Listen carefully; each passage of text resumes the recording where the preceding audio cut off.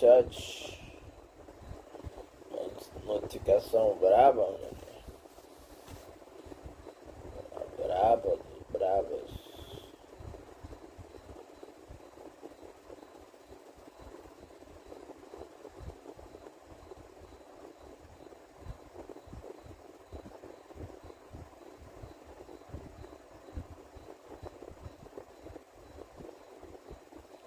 Chat.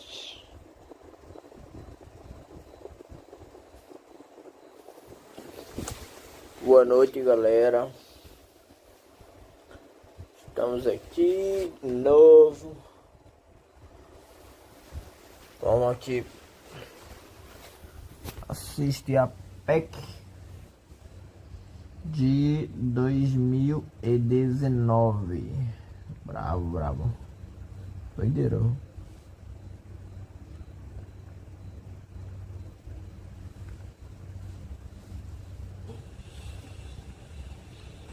Doideira. Então vamos lá estar assistente. Doideira. Então vamos lá estar assistente. Doideira. Então vamos lá estar assistente. Palme microfonia. Perdão aí, chat. Pelo...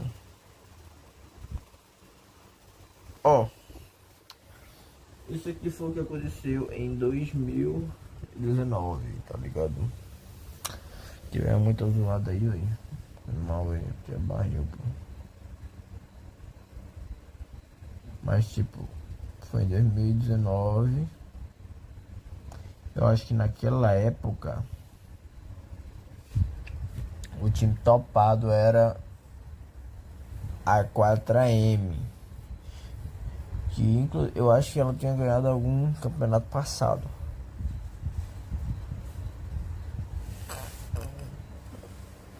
Pode ter sido a PEL, né? Aí, como é a PEC, tem times convidados de fora, tipo a Team Queso, tipo a Cloud9 também, a Tempo Storm. Esses times assim foram convidados em 2019. Vamos dar play aqui. Only 8 games, so there is not a lot of time for our teams to botar o recover fone, né? from a bad result. If anyone has a 0-point game early on, it's going to matter almost immediately. On your screen here Eita, is tô our no 15 sono teams. aqui, You can just tu watch é the introduction doido. of all of them from various A regions bicha vai around the ter world.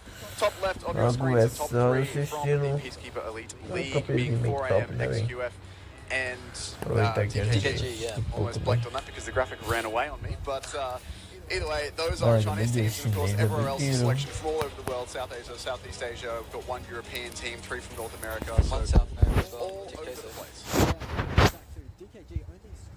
Aí, os bravos.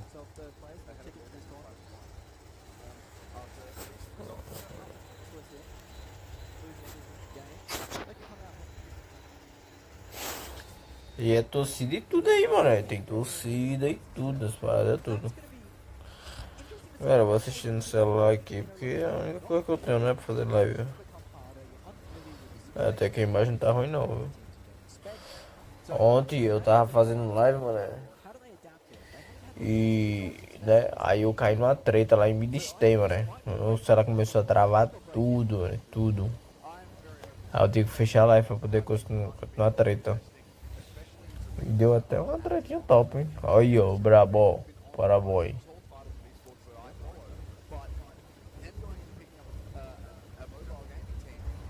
O cara da 4AM.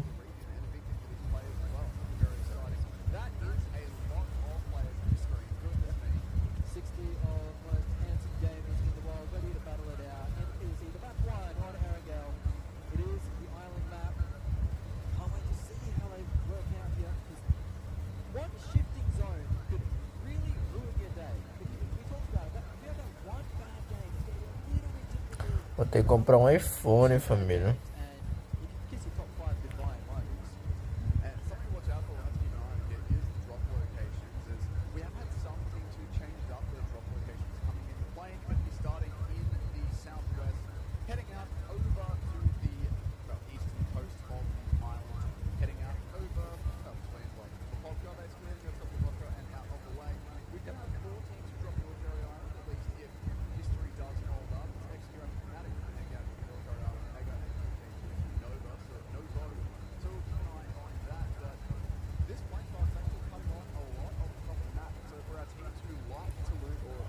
Analisar a nova padrão KN Gat.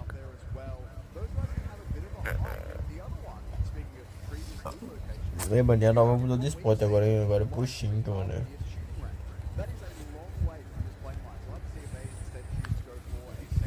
Provavelmente eu durmo fazendo live, mas é o que eu tô tentando, pô. Tô no começo, então começa a barril, pô, tentando fazer live todo dia.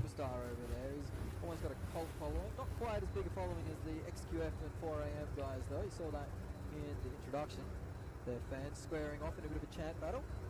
Orange Esports dropping in as well. Looks like they'll be choosing that Yasnaya area as their location. 4 AM. Managed to get themselves on the ground pretty quick. Smart picked up the car. They're going to be playing on this western coast area. Yeah, around Bahia, that right? quarry. So they're going to have a few teams around them. XQF are in the vicinity. C9, Team Queso. We've had our first shift though, and it's a bit of a doozy for those on the military island. They're going to have to get a wriggle on and get over pretty quick, Mark. Now, Fnatic and Mega have not gone down to the military island. They're two teams who have chosen secondary loot. Ô, velho, tava dormindo, né? Go toward Georgia Bowl are nowhere near it. So we've got a bunch of teams utilizing É. drop and loot areas based on the Você fechou ali, eu tenho que rotar. hitting up that coastal road to head up to South Georgia Bowl, and that is where they normally loot. From what we've seen, give the play E o Jimmy já estão fazendo scout e tudo, mano. Puxa, XQF though, they're pretty happy with what they've got now. They're just going to spread out, loot up, and hopefully meet up again soon. DKG all rolling in one car. Well, yeah, all of them in one car on the military island. They're going to try and make a run for Novo as they're desperate to find some loot. This is going to mean that they're going to have to get in and get out pretty quickly because the zone will shift will be quite unpleasant when it does. Yeah, the zone is nowhere really near this military island. It's all quite northern, so we will see how that one's going to play out. But as of now, still 15 teams remaining, still 60 players in the lobby. So our first game here at the Peacekeeper Elite Championship is starting off relatively calmly, relatively safely. No engagements early on. We do have Omen Elite and Orange on top of each other looting here, and this is a different one. These teams have normally been looting in opposite sides of the map. Yeah, but you see, sometimes on these practice scrims you can kind of read your opponents too much. Now we see two teams trying to vie for the same location. It is a big enough spread. You can probably guarantee that once they spot each other, they'll try and run away. And play for the later games is, yeah, those eliminations are pointless, but you don't want to be the last team to go out. You don't want to start losing players early as it becomes a little bit more difficult to group up. Once you start playing with 3, it's okay. You're kind of still playing a normal game. But once you get down to 2 players, that really struggles. Can be a bit tricky, but as of yet, no one has gone down. So we'll have to keep an eye out on not only who our first players to fall will be, but who the first team out of PEC 2019 will be. Online here, Mega Conqueror is in a sidecar. I hate this thing with burning passion. I've heard the tip is that if you shoot out the tyre of the sidecar, it doesn't tip as much. Yeah, it does travel a little easier. Steering becomes way worse, but it doesn't tip as much. And then the ultimate gigabrain strategy is to shoot out all the tyres, give up steering entirely, but don't tip over. Well, at that point, you might as well walk, really. You go a little bit quicker, but you're not going to get the control you need. And if you flip that thing, yeah, get out. There's no point. As you see the Fnatic guys grouping up now. They've had a few minutes to loot up and regroup. Not running with the most meds or the best weaponry just yet, but you never know. They'll be able to divide and hopefully conquer. As we see Tempo Storm now making their way more central as they found themselves with Pachinki by themselves, which is always handy because you can get looted to the gills in Pachinki. You can see the level 2s all the way through Pachinki with a lot of meds to boot. FFQ, Military Island, all to themselves as well. They're going to be one of the later rotators. I think they're going to try and play the zone, play the egg, maybe go for a few kills. Can you from Interestingly enough, 4 AM and Team Queso, they haven't moved an inch yet from that Tremor's area. não sei porque eu tô viajando demais. Too much pressure just yet to move too far. Eu tô dormindo, Don't velho. hang around for too long as they are outside of that zone. Como é que eu posso dormir, velho? Com fome. Down south a little bit, maybe smelling a rat. Ai, deixa depois eu volto. Some adventurers bugging drafts, but either way, they'll be able to grab themselves a little bit more loot what they can find. I don't think Team Queso are going to be on the move quickly enough to make that a concern for 4 AM guys. Of course, they are a little bit split up here. They've got, I suppose it's a 2-2, but it's almost a 2-1-1 with how far a couple of their players are split. So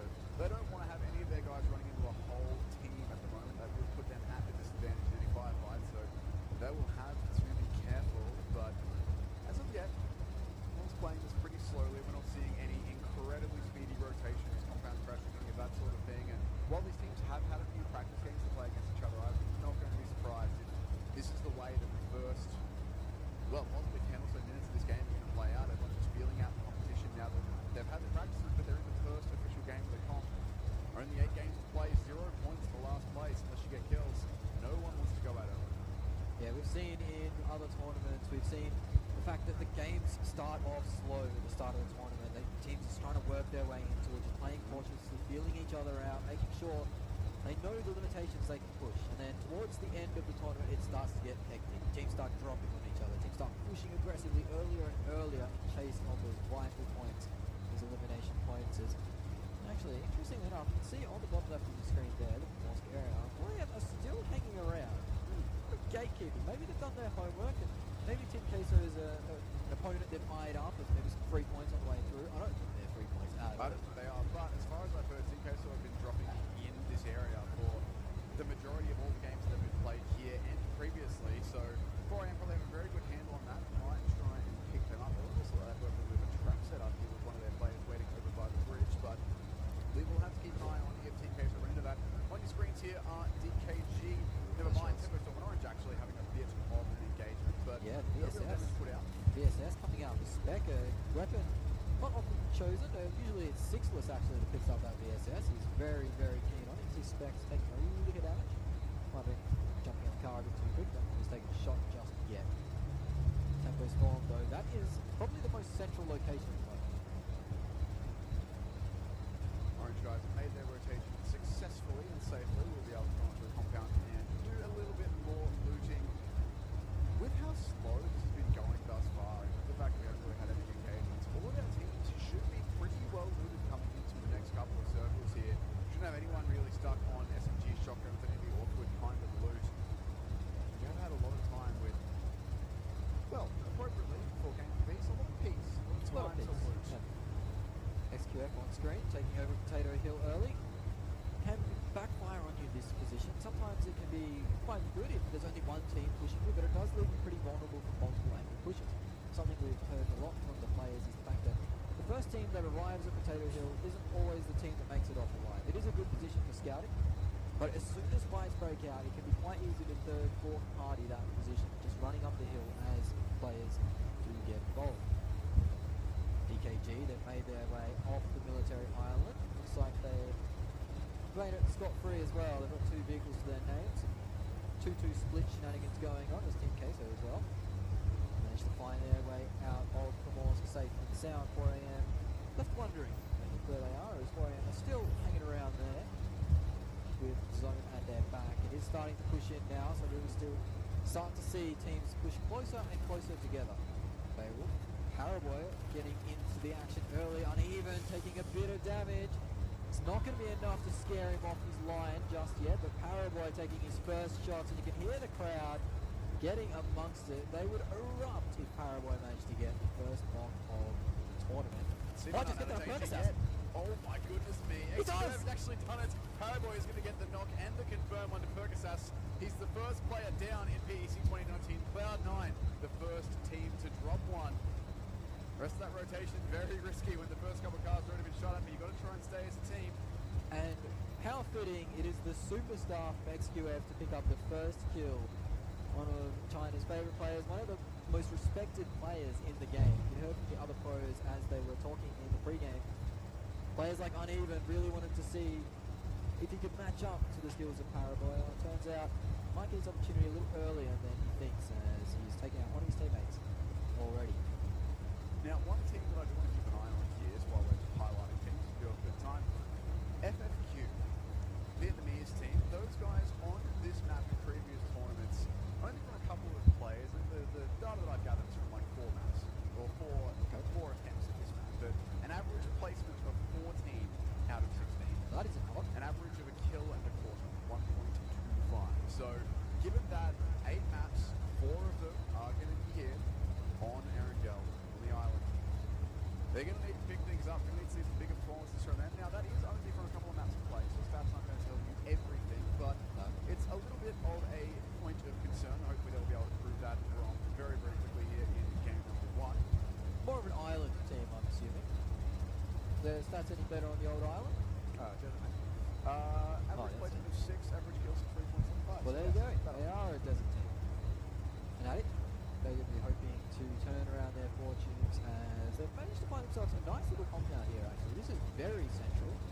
XQF are going to start to move in towards it though. They're scouting it out. Not going to take any shots just yet. The Ruins area dominated by the European team of Unique. Not exactly the most central, as you can see it on your map now. They'll be looking to push in very cautiously, scout out what they can. Okay, so they managed to find themselves in the dip here. Not a bad position, honestly, to play from this point. They're probably still having a lot of snow, so you can see they've built little compounded cars as well.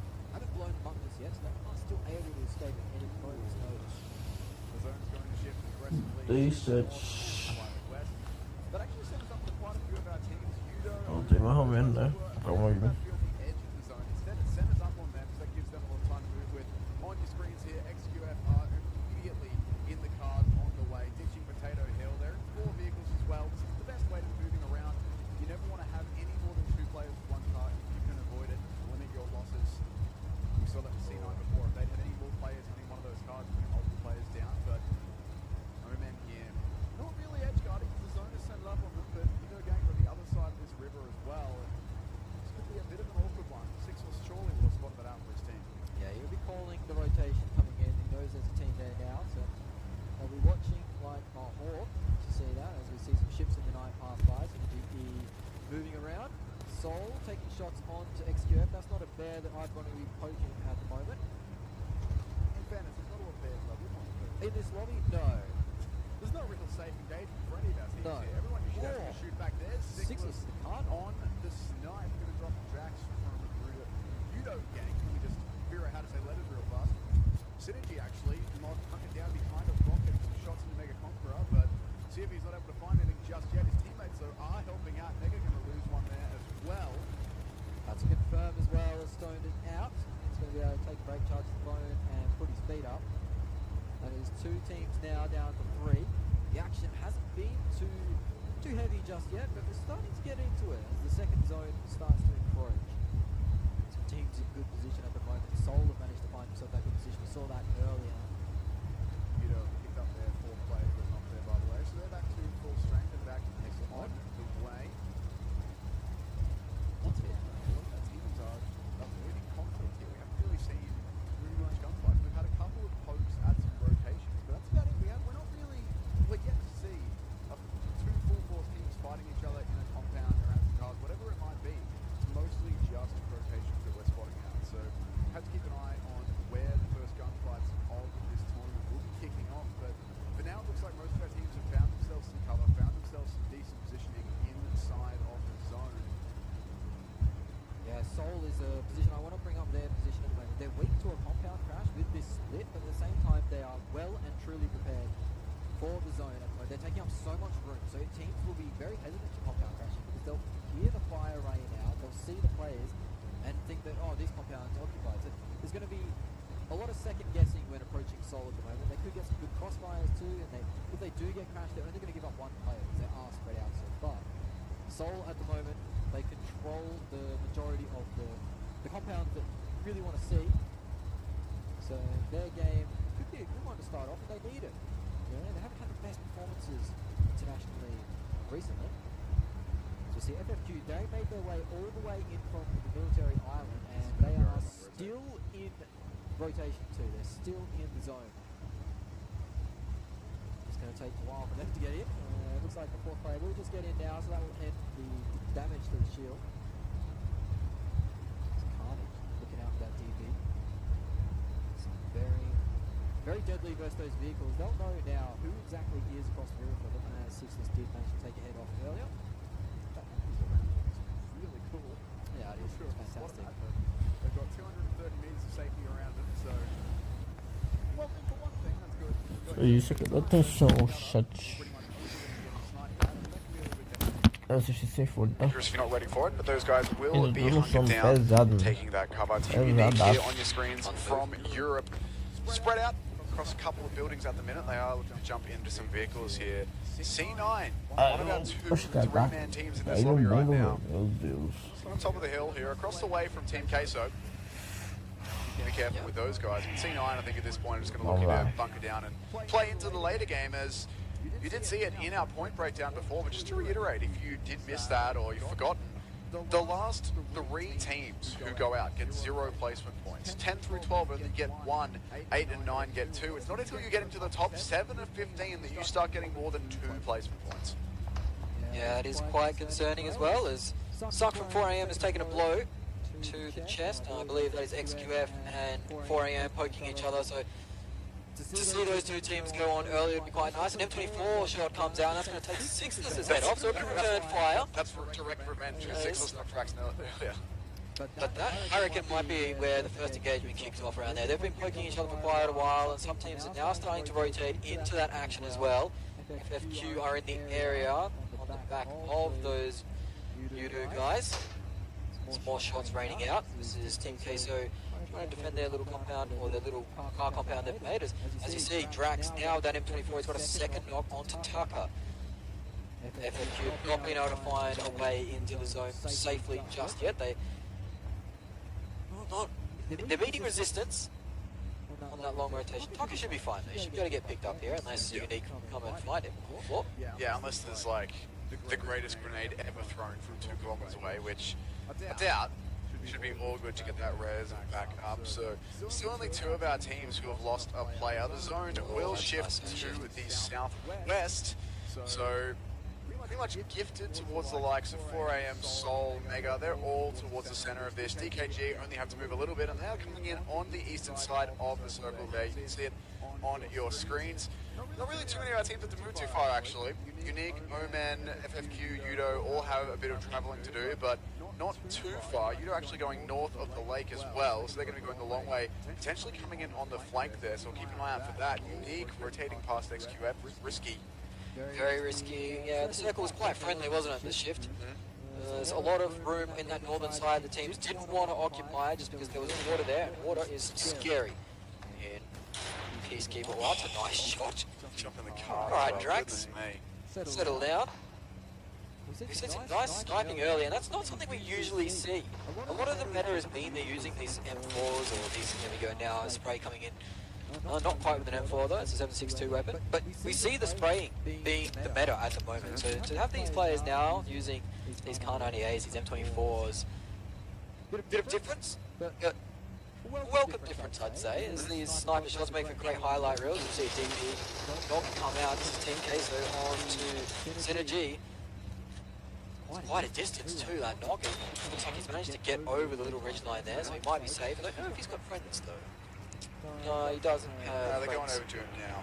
Yeah. Something we've seen a lot of from Team Queso here on your screens at the bottom is they do like very much to make their own compounds out of their cars, hiding in a gully or a ditch somewhere, rather than risking trying to take one of the big compounds. A lot of the time they do feel more confident making their own cover, and that's something we're seeing quite a bit of, and it can certainly work, as you're rotating around, you're generally keeping an eye on the compounds around you. You know roughly where the good hills are going to be. You have an idea of where you're going to take fire. If Team Queso are just setting up wherever they feel like, using their cars for cover, then all of a sudden you've got all these extra angles to worry about that you might not expect. So have to keep an eye on that. FFQ going very, very close to Udo gank here. This could be our first little compound crash. The shots rain out, and that will scare FFQ off. Chopper looks like he's heading for the hills. He's crashed his car though, parked up. Might get a ticket there. Chopper's actually hopped in a different vehicle. He's now on the move. Chopper's gone down. Tried to pitch a UAZ there and didn't quite get away with it. So FFQ now down to 3 for themselves. That dastardly rotation all the way from Military Island. I feel for them. It's not the funnest way to start off your day, as Stork has pulled a nade, but unless he's got 300 IQ, he's not pulling that one off, and he doesn't. Falls short, in fact, so not quite the nade that he was looking for. One of the players did manage to sneak in, as Tucker and Hayes are in the vehicle looking for another place to call home. It looks like Dali will be left alone to the wolves. Very cautiously poking their way in now, as we see on screen the 2 Chinese giants, XQF and 4am, the fan favourites. They're so close to each other, but I don't know if they know each other's there just yet. They obviously don't have an idea because they know where each other rotate quite frequently, but there's been no knocks between those 2 teams. As I say that, now Paraboy's got his second knock of the game onto Suck. Suck should be able to find his way to safety, get revived, but Paraboy has started off pretty well, I'd say. his damage stats will be insane. Yeah, he's found himself a kill and a couple of knocks, so he's doing very well off the start of things here. But once again, things continuing to be slow. Oh, they've got across the bridge for free. This is actually in a bit of a sneaky spot. Rolling around the rocks. Yeah, I wasn't expecting you to get across the bridge there for free. I thought for sure there'd be an engagement. Ooh, okay, so the circle once again is going to go east, and that's going to force a lot of teams out. XQF and 4AM, who were poking at each other, are immediately giving that up. XQF are very, very quick on the rotate into their cars as soon as that circle pops and on the move. Fnatic rotating right past XQF on the hill here. This could be risky, but it looks like they've just about avoided the firing line there. Very near tank for Fnatic. Hold on, there's still another player here. Here's the bucket, the gun out. Not quite able to find the shots, but it's very near thing. It's going to be has more running to do before he's safe just yet. DKG also on the same rotate as Fnatic at the moment. There are cars everywhere. It's a bit of a play on Fiesta. They're going to be making their way into the zone as fast as possible, you'd think. You always start to sweat, though, when you see a player in a buggy being lined up for a spray, because there's not a lot of head protection in those things. The Scout, very long. Yeah, all tubes, all air. So DKG will rotate on the road as we see Ash from Fnatic getting knocked by one of the Synergy players who had some problems with Team Queso earlier, but they've managed to settle their differences. And now they're finding themselves occupying the same territory. Everyone's running over the top of Team Queso essentially. And Team Queso are taking shots back to set their compound of cars. They haven't blown them up yet though. They're still being so patient with that. I mean, you don't really want to be anchoring yourself in place this early on and limiting yourself to foot movement only. Synergy, they look like they do want to go and fight this, and DKG coming in from the other side as well. This is going to be a pinch onto these Team Queso players. They do have the cars for cover. They're getting some smokes out as well to try and buy themselves some space, but nonetheless, it's still going to be a little bit awkward. Elsewhere, Oman Elite getting stuck into Unique. Wi-Fi finding a knock there as well as Synergy are on the way in. That's right on the edge of the zone too, as Wi-Fi has been knocked by Unique's All Boy. So you can see the action is breaking out over there. Oh, Zute actually pushing up very aggressively. This is the IGL getting right into the mix, and he looks like he's been spotted and taken out early. He's been finished off too, so Omen down to 2 at the moment. Wi-Fi is being revived. Unique have got the better of this location at the moment. Omen now with all the work to do to get back inside the zone. Synergy E crashing into Fnatic. Fnatic looks like they're worse, but where? That's maybe 3 players down from Fnatic. They are 1 man strong at the moment. So they're looking very just the Scout. He's got 5 nades in his bag too. He's throwing them out. It might be good here actually. Synergy E players need a scale. That's might be a little bit damaged. Not quite the knock though. He has given up his position. No tyres on that buggy too. He's going to have to get in the shack and hide it out with the bear hat on. So Louis still look good doing it. Unique though, they've run into Yudu, who were previously getting AK'd by Omen. So this 3-way fight's going on, and Yasha has been taken out. So Omen getting a little bit of revenge. These 3-way fights though, breaking out all across the map. It's so hard to catch all the action. Sixtus gets knocked out by Reigns, NA on NA action early on. We saw that in previous tournaments. Those 2 teams going right at it. Sixtus is being taken out, and that might be Omen out and done. It is Unique, in fact, that are gone.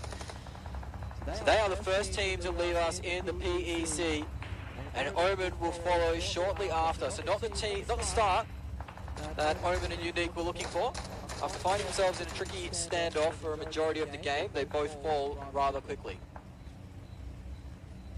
Zone shift though, it has been quite generous for the side of C9. XQF find themselves inside the zone as well. On that southern side where Team Queso were found, oh no, that's a disaster for them as 3 of their players go down very quickly. The 4th AR knocked down. It looks like a car accident did happen. Scout now being pressured out. It looks like he's down too. XQF managed to clean up the point for that one. Synergy E are going to crest the hill. Just lost 2 more teams by the way there. Queso and Fnatic both gone. That's scary stuff. The action does break out pretty quickly. Once it starts kicking off, Synergy will now collect the loot or the spoils of their victory, but XQF is next in line, and that's not a fight that you're only taking. Rain under immense pressure from the remaining players in Voodoo. All 4 of them are up. Tempo 3 strong. Rain's managed to find himself a little bit of respite at the moment. His teammates are on the other side, so there could be a little bit of a pinch going on. Rain is in struggle streak, really. I don't know how he's going to manage to get himself out of this situation. It's not looking easy for him at all. And Yudo Gank are stuck in cars and smokes at the moment, trying to have some sort of cover, but Viper's getting involved with a mini in hand. That's helping out. Well, it's going. Jules going every which way is what I'm trying to say. Orange just took a couple of casualties as well. Four of our teams now starting to bleed. FFQ down to 2, Orange 2 with 1 knocked. A couple of our teams with 3 players as well. Never mind, Orange go down 2-2 as they do get that one confirmed. So now things are starting to get a little bit more chaotic as the circle shifts closer. A lot of our teams all grouped together on either side of this, the left and right hand sides of the zone, both full of teams. 4am are actually going for a push up onto Seoul. Yeah, this 4am Seoul fight is going to be deadly. 4am got the first knock onto Aman, and as soon as that comes out, they start moving. Seoul still haven't managed to pick up Aman, and 4am, they smell blood in the water at the moment. They're moving. This is going to be a 2-2 split engagement for them. They're going to split off now as they've got this around.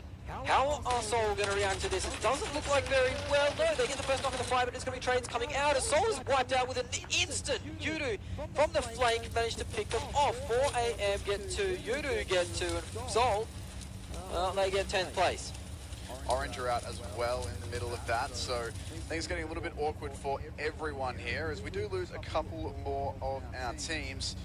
And now we are starting to move up into the actual placement points, or the placings that have points attached to them, I should say. 2 points for the next 2 teams that go out, 3 for 7th, and increasing above that all the way to 16th. Drax going to be picked off at long range here by 4am and confirmed as well. Just not able to get around into cover in time. This could be Yudo Gang parting with us here as their cars are blowing up. Their cover is dwindling. This is looking pretty awkward. It's 4am having them locked down. Yeah, this is where 4am starts to accelerate. This is with Thanos Circle. Circle 6, it snaps the lobby in half when half the teams go out. 4am on the charge. They started with Seoul. They looked like they were going to eye up Yudu, but they've chosen to disengage off this actually and try and take better positioning. They are going to use the cars to close the gap. They know that Yudu's going to be healing up a little bit here. They are worse than aware. 2 players locked down from one. Upside. Oh, the run over doesn't quite happen, but he's going to go for a front, but he doesn't manage to connect him either. Now he's in a bit of a tricky situation. Turn comes out. 1 player from Yudu up. He goes for the drop shot. Does manage to collect it. 4am lighting up Yudu, but there is 3 players out on the deck for 4am, and they've been confirmed too. So 4am are only 1 man remaining. That compound crash did not work out. Meanwhile, Paraboy with a double nade onto Synergy E. Paraboy now with 3 confirmed kills, and he's looking for his 4th. That leaves Synergy with just the 1 player remaining as well as XQF starts to put the pressure on here. Moving through the smokes, they've got the vehicles in hand, trying to find some more kills. They're actually split between the last players remaining of Synergy. 1 knocked, Uneven's taking some pressure as well here from XQF as now the damage is starting to kick off for them. Cloud9 will lose another player, at least get 1 more knock, not confirmed just yet.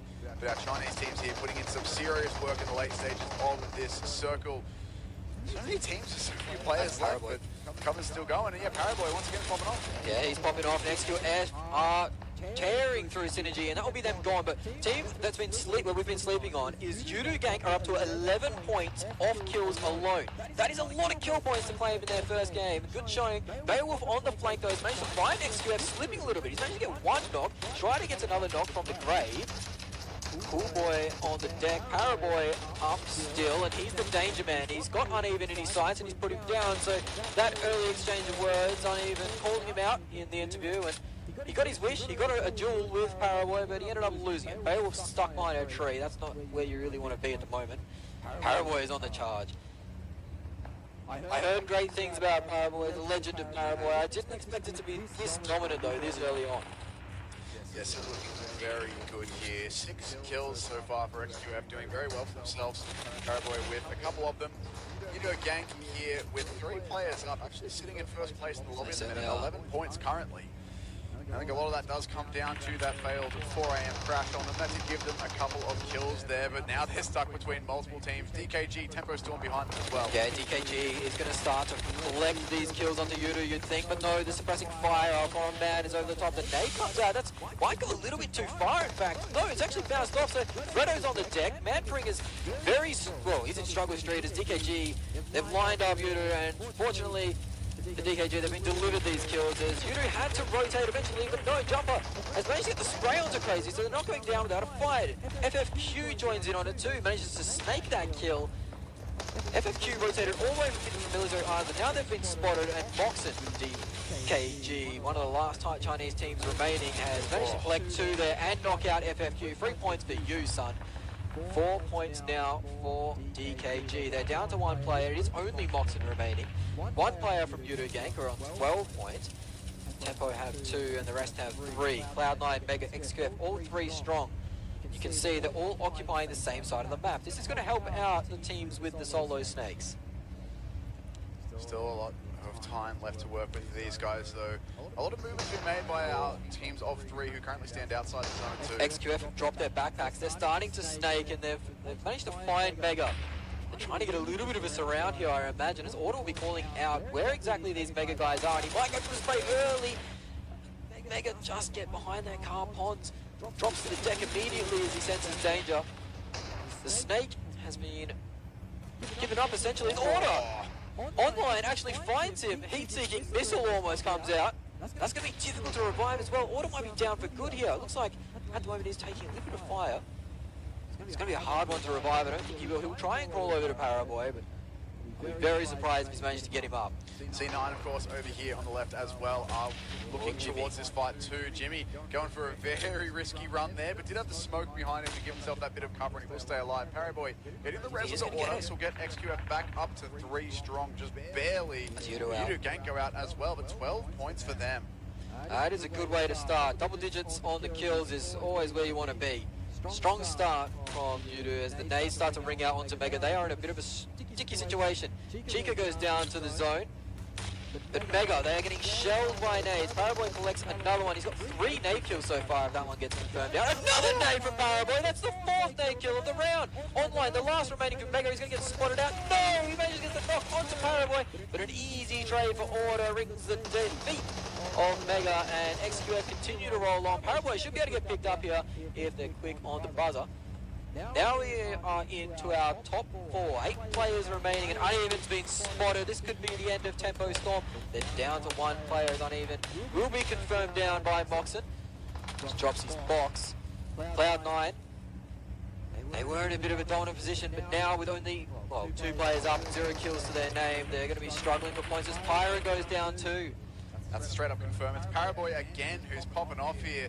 So much damage done by him. 7 eliminations this game alone. Very, very hot start for him and for his team. Currently sitting on 10 kills in total. 1 player remaining for each of the remaining teams. DKG, Tempo Storm, Cloud9, all with 1.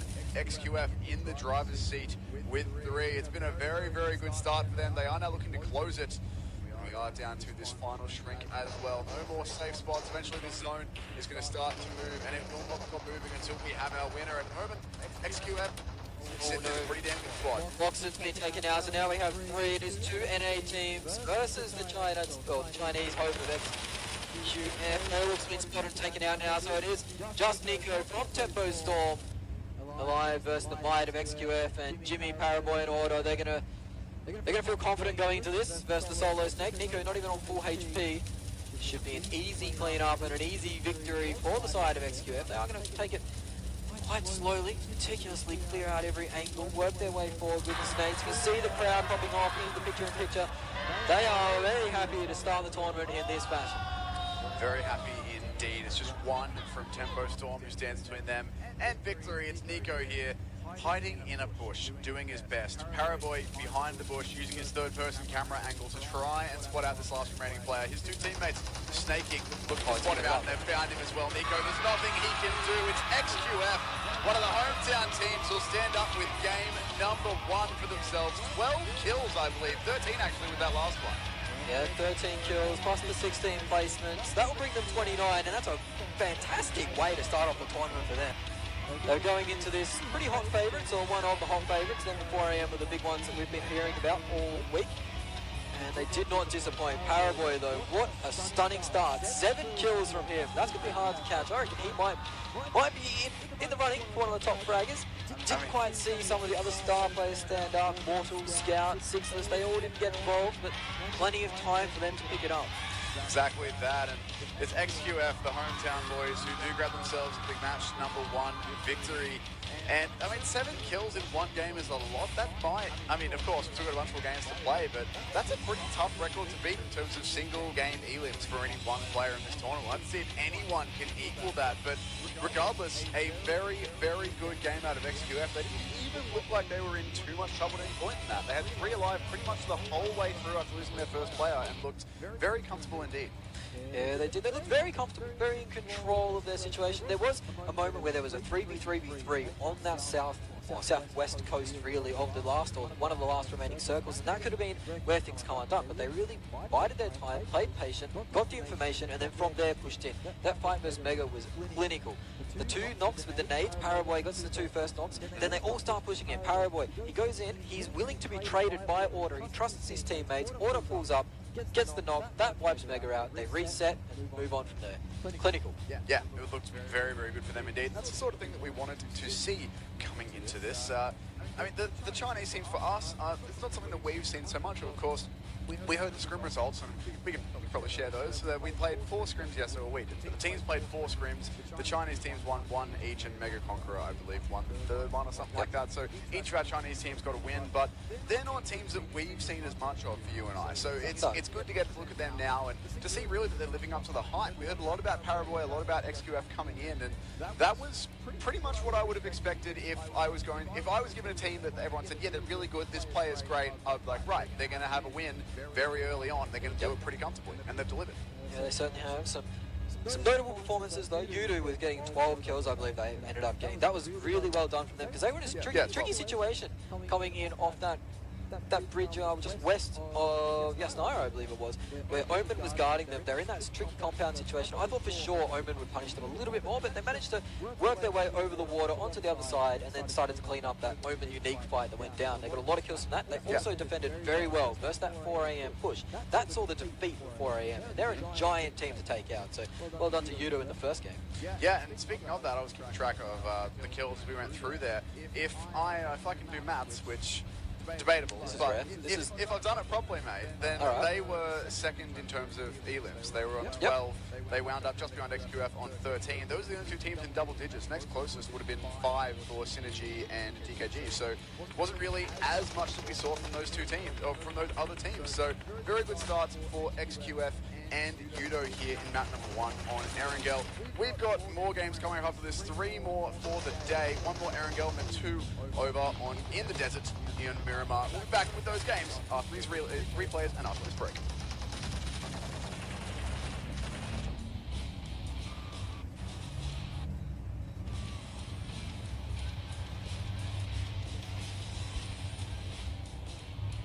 Never mind. Okay. Yeah, it was fantastic to see the replays there. You saw that fight that I was talking about between XQF and Mega, how they cleared that out perfectly with the nade usage, and then Paraboy giving up his own life really to get the information for his teammates to trade.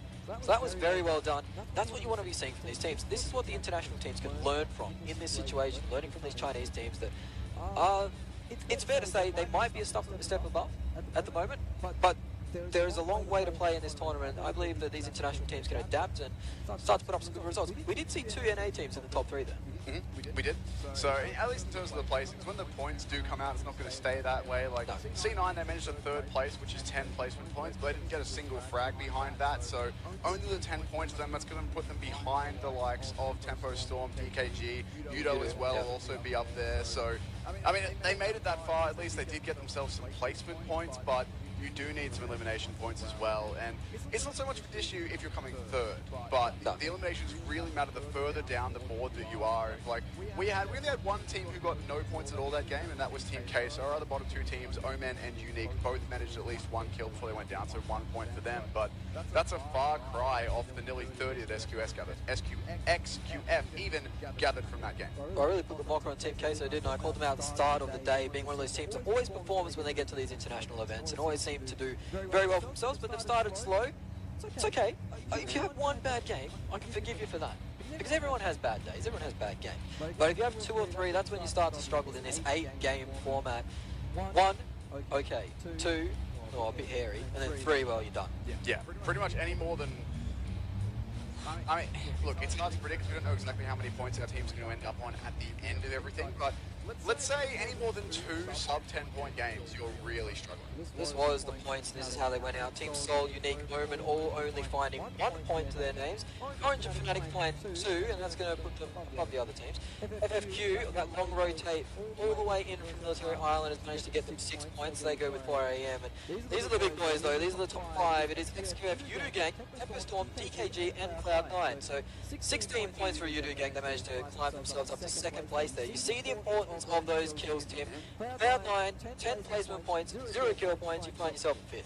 Yeah, and like, you know, they went out in 6th place. You only get 4 elimination points, 4 placement points for that, sorry, I should say, is the placement points do drop off really, really quickly, but getting so many kills, they push themselves up. Of course, we have to talk about Paraguay again. XQF, he went very hard indeed. 8 eliminations, 1,300 damage, 14 knocks. 14 knocks is an absurd number from one man. So Paraguay has started off very hot, 20% crit accuracy as well. I'd be happy with 20% accuracy in general, let alone hitting heads. I'd like to land 1 in 5 shots. It's like, yeah, 1 in 5 are headshots. It's easy. Yeah, I'd take those stats. But no, Paraguay, I want to see how those stats evolve during the tournament because he started off very strong. Right, he set the bar very high.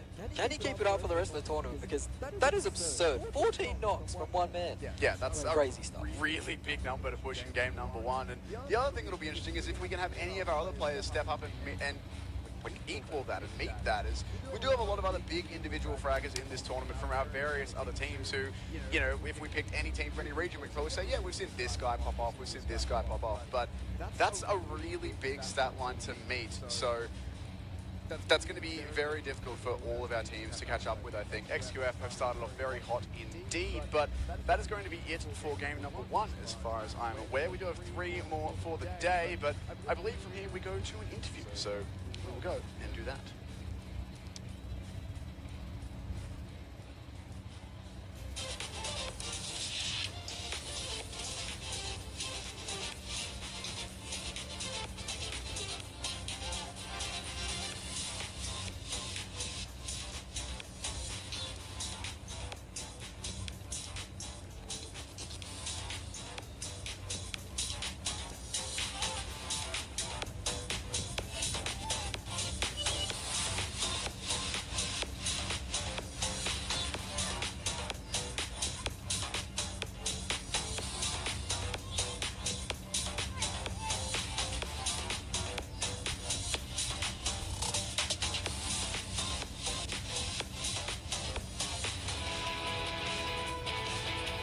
Hello， 各位小伙伴，接下来来到了我们的赛后采访环节，站在我旁边的呢就是 XQF 的居民，来先跟大家打个招呼。Hello， 大家好，我是 XQF 的居民。拿下了我们 PEC 的开门红，拿下了首场蛋糕，此时此刻心情如何呢？很开心，很激动。很开心，很激动，对吧？在比赛之前有没有想过自己在第一局就可以打得这么的顺利？没想过我们就是第一局能发挥的这么好，希望我们可以继续保持下去。但是可以继续的保持下去，对吧？哎，那么与此同时啊，还有就是因为第一个淘汰也是我们 XQF 拿下来的嘛，当时我们全场发出了一阵又一阵的声浪，我不知道 XQF 在我们的对战席里面有没有感受到呢？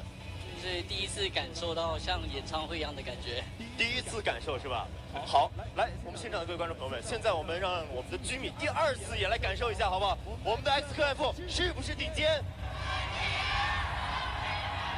好。好，再次非常感谢各位啊，然后同时呢也非常感谢我们的居民，同时也让我们预祝 XQF 在之后的比赛中呀，同样可以取得一个非常优秀的成绩。毕竟在今天，我们居民的父母也来到了我们的现场，与此同时还有我们现场这么多的粉丝朋友们。所以说，就让我们在这里预祝 XQF 在之后的比赛中可以发挥的比较平稳，与此同时取得一个非常优秀的成绩。好，我们赛后采访在这里就告一段落了，接下来我们稍事休息，精彩比赛马上回来。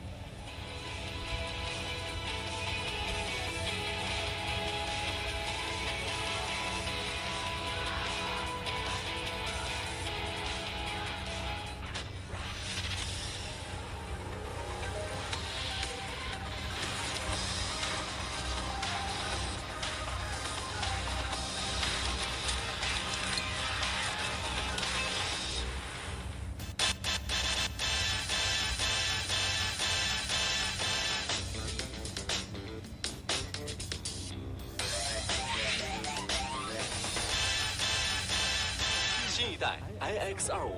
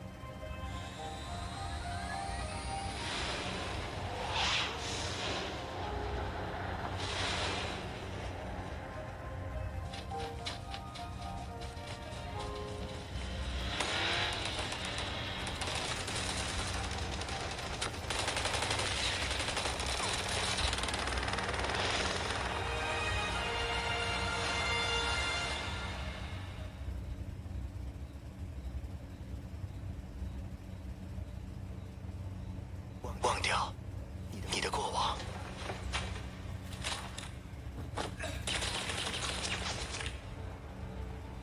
忘掉昨日的荣光，忘掉情绪，忘掉呼吸，忘掉曾经的伤痛。你要记住，倒下不是结束。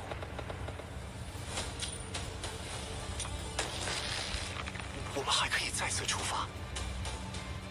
你要记住的是对手的模样。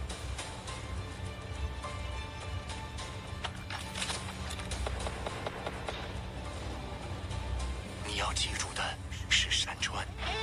你要记住的是海洋。即使烟雾弥漫，记住那弹道的方向，战胜他们。忘掉他们，带上你的盔甲，爬低你的身子，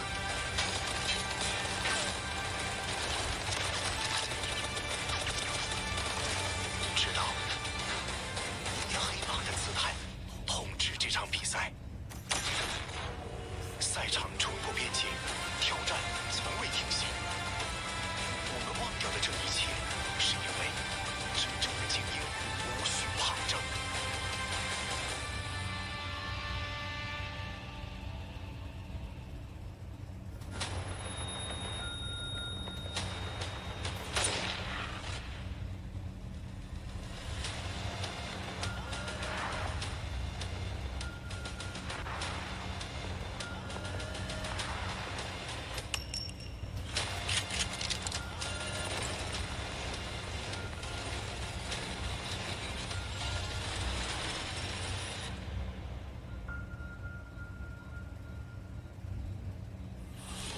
Game 1 on the books here at PEC 2019. My name is Brainstorm. I'm still joined by Smash, and we just saw XQF storm to a pretty comfortable victory there on Erangel on the first map.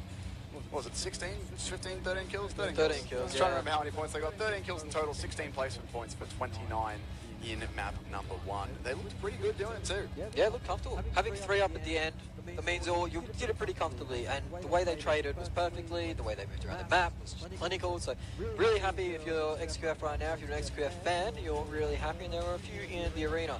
These guys on screen now though, they were the big performers, I reckon. They have racked up 12 kills on their way through, picking up 2nd place overall after Cloud9 Tempo. They went out late in the game, but with very little kills, and we saw, well, at the start of the day, the kill breakdown. You get a point for each kill. And that's so important moving forward because you only get 16 for that big well, that big win, really. Yeah, and the placement points do drop off very, very quickly below that. In other formats, in other tournaments, we've seen everyone in like the top 5 will get double-digit placement points. Yep. In this tournament, it's only the top 3. 16 points for a win, 12 points for second, 10 points for third.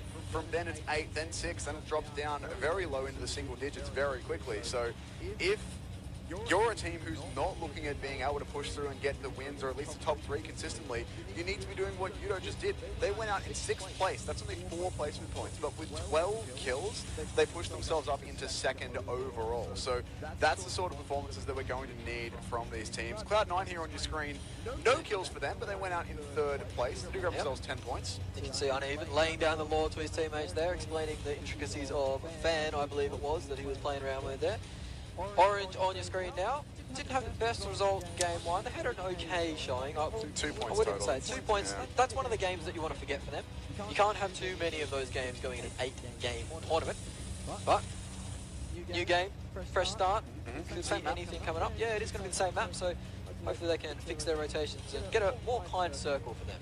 I mean, those guys, statistically on this map, average around 6.6 in 7th place and just under 4 kills. So if you can manage that, that's 8 points in this format, so that's not a bad little bump to your stats. DKG here didn't have the best of times either. They didn't do too badly. 13 points in total, 8 for placement, 5 for eliminations. I think that's the average you want around. Yeah, that's probably Around want to be 13. around there. Like the 10 to 15 mark, I would say, is like 15 good, like good to better. 10 is like, if you can maintain 10 across everything, you're looking at 80 points by the end of things. That's, I mean, it's not going to get you to a top win, 8, but it's gonna put you in the top half. Yeah, I think it will definitely be that top half as we see some silly buggers going on. So slapping, not too much more of that, please, fellas. You've got a lot of games to play this season. XQF, Paraboy and Cool Boy duking it out. You can see they're very comfortable, very relaxed as they put their headsets on and get ready to get into the next game, or the next round. All eyes on them, really. They are the team to beat, the players to catch, as they've set themselves up pretty nicely early on in the day. You can hear the fans, the audience cheering for them in the arena as well. It's no surprise to anyone that the hometown heroes of 3 Chinese teams will be very popular here. And XQF, I mean, we saw a bunch of those light up signs in the audience that people have got with XQF's name on it. Paraboy in particular got himself a bunch of shout outs. So not at all surprising to see that they are popular here, as we are, I believe, getting ready for game number 2 of 8. We're already nearly 25% of the way through this tournament. That's crazy to think about. 25%, almost 25% after this game. It's going to be a short one, but it's going to be a big one, really, as there is a lot of money up for grabs and a lot of prestige being the first PEC. And a lot of these teams want to claim a top 3 position, claim some bragging rights for their region as well. Now, something that we haven't touched on yet, and it's not exactly game related, but I want to anyway. That stage is so sick. That stage is phenomenal. That is one of the best stages I've seen in my many years around this globe. Look at it. Look at the size of it, the sheer scale of it. And the thing that amazes me is these screens, they look so good, but they're see-through because the players sit behind them. I don't really know how that works, It's but magic. it looks sick. It's magic, Tim. And Also, augmented reality. Correct. Fantastic. it is fantastic stuff. More fantastic stuff will be in the game as we do jump into the map.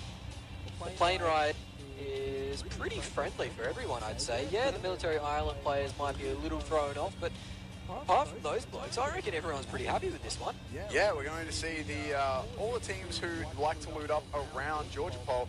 Didn't really get the chance last game as that circle was so far away. I think it was only C9 who actually made the trip up there. Everyone else chose alternative loot locations, but 4AM do like to go towards North Georgia Pole. They've done just that, sending Suckaway by himself to go a little bit further north. And why not? They know that they're on their own. C9 going into the south there as well as... Where are Omen? They normally like to loot there too, but it doesn't look like they are going for that route. Already we've seen a change up from a team. We've seen with 4AM, they had to choose the quarry last time.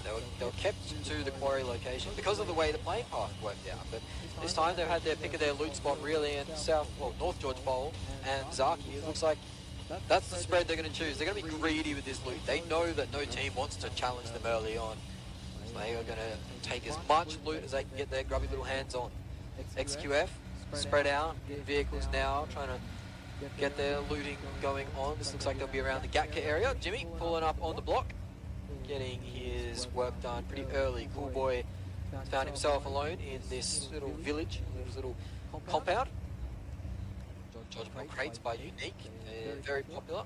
It's actually a fantastic loot location. There's so much loot at these Judgeable crates. If you're a squad that can manage to find this by yourselves, you can walk out with some level 3 silly vests, level 3 silly hats, and be very happy with yourself. And a lot of cover as well amongst those crates, and the pressure does come. Whoa, that's a zone.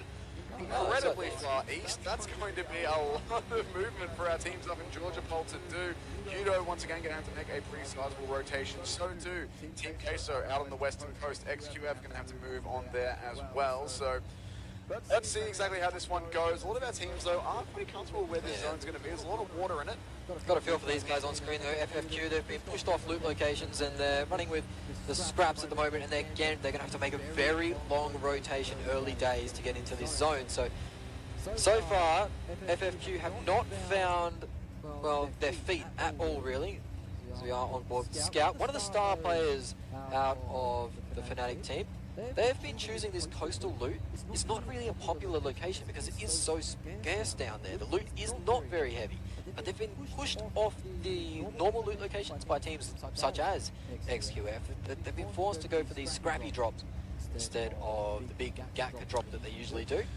Another thing that's going to go in the favour of Yudo here, mentioning them, is that they have got the shooting range entirely to themselves. That is their preferred loot location. Tempo, you just saw them on your screens, hanging out in Pachinki there. The only ones who really like to go to that sort of area, and once again, they've got it to themselves. So most of our teams actually do have pretty clearly defined loot zones so far. It's only really Fnatic who are being bullied a little bit and pushed around, and I suppose a few other teams who've been under a bit of pressure, but most everyone's been able to find some loot pretty cleanly. Yeah, it looks like FFQ will start to rotate towards that military island. They're going to stick to it, but the plane ride for them was not very kind. This is again, Omen and Orange knocking on each other's doors in this Yasnaya. Well, it's not even a fight really in this Yasnaya town. They're just looking at each other funny, looking at each other sideways, and then running away. Yeah, I mean, both of those teams had pretty shaky game ones. Orange managed the 2 points, Omen and Elite just the 1. So neither of those teams will be too keen to get into fights early. You don't really need to risk anything unless you're very confident that you can get 3 or 4 kills out of it. If you can do that, then absolutely the points are worth it. But otherwise, I don't think those two teams will be taking too many risks here, at least until either they get some kills that are a lot more certain to secure, or once there's some decent placement points, if they do take a risk and it doesn't pay off. Early on, I think, once again, it's going to be a pretty quiet one here in our second map of the PEC. It's going to take a bit to get into, as the teams will have looting on the blind. They'll have money on the blind. They won't have the kills just yet. We'll see around that 3rd, 4th circle again. It will start to pick up. At the moment, it will just be scouting and routing. Trying to get a little bit of loot, get that extra information, try and find your way into the zone. Nobody has sent it into the center of the zone quickly yet. It is Tempo Storm on the move out of Pachinki. They seem to be looted up pretty quickly. We'll have to see how fast they try and make their way to the center. So last game, they tried to make their way to the center very quickly, and it did pay dividends. They managed to collect themselves 2nd place. Not too many kills to it, but that's what you expect when you see these center crashing teams. With these teams that go center early, they're never, well, they most likely won't be the team that gets the most kills in the game, but they'll survive for such a long time that they set themselves up for the late game. That's where they're going to be banking their points on. Placement over kills for Tempo, I believe. Now, one thing that I want to think about looking ahead to the rest of this tournament to tomorrow really is where we'll see this map and both of our maps again. I want to see if we will have some of the teams lower down start taking some risks. Like, in these early games, if you have a bad game 1, no one's going to take any risks game 2 because the tournament is so young and so recent that you don't want to have 2 bad games in a row. But if you have some poor performances today and you know for a fact that, let's say, I don't know, XQF or one of those other teams who are sitting up on top, they go, right, they've been dropping here and no one contests them. What if we hot drop? What if we drop next to them to try and loot and then go put some pressure on, whatever it might be? Why don't we just go sit here and cut off their rotations? Anything like that. Given that it will be the 2nd time we've seen these teams on these maps tomorrow in tomorrow's 4 games, I want to see if we'll have any of that or if it will be more of the standard, everyone just plays their drop zones, plays it carefully.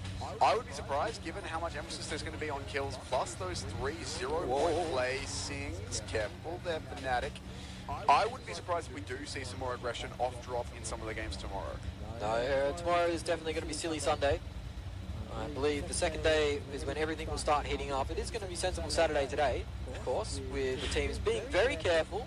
Not going to lie, I did have to check what day it was. You're correct. It was Saturday. Yeah, it is Saturday. So Sensible Saturday. The teams will be playing cautious, just waiting for the mistakes for their opponents, waiting for the information to go off. 4 AM, looking at a lot of information at the moment. They are still in North George, just looting up.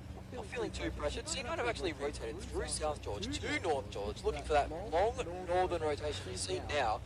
Actually very close to some of these 4 AM players. Of course, C9 did unfortunately lose their first player as the first player of the tournament, Paraguay, aiming Pegasus, I believe. Yeah, it was Pegasus. Yep. Who went down there, and it looks like C9 will be escaping the 2-2 split, the clutches of 4 AM relatively safely for now. XQF once again have set themselves up on a hill, and they've got a bit of Overwatch positioning going on. Fnatic and Tempo on your screens posturing at each other. These are another couple of teams who don't want to go out early. Tempo actually had themselves a good time last game. They managed to make it all the way to second place in the three of XQF versus Triple Snakes. They did make it all the way into second, and only the 4 kills gathered. That's still 16 points. That's a very good start to them, to the tournament for them. That puts them, They'd be happy with that. I believe, equal in terms of points with Udo, but Udo will be ahead because more elims. Yep. But either way, that's a very good start to the tournament. They were able to go out early, and of course Fnatic, 2 points last game, need to be turning things around here. I wouldn't be surprised if both of these teams just fire a couple shots. Maybe we'll have a few knocks, a little bit of poking, but I think both teams will be wanting to engage, or disengage, sorry, rather than take this fight. So Specs showing that he wants to be using his VSS as much as possible. That's the second time in a row we've seen him with that thing strapped on. Looks like, well, Tempo definitely know this. Well, the Fnatic are in the area. I don't know if they know which team it is, but they definitely know there is a team in the area, and they're playing very cautiously around him. We saw some snakes earlier pushing up for just that any little piece of information they can find. Fnatic managed to build themselves a car compound. As Tempo do start to range shots out, the DP for Chica, that's going to be very handy versus these car compounds. It shreds vehicles, that gun. Sol now pushing up. Zute, yeah, he's taking a run, but he actually takes a fall as Amana's knocked Zute. That's the IGL for Omen. He goes out first in game 2. Not the way they wanted to be starting things off, but 3 men strong. We saw Cloud9, they took the first blow last game. They managed to snake their way up to 3rd position. So 3 men, it's doable. That's the second time in a row for Tempo that we've seen, for Omen, that we've seen Zute be taken out first, isolated from his teammates. Last game we saw it got a little bit too aggressive, a little bit too sneaky up a hill and was isolated. That time he just couldn't quite join up with his teammates on the rotation out quickly enough, and the result is the same both times. He is punished for it, does go down, but still 3 players remaining for them, and as you said, we saw multiple teams who took losses early on, making it deep into the game. So we'll see if that's going to be the case for Omen Elite here. They didn't only get the 1 point on our first match of PEC, so they'll be wanting to do much, much better this time around.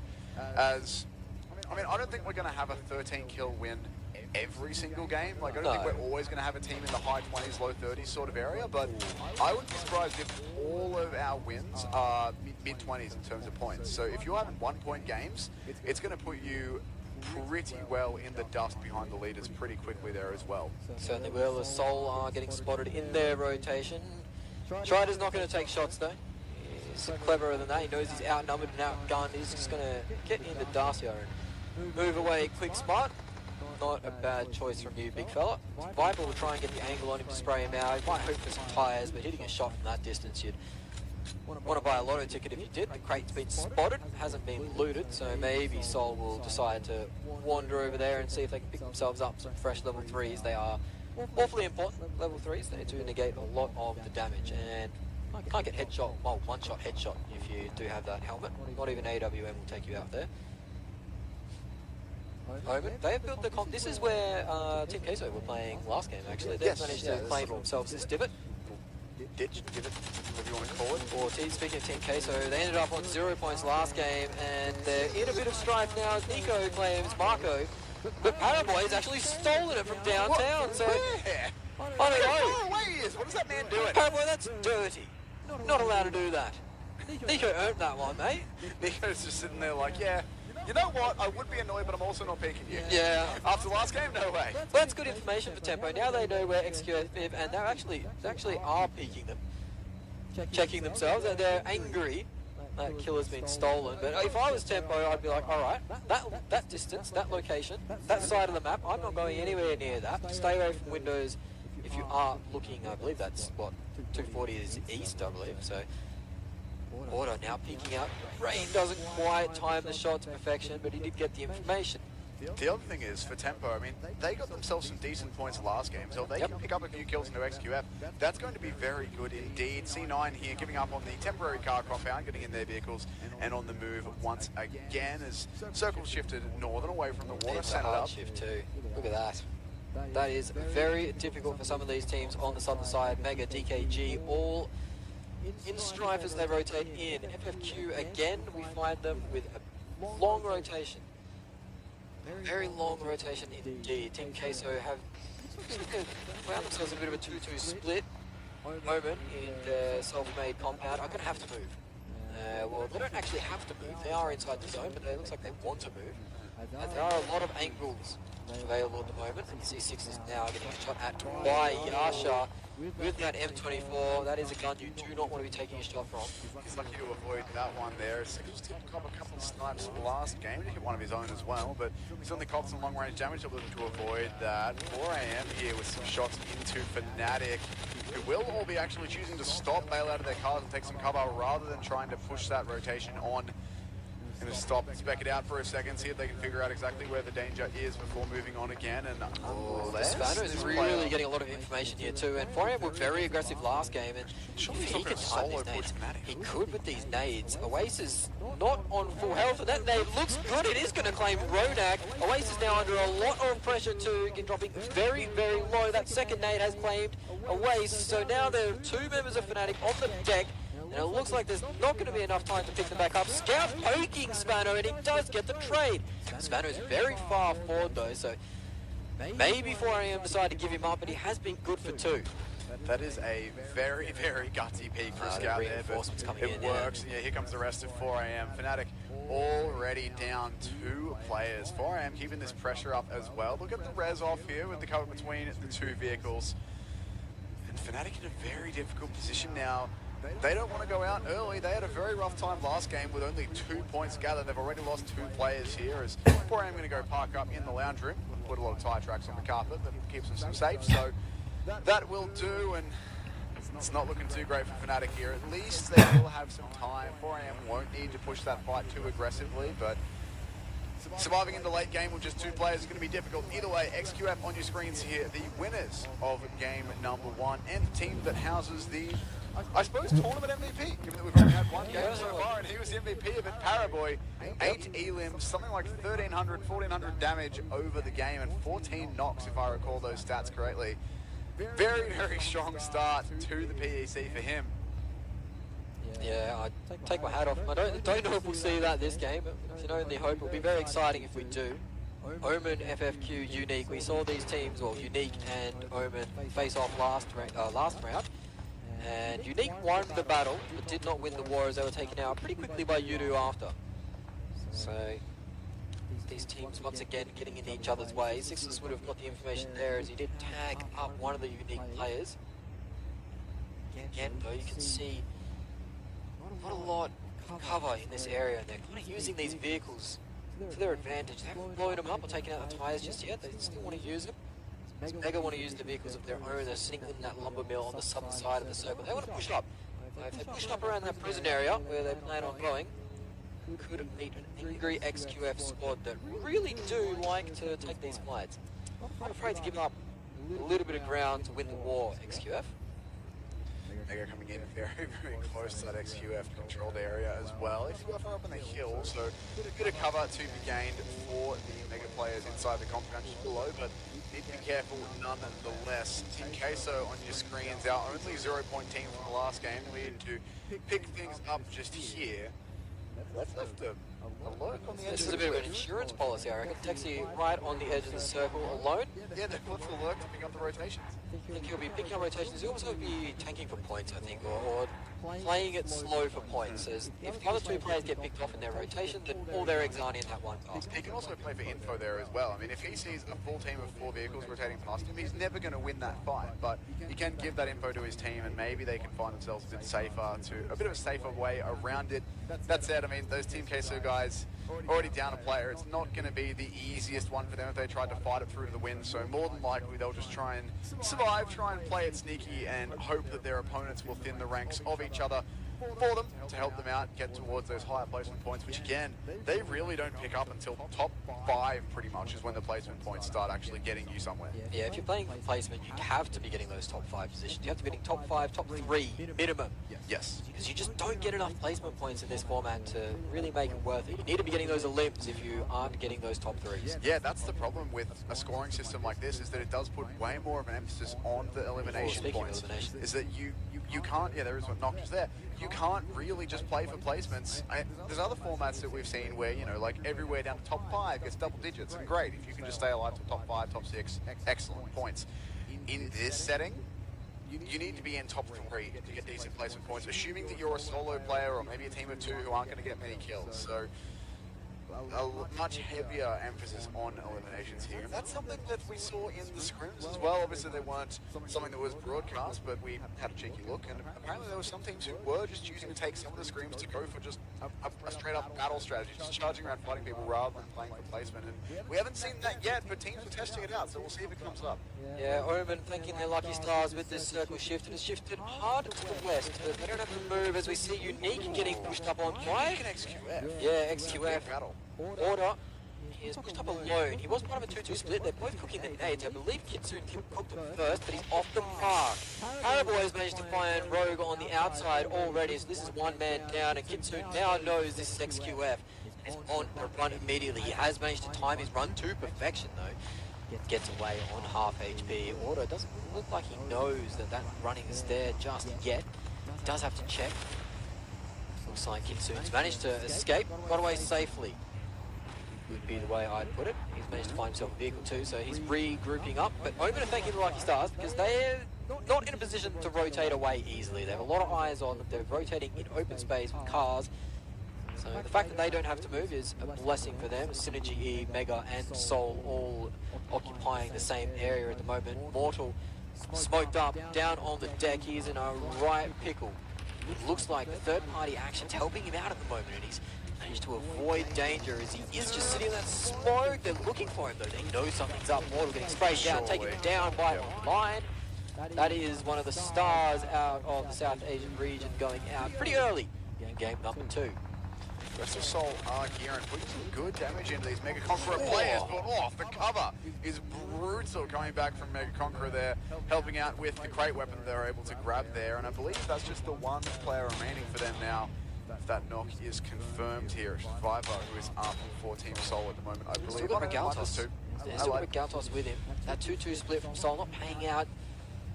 As 4AM and Yudu continue their battle. They fought well last game, but 4AM did lose that battle pretty convincingly. Well, it's a nice headshot from Viper from downtown too. So Soul avenging Mortal's death. It's trades of their own. Amana's going to be difficult to pick up though. I don't think they're going to be able to go for that. I'd say impossible at this point, unless Mega just choose to bail right now and get away from this fight rather than just stay in cover, which is what they're doing. There's no way that anyone will be able to get out to Aman and Viper. You can see his teammate, he really wants that one to be confirmed, but yeah, there's Paraboy cleaning up that frag there as well. As if you could pick a player that you don't need to be giving kills to, it's Paraboy. He's got enough. He's got 2 already actually in this game alone, so he's well on his way. That puts him at 10 for the tournament in 1 and a little bit games. 4AM with an elimination from 300 meters away. Sock. Jeez.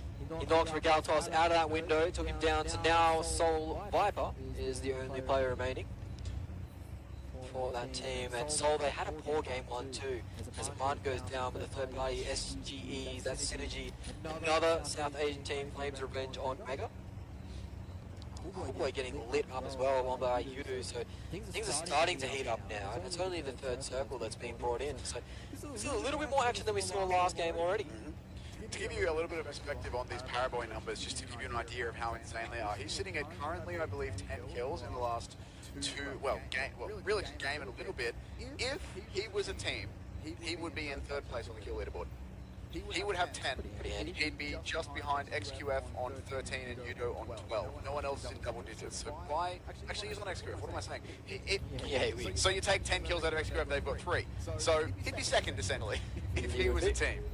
Circle does shift, and it's a hard north one. Those squads that we've been seeing fighting in the south are going to have to move now. It is C9 with a decent position, as well as Fnatic's last 2 players. DKG are in the middle as well. FFQ found the backside of Unique. Old Boy going down. This is a fight that's been breaking out for quite a while, as Mega trying to get themselves into the points. You see the XQF rotate straight past Unique. Kitsune buying his time. He knows that this isn't a fight he can win, really, so he's playing it slow, as Order has already got out the car, got out the gun already, knocking Tucker's lid clean off in the process. He will get picked up though. We've got to confirm the kill. Unless they just decide to send it straight for with Paraboy in the passenger seat. XQF, no fear at all. They're crashing here into FFQ to try and clean these up. Paraboy out the window. No way he's going to be able to find this. No, he's knocked. That's 2 knocks. I think that's deserved. I gotta say, I think XQF got a little bit overconfident in that one. I think that was a bit too gutsy. Jimmy now taking shots too. That's 3 players down from XQF. That was very gutsy. We saw 4AM push like that in the previous game, and they got punished for it. That was FFQ, yeah, punishing now XQF. Unfortunate that we won't see any more Paraboy in this game, but well punished, I guess, from the side of FFQ. As 4AM are lighting up more. This is Savano is actually, as far as Savano is actually lighting up the kill feed at the moment. He got a double with the nades earlier, and now Sork again with this mini. Mega just lost 3 players very quickly too. They are one of the squads that are down to 1 player. Seoul as well down to 1 player. 4AM versus Yudu. This is a fight that we saw last game. Go Yudu's way. 4AM will be looking for revenge, really. Nades won't quite rain out. It's very difficult to throw nades from the high ground to the low ground. Quite easy to overshoot or get the angle wrong. And it looks like at the moment 4AM haven't got the angles they need. Looking for a bit of a flank, but haven't been able to find it. Anything just yet. Yudu looking like they might try and reposition off this. Nades 4AM have been throwing out. They've used a lot. They certainly are throwing a lot of them, but they might just... That one might be decent. Might just be able to get some Oh, more. there it is. It. And now the push will come out. They're going to start getting aggressive, continue on the flank. Jumper waiting to receive it. He's going to be caught out. Drax caught slipping a little bit. Now the 3rd party, or the 3rd angle comes good. Jumper taken down, and now only 1 player up from Yudu. It is Pampering. He's not going to be able to get the revive off him. He's going to go down to the spray. 4AM playing a 4-man clean wipe, and they pick up Mega in the process. So that's 2 teams they just knocked out immediately. Orange go down as well. Mega, they're in the bin at the moment. So 4AM wipe out 2 teams just like that. VIVO is close by as well, so they could take 3. They could take a hat trick. And we are now moving on to FFQ Synergy. They're taking now shots at each other on the outside of this circle. They're going to have to push in. Open is privy to this fight too. They'll be hearing these shots roll out, waiting for the first knock, I assume, before they start to move in. Strider is going to be the first one knocked. FFQ here looking to try and confirm these kills if they can. They've done some decent damage here, but a lot more to be done. Also worth noting, we did lose Yudo Gank in the middle of that on 0 points for themselves. Did get cleaned up. Team Seoul will be leaving us as well, so already a bunch of our teams have lost many players. Team Seoul are on just 1 there. XQF Mega also with a single player, as Omen are getting a bit of a pinch with the unwitting help of FFQ onto these Synergy guys. It's not looking too easy for them. And now, where did Cloud9 come from into this? Well, they've come from downtown as Barrow manages to claim that kill out. Scout has heard the vehicle pull up close to him. He knows that he's only got 1 teammate to his handy, and Tuck has actually made a run for it now, splitting off FFQ in a bit of danger, but they've actually spread out very well to avoid getting pinched here. Considering how many teams have a line on their position right now, it's very well played from them to even be alive at all. Omen Elite have hit the outside of the circle and gone for a very fast rotate, but they're driving straight into the last remaining XQF player. Not sure if they'll be able to spot that or if Jimmy's just going to choose to hold his cover, hold his nerve. As Tempo are still right in the middle of this one. What a ridiculous nade that is to knock Hades out. That's FFQ losing one. Wait, Yeah, 2-3, but never mind. Yeah, we see now that third-party engagement. Unfortunately, FFQ wore the brunt of it as they are down to one player remaining. Tate from Team Queso has knocked Wi-Fi in the meantime, but he'll be able to get picked up. It is Synergy, FFQ, and Tempo Storm going at it, hammer and tong at the moment. Taka sitting in the smoke, just biding his time, really. He hasn't got much to play for at the moment. He's the last player alive. Wi-Fi actually does get stolen out by Moxon. And now they're getting pressured. Yeah, it is. It's NA on NA action, and Omen are wearing the brunt of it. Carnage, the last man alive. What can he do in this situation? It is a sticky one. He has third party from the back, and the car blow up will be done and dusted for him. Beowulf claims it. Z9 on the board in the tournament for eliminations, and they're moving up into the top 10 as well. That's alarming for Omen. They're going out with 0 kills and only 1 point. That is 2 single-digit points games in a row from them. 2 one-pointers, actually. So it's not the worst thing in the world. Still 6 games to play, but Omen, we're going to need to see them pretty much turn it around and get, well, 10 to 15-point games all the way through from here if they want to remain competitive. More of a desert team, I reckon. As the nade comes out, it doesn't land close enough to do some damage, but not quite close enough to get the kill. The circle has moved and it is donutted. This is going to be a rough circle, circle 6, the Thanos circle, often referred to. Could see the snap and half the teams disappear. We see 4 teams with 1 player remaining. One of the big ones, XQF there, and the big one to pay attention to. What can Jimmy do for his boys? 4 AM, 11 kills moving in now. FFQ get taken out. That's going to be them done in 10th place. They managed to play themselves 6 eliminations though, so that's very good work from them as DKG putting shots into 4 AM. Not quite connecting there with the headshot, so not going to get the knock. Jimmy's on the move. He's on the move in the dust here. He's the last man remaining for XQF, our current leaders, and he's managed to escape the line of sight long enough to live. Jimmy's actually managed to get a kill as well onto Team Queso, so Jimmy's done more than what's asked for. How?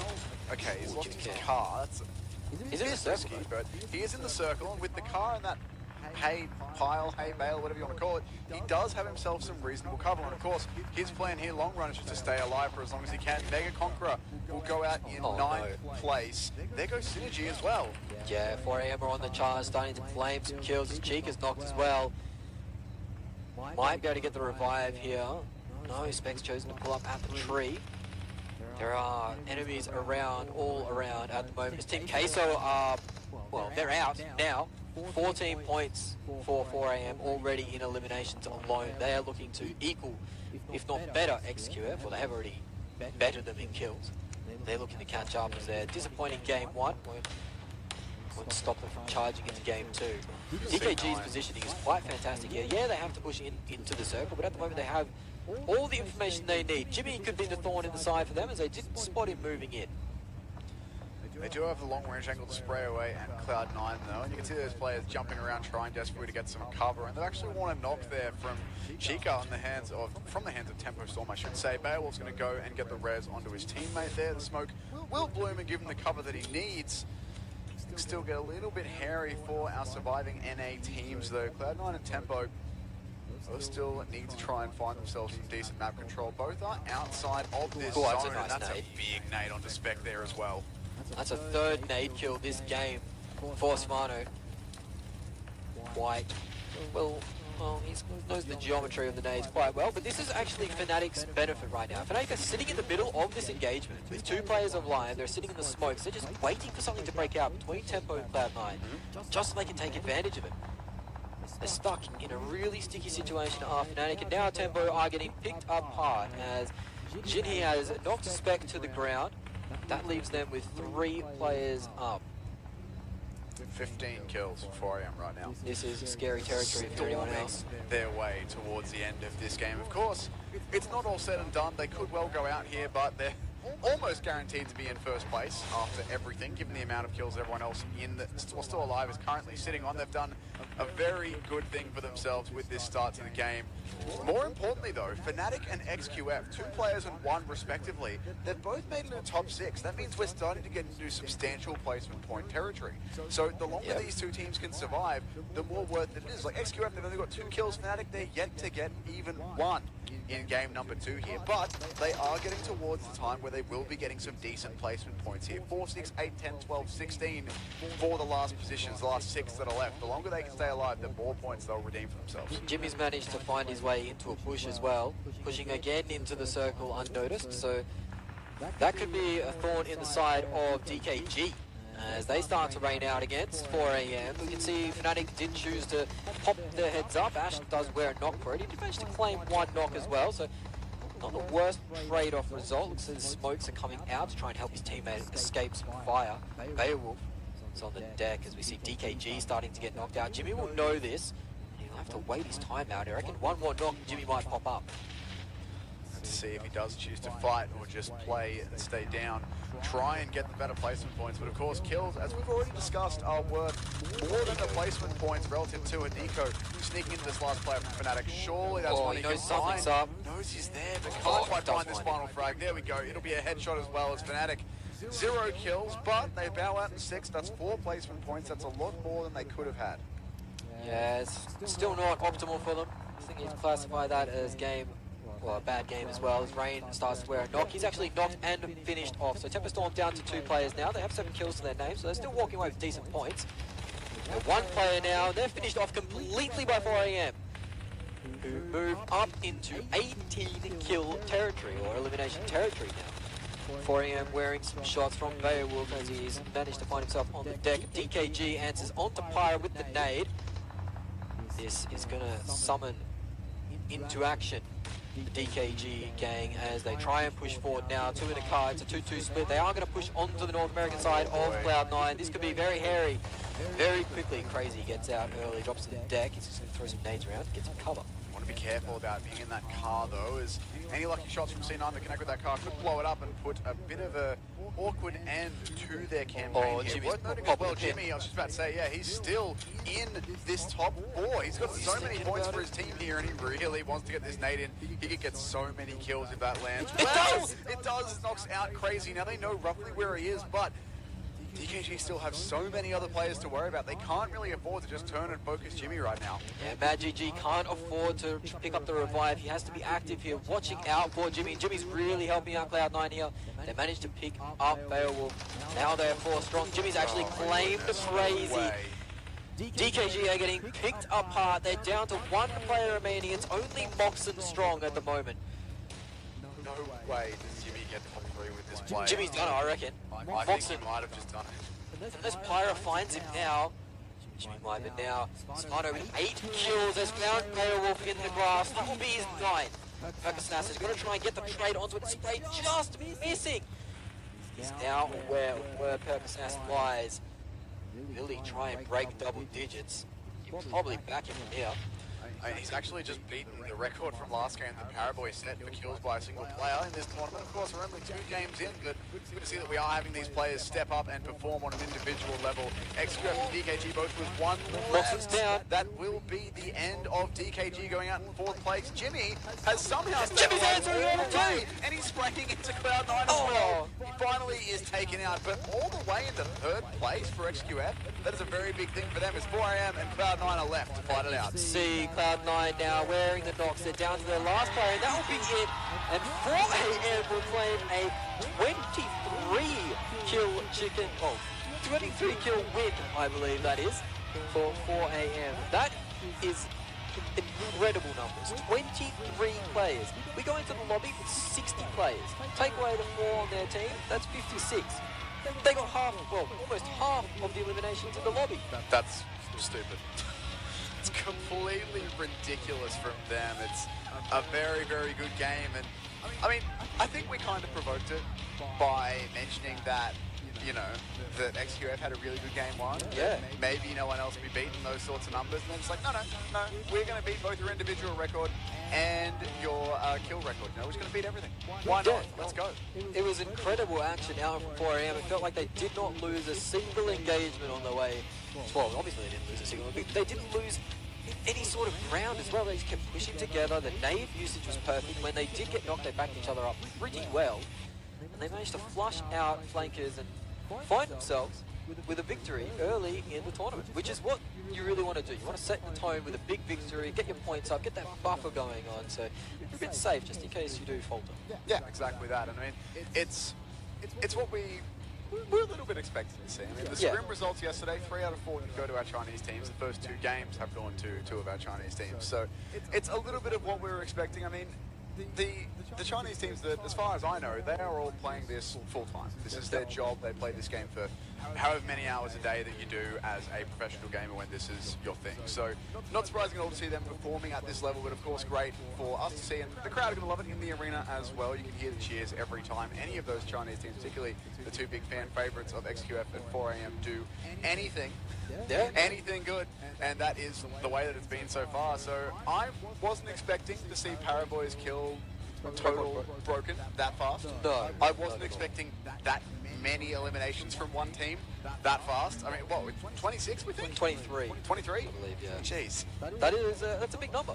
23 is it's a decent number, especially if you're talking about points. So 29 points is what XQF got in the first game in total. They nearly equaled that with Just kills alone. eliminations. Yeah. Jeez. So a good performance from our NA teams once again, with Cloud9 and Tempo Storm both securing themselves top 5 positions. Cloud9 got some kills on the way through too, so their points are going to start to look a bit better. Yudu didn't have the game 2 that they would have wanted, so but I feel confident going into this. I mean, the Chinese teams, of course, they're excelling, they're doing well, they're dominating. We expected to see them do very well. DKG found themselves in a good position late in that game, but unfortunately for them, they pushed up onto Cloud9 after wearing that first knock. Jimmy came through with the big nade, really scaring them off that push, and then all downhill from there with DKG. But fantastic work from 4 AM. They bide their time once more, and it is the patient team that gets the fruit, really. Yeah, that's the saying that people use. Well, I mean, it's fine. I know what you're going for. Other things to highlight from that one, Judo were out in very last place with not a single kill, so a 0-pointer from them after a very hot game number 1. But they had such a good game 1 that it's not going to be the hugest deal for them to be down that low. I mean, getting the lowest amount of points possible being 0, but that's going to be the biggest concern. Other teams that we do need to see a bit more from, like Omen, who got themselves 1.2 games in a row. It's not the greatest of starts for them. It's certainly we'll be expecting to see better things from them. But 6 maps to go. We sort of said the 2 bad maps was like, it's not great, but you know, it's fine. Like, it's recoverable. You can have 2 bad is the way we'll say it. It's recoverable, right? If you can have yourself a really big win, like, I mean, not 4 AM big. You're not going to have a 39-pointer every time. But if you can have yourself a big win and then some consistent placings throughout everything else, then you might just be okay. But I mean, Unique also 1 point for 2 games in a row for them. They're one of the best European teams we've been seeing recently, so that's contrary to form. Orange also down quite low, so a few of our teams having similar performances in games 1 and 2, but it's the first few games of the tournament. They have had some practice games, but this is the first one in the arena with the lights, the crowd, everything happening. It's a lot to take in, so still a lot of time for our big teams who are down lower to work their way back up into winning ways here and keep this one competitive. But it's the Chinese teams who are so far the big winners. XQF got themselves the win in game number 1. They somehow keep 1 player alive for about 1,000 years in game number 2 and snake their way to a 3rd place finish. Not sure if they'll stay there in terms of points, but they get 10 placement points out of it and go along with their 4 kills. 4 AM, of course, 23, I believe. We'll have to have a look at the points here in just a second, but 23 eliminations is what we're thinking. Combine that with 16 placement points for first, and you'll get 39 points. I shouldn't have said, hey, we're not expecting 30 points every game, because clearly, why do I say anything if the team's just going to prove me wrong? But it's our Chinese teams who are the really big winners of this. DKG as well went out in 4. Yeah, you saw in the highlights package we had there, every single highlight was 4 a.m. And usually you'd be like, okay, well, where's the other team? Why didn't you show any of them? Because 4 a.m. had nearly 50% of every Yeah, single kill. 4 a.m. had that many highlights, you could just put them all together basically. And just, that would be a package, and it was. Jimmy's highlight nade there at the end again was the exception really, as we see the points handed out. This was the scoreboard. You see Udo ganked after the second game, moving down to 6th place after being in 1st. You see some movers and shakes going around there. Team Unique dropping 4 places there, the big ones that really wanted to answer things up. It's just 4 a.m. moving up 7 places to find themselves in that top spot, just taking it by 2 points. I think XQF will be keen to get that one back, but not a lot of movement here really. DKG and Cloud9 trade places. Good to see Cloud9 backing it up with some kills in game 2. At the moment it is dominated by the North America region and the Chinese region, as we see Svanovo claiming 16 knocks on his way to 11 eliminations with 1400 damage. He's bettered Paraboy's stats, which I didn't think was going to be possible on day 1. Especially not immediately after in No. game number 2. Another thing to note for 4 a.m, you did see there on the leaderboard, they did jump up 7 places in the overall leaderboard. In the scrim games yesterday, I believe they won scrim number 4 with the 31-point win and jumped up like 4 places there as well. So it tends to be the style for 4 a.m, is just get some ridiculously big win to boost yourself up and then see how you go. But nonetheless, they're sitting in a really good spot after 2 games. And I mean, I think the only teams we're really looking at who need to pick it up so far, of course, there's a few who need to get some more points, but the big ones for me are Unique and Omen Elite. The problem with the lobby as stacked as this is that someone's got to come last. Someone does, right? yeah. Like that's, you know, mathematically someone's got to do it, but it's not those 2 teams that I would expect to see like down there the whole time just sort of stuck there, right? But they've still got 6 games to pick it up, so we'll have to see exactly how they're going to go in terms of bringing it back into the later games. Still a lot more to go. 2 more maps for today, 4 more tomorrow. Either way, that is us done for our first 2 games. And with Erangel, the island is over. We move to the desert next. But before then, we have some replays, and then we have an interview. So we'll be back with games 3 and 4 for today, right after that.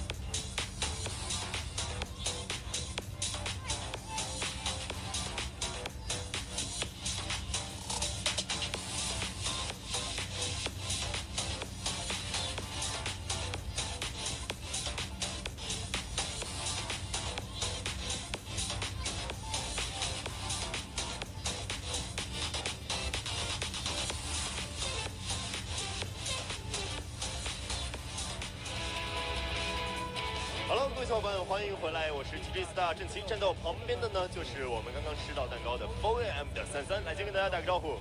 大家好，我是 4AM 的33。哇！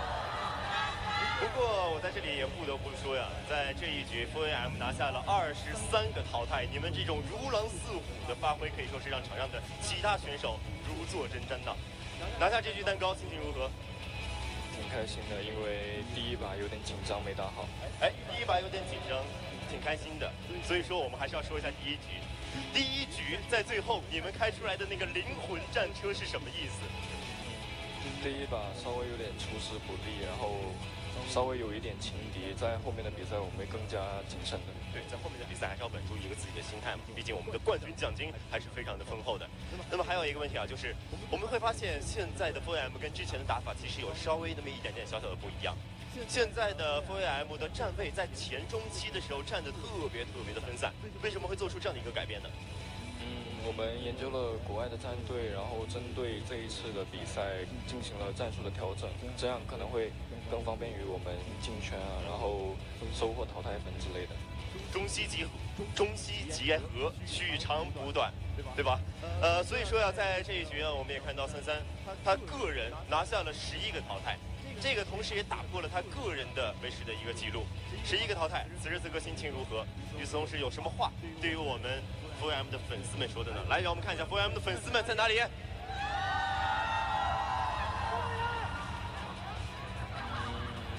拿下11个淘汰，其实还是挺紧张的，还挺紧张的。对，然后非常感谢粉丝们的欢呼声，谢谢大家。好，那么再一次感谢各位粉丝，同时呢，也让我们再一次感谢33来接受我的采访。那么我们的采访呢，在此就告一段落，接下来让我们稍事休息，精彩比赛马上回来。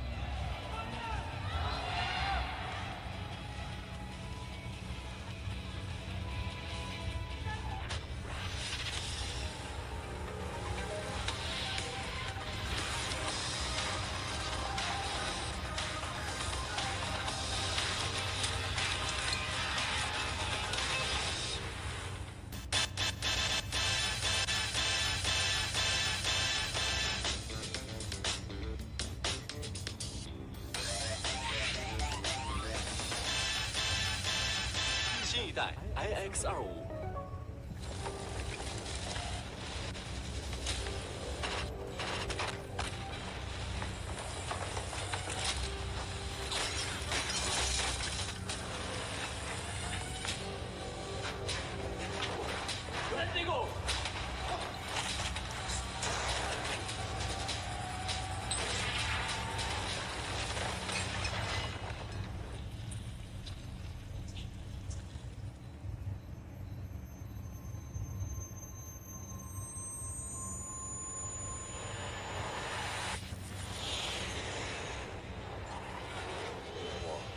曾无数次问自己，我为何而战？我们来自不同的方向，对胜利的渴望驱使我们走向同一个终点。我们一起分享伤痛，为什么要一个人行动？我们是一个团队，也一起直面分歧。从来没有舒适圈，我们就一起与时间赛跑。一起跨过生命的沙漠、雪地、海岛和雨林，在每个地方留下我们的认真和可笑、骄傲和失落。生活是一场接一场的战斗。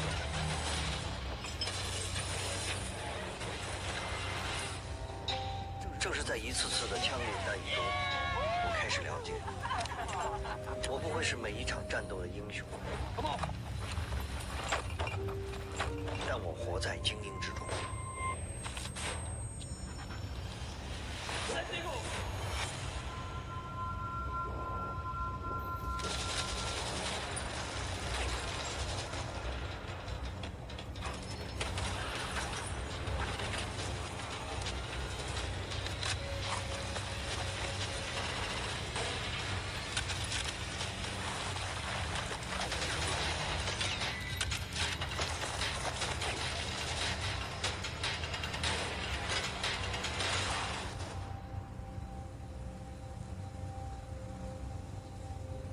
我为什么而战？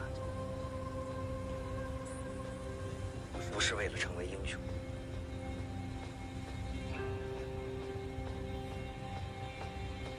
而是为了成为我们。因为我们成就精英，我们都是和平精英。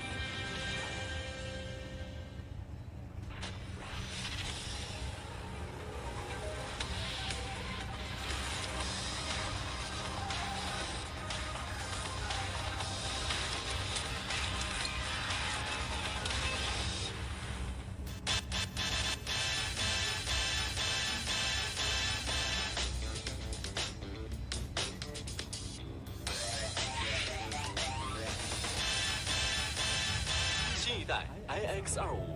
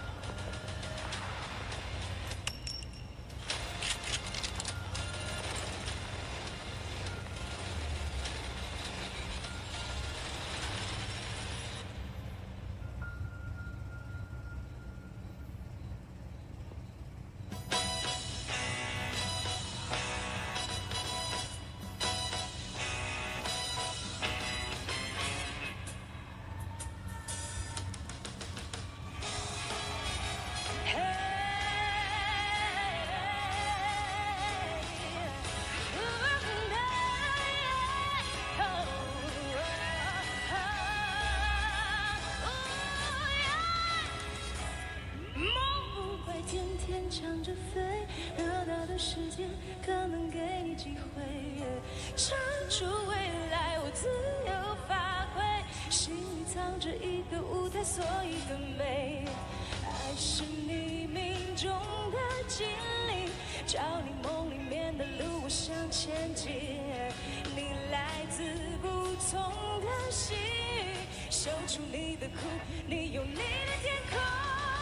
哒啦哒哒哒啦哒啦，可别怕冒险，胆子要大一点。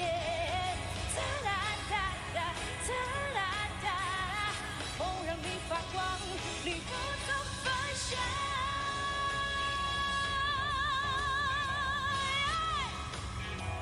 你们好吗？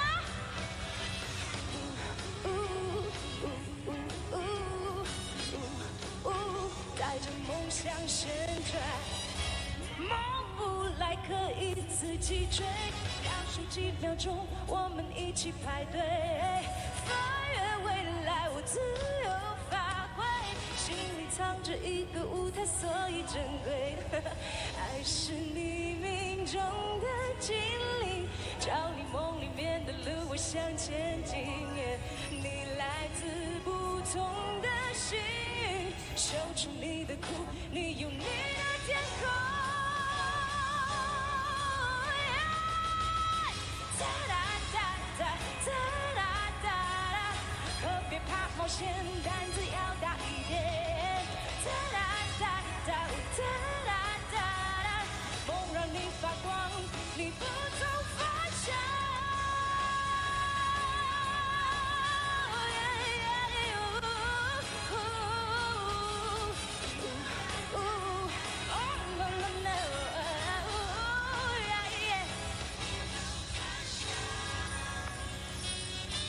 大家晚上好。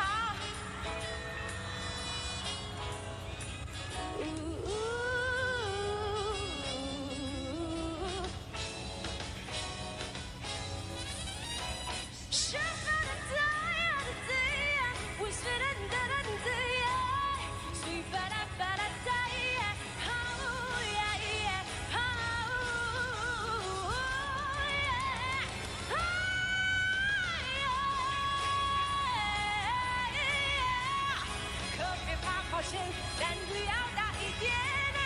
哒啦哒哒哒啦哒啦，梦让你发光，你不走方向。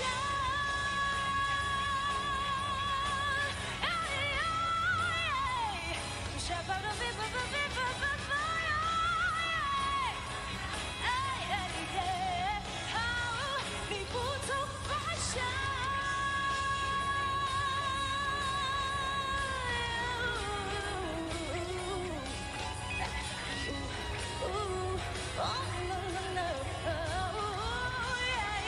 你不从反向。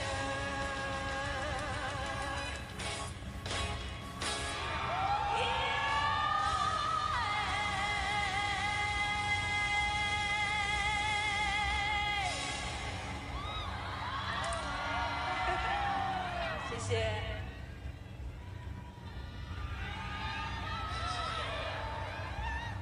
来，我们现场的朋友们，再次把掌声献给我们的 Tia 袁娅薇。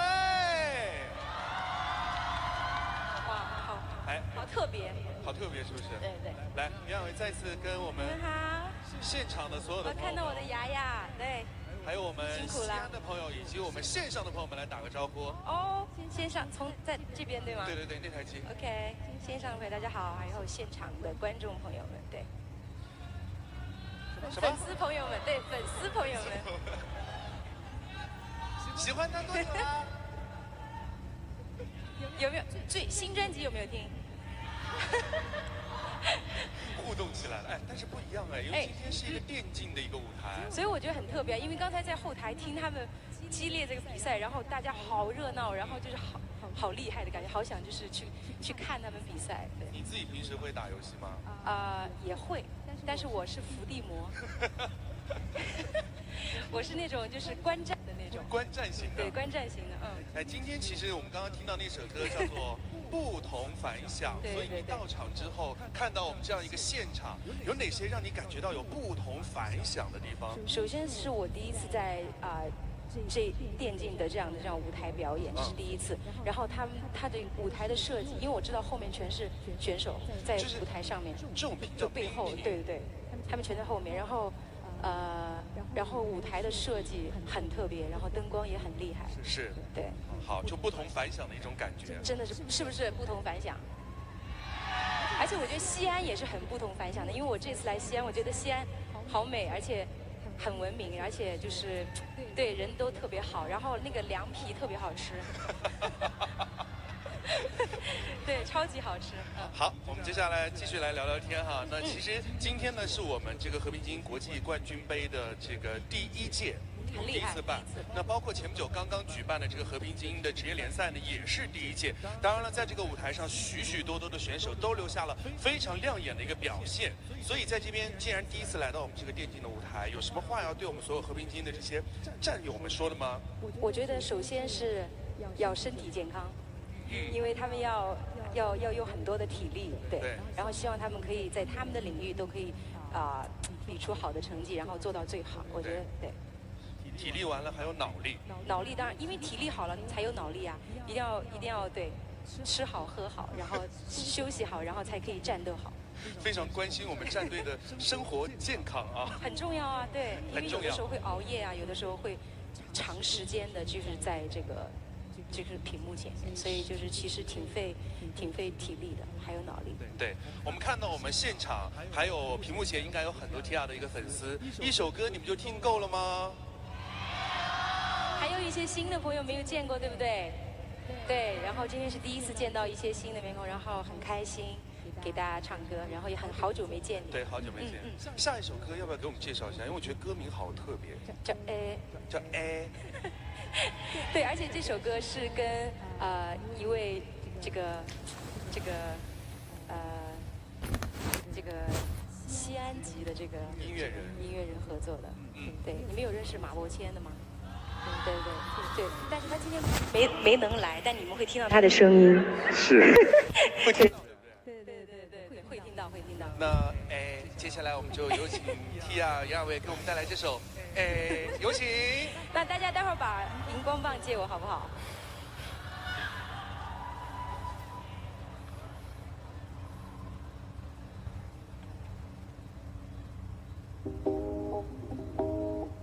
借我你们的光光好吗？我赌着比马注定要失败，面对中你眼睛眨了一下，犹豫那也不来精彩，但我忍不住为他加了个 you。这可能是谁？其实我在看台，那在不在乎谁有谁的胜败？自由只是在等待一出意外，那等你摔下来。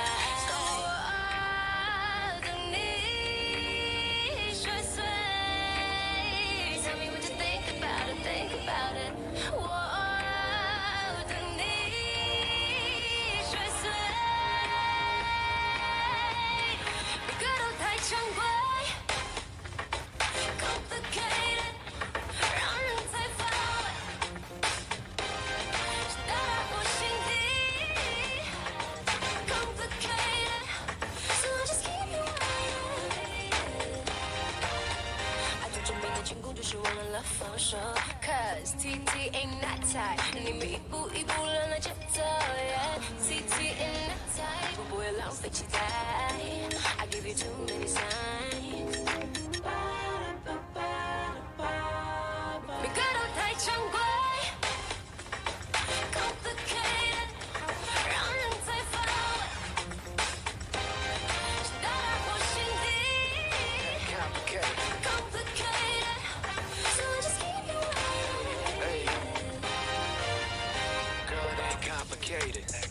Maybe we infatuated, but they can't just get us aggravated. Let us succumb to the gravitation. Nah, hey. We be texting, finessing, impressing, attracting, and fussing on each other on a daily. But all the pushing and pulling, the heat and the cooling done got us going crazy. Yeah. Don't compare me to your ex, man. Cause the standards that he lacking, that you craving on your next man. Crafting while you imagine. I can make him disappear like I'm doing magic. It don't have to be the complicated, blindly craving. Find my patience, time your pace. And all them low gains are overrated. Go with basic coasting, baby. Do you hear the words you're saying? Could the be a zoom Italian? 每个都太常规，让人太乏味。All of it， 是到打破心底。Complicated， so just keep it waiting。So我的你摔碎。Tell me what you think about it. What you gonna say?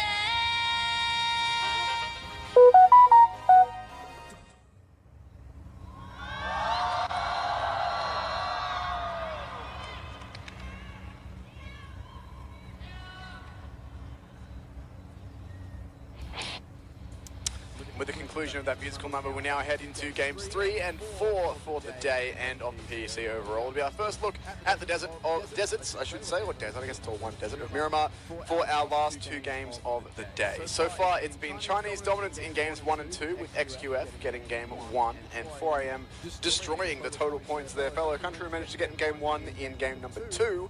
We now move on to a different map. Yeah, but there's only a 2-point difference between 4AM and XQF at the moment, so it's still pretty tight at the top. We've got the other teams, we have the Tempo Storm up in there, Cloud9 are up in there, and I believe DKG branding out the top 5. That sounds about right, yeah? Yeah, that sounds about right. But so it's been those teams at the top pretty consistently. 4AM had a poor game 1 where they got knocked out by Yudu pretty early, but then in game 2 they answered it back, knocking Yudu out in last place. With a nice nade fight, actually. 4AM nade usage has been popping up on Twitter quite a bit, and yeah, they have been hit a lot of nades. That's really what separates the best teams, though. Yeah, like utility usage, exactly that. It's not only down to just HE grenades and damage dealing nades, but also smokes and all that sort of thing, and how well you can use your smoke walls and your walls of smoke, and that's the same thing. You know, how well you can use your smoke grenades, that isn't just, I'm in a car, I'm alone, I'm going to drop a smoke outside. It's more, how you can use them to allow rotations and allow mobility, not just how can I stay alive in the next 20 seconds of this game. It's also how late you can take in utility into the game. We saw Jimmy, I believe it was, in the dirt, hanging out, and he had a nade in his pocket still, taped up there. I mean, that was really late in the game. He still had a nade, and it came out, and he got one of the players from DKG down, hurt another one enough for Cloud9 to take advantage, and then all of a sudden, he's in 3rd position, he's happy camper as a solid snake. So XQF really thanking Jimmy for the wonderful snaky performance last game after they got a little bit ambitious, it must be said. They got a little bit ambitious on the push and went down without much of a fight, really. Yeah, but the other thing is they're in a position to do that. In case you have just joined as you missed the first 2 games, XQF won game number 1 pretty cleanly. Game number 2, they lost 3 players in the first 5-ish minutes by going for a very ambitious crash with another team and lost 3 players from it. But when you have that buffer of points from your first game behind you and you've already had a solid performance, you can afford to go for that sort of a play because the kills are worth so much more, relatively. The most points you can get for placements in the PEC here is 16 for a first place. That's if you win. It falls off rapidly below that. So when you already have some points behind you, it is okay to risk it and try and get a few kills on deck, as, you know, you can just chuck 4AM and get 23 kills in one game and then set some points for the next, pretty much the rest of the day, to be honest. If they got like sub 10 points in the next 2 games, they'd still be top 5. Yeah, we have seen some players, some star players from the Chinese region start off quite well as well. Paraboy has been up there. He was in the first game. He was lights out. In the second game, well, 4AM players, he had 8 or 9 kills at the end of the game, which is quite a mean feat in himself. We haven't seen any of the international stars really stand up just yet. We had players like Sixless, Wi-Fi on Omen. They haven't stood up yet. They need to start getting a little bit of a wriggle on. They've had their 2 bad games of the tournament. They can't really afford to be having any more. We have players like Beowulf. He's been okay, but in that first game, Cloud9 didn't collect the kill. Second game, didn't really set the world on fire despite getting themselves up to a 2nd, 3rd position again. They got 7, but yeah. When we're having teams who are getting 13, 23, you know, whatever else, it's not exactly they're not setting the world on fire, as you say. Even though their placements have been decent, the eliminations have been lacking a little bit from them so far. Yeah, we haven't seen Mortal and Scout from South Asia. They haven't really come online just yet. Really taken it by the scruff of the neck yet. But I expect these star players that I'm mentioning, I expect them to have at least one really strong game out of the gate. Really push and propel their team up the leaderboard. So I'm waiting, and I can't wait to see some more star performances. Peacekeeper Elite. A lot of star players in these lobbies. Of course, AL are from Team Queso as well, another player that's been known for a lot of pop-off potential. So we've got a pretty stacked lobby here, Tim. Speaking of star power, by the way, I did see a tweet from Liquipedia just before that, in that break. I was having a quick look, and Paraboy's page made it onto trending. So, like, the trending tab on Liquipedia is like pages that are hot right now, and it was like PEC, I think PEL, and then Paraboy. He's right up there with everyone looking at the actual event, is people looking at his individual profile and popped off that hard. Is an absolute superstar, that young man, but he's not the only one. He's got a few teammates around him. Order as well, and Coolboy have teamed up with Paraboy in that first game to do pretty well. So shout out to XQF as a whole for playing pretty well, but they have a lot of work to do. There's still 6 games left, and they're still behind 4 AM. Yeah, and now we are, of course, moving into the deserts of Miramar for the first time so far this tournament. It's a map that we've seen a bunch from all of our international teams. Obviously, the Chinese teams are a little bit harder to follow for us in Australia. It's a bit more difficult to find the VODs. We did find some with some difficulty, but it's nowhere near as accessible as, I guess, the stats for everyone else. But speaking of stats, if I have a quick scroll through the millions that I brought with me, this map's been pretty friendly for all of our teams statistically over the last couple of months, with 2 notable exceptions. Omen Elite, average finish of between 12th and 13th on this. Not good signs, as they're struggling already. And Synergy as well, with an average of between 11 and 12. That's based off like 5-6 games, all of that for both those two teams. So they're going to need to be doing better than that. Tempo Storm on your screens, probably the team who's looked the best from NA thus far. I think C9 are probably edging them out on points, but Tempo Storm have been top 5 both games thus far, and they've been managing some good kills as well. C9, they finished 3rd and then 2nd, but 0 kills in game 1, 7 in game number 2. So at least those two are doing pretty well. Omen Elite, as we've said, are right down the bottom with 2 points in total from 2 games. So we need to pick things up a little bit here. Let's have a look at Nico. On your screen, the IGL, I believe it is, for Tempo Storm as well. So he's been pulling some decent numbers. We see 26% of his team's damage, and 661 is a good number to have up for that match number 2. He is obviously trying to figure out a little bit of a technical difficulty at the moment, but Tempo Storm are on track, I'd say, as I reckon their goals coming into this tournament would have been at least top 3. I think they're one of those teams that can almost demand to be a top 3 team. They're that talented, they had some great results coming in. So they're one to look out for, to challenge these Chinese teams towards the later end of the tournament, maybe upset one, maybe sneak into a 2nd place. You can see on your screens now, the support for XQF. And XQF Paraboy as well. You see a lot of signs of that man's name on it. Here's another team that we're really waiting to see fire up, I should say. Team Unique have been on top of Europe in the last couple of months. Been playing very, very well indeed, but so far here in this tournament, we have seen very last place, 1 kill, therefore 1 point, and 13th place, 0 placement points, 1 elimination, 1 point total. So they're in a very similar situation to Omen. These two teams are currently right down the bottom of the standings, and I mean, 6 games to go. There's a lot of time to turn it around. Like we said before, it's an unfortunate fact of a tournament like this that it's you know, the game's a battle royale. Someone's got to be last. And it looks like 4 AM are sitting top of the pops on the ladder, and they are sitting top of the stage 2, right smack bang in the center above the walkway is 4 AM. That's where they're seated, and at the moment, Kings of the Castle, as they look pretty comfortable in their chairs at the moment. Nice little merch there as well. Wouldn't mind popping one of those jackets. Yeah, I mean, all the Chinese teams, I mean, it's not exactly standard sort of esports jersey fare they're wearing, but they all look pretty dang fresh. Of course, the man second on your screen has some ridiculous statistics, and you can see there 6 average eliminations with 821 damage to his name. That is bonkers. That is ridiculous. That's a lot for one player to put up. And of course, this is the problem with looking at any stats this early on is that it's only 2 games. So if you have 2 good games, your stats going to look bananas. The real thing that'll tell is when we get towards the end of the tournament and we see if there's any players still putting up numbers like that. But 12 elims, 1600 damage in match 2. That outdoes the, what, 8 and 1300 damage? I think Paraboy had 7 in the first map 1.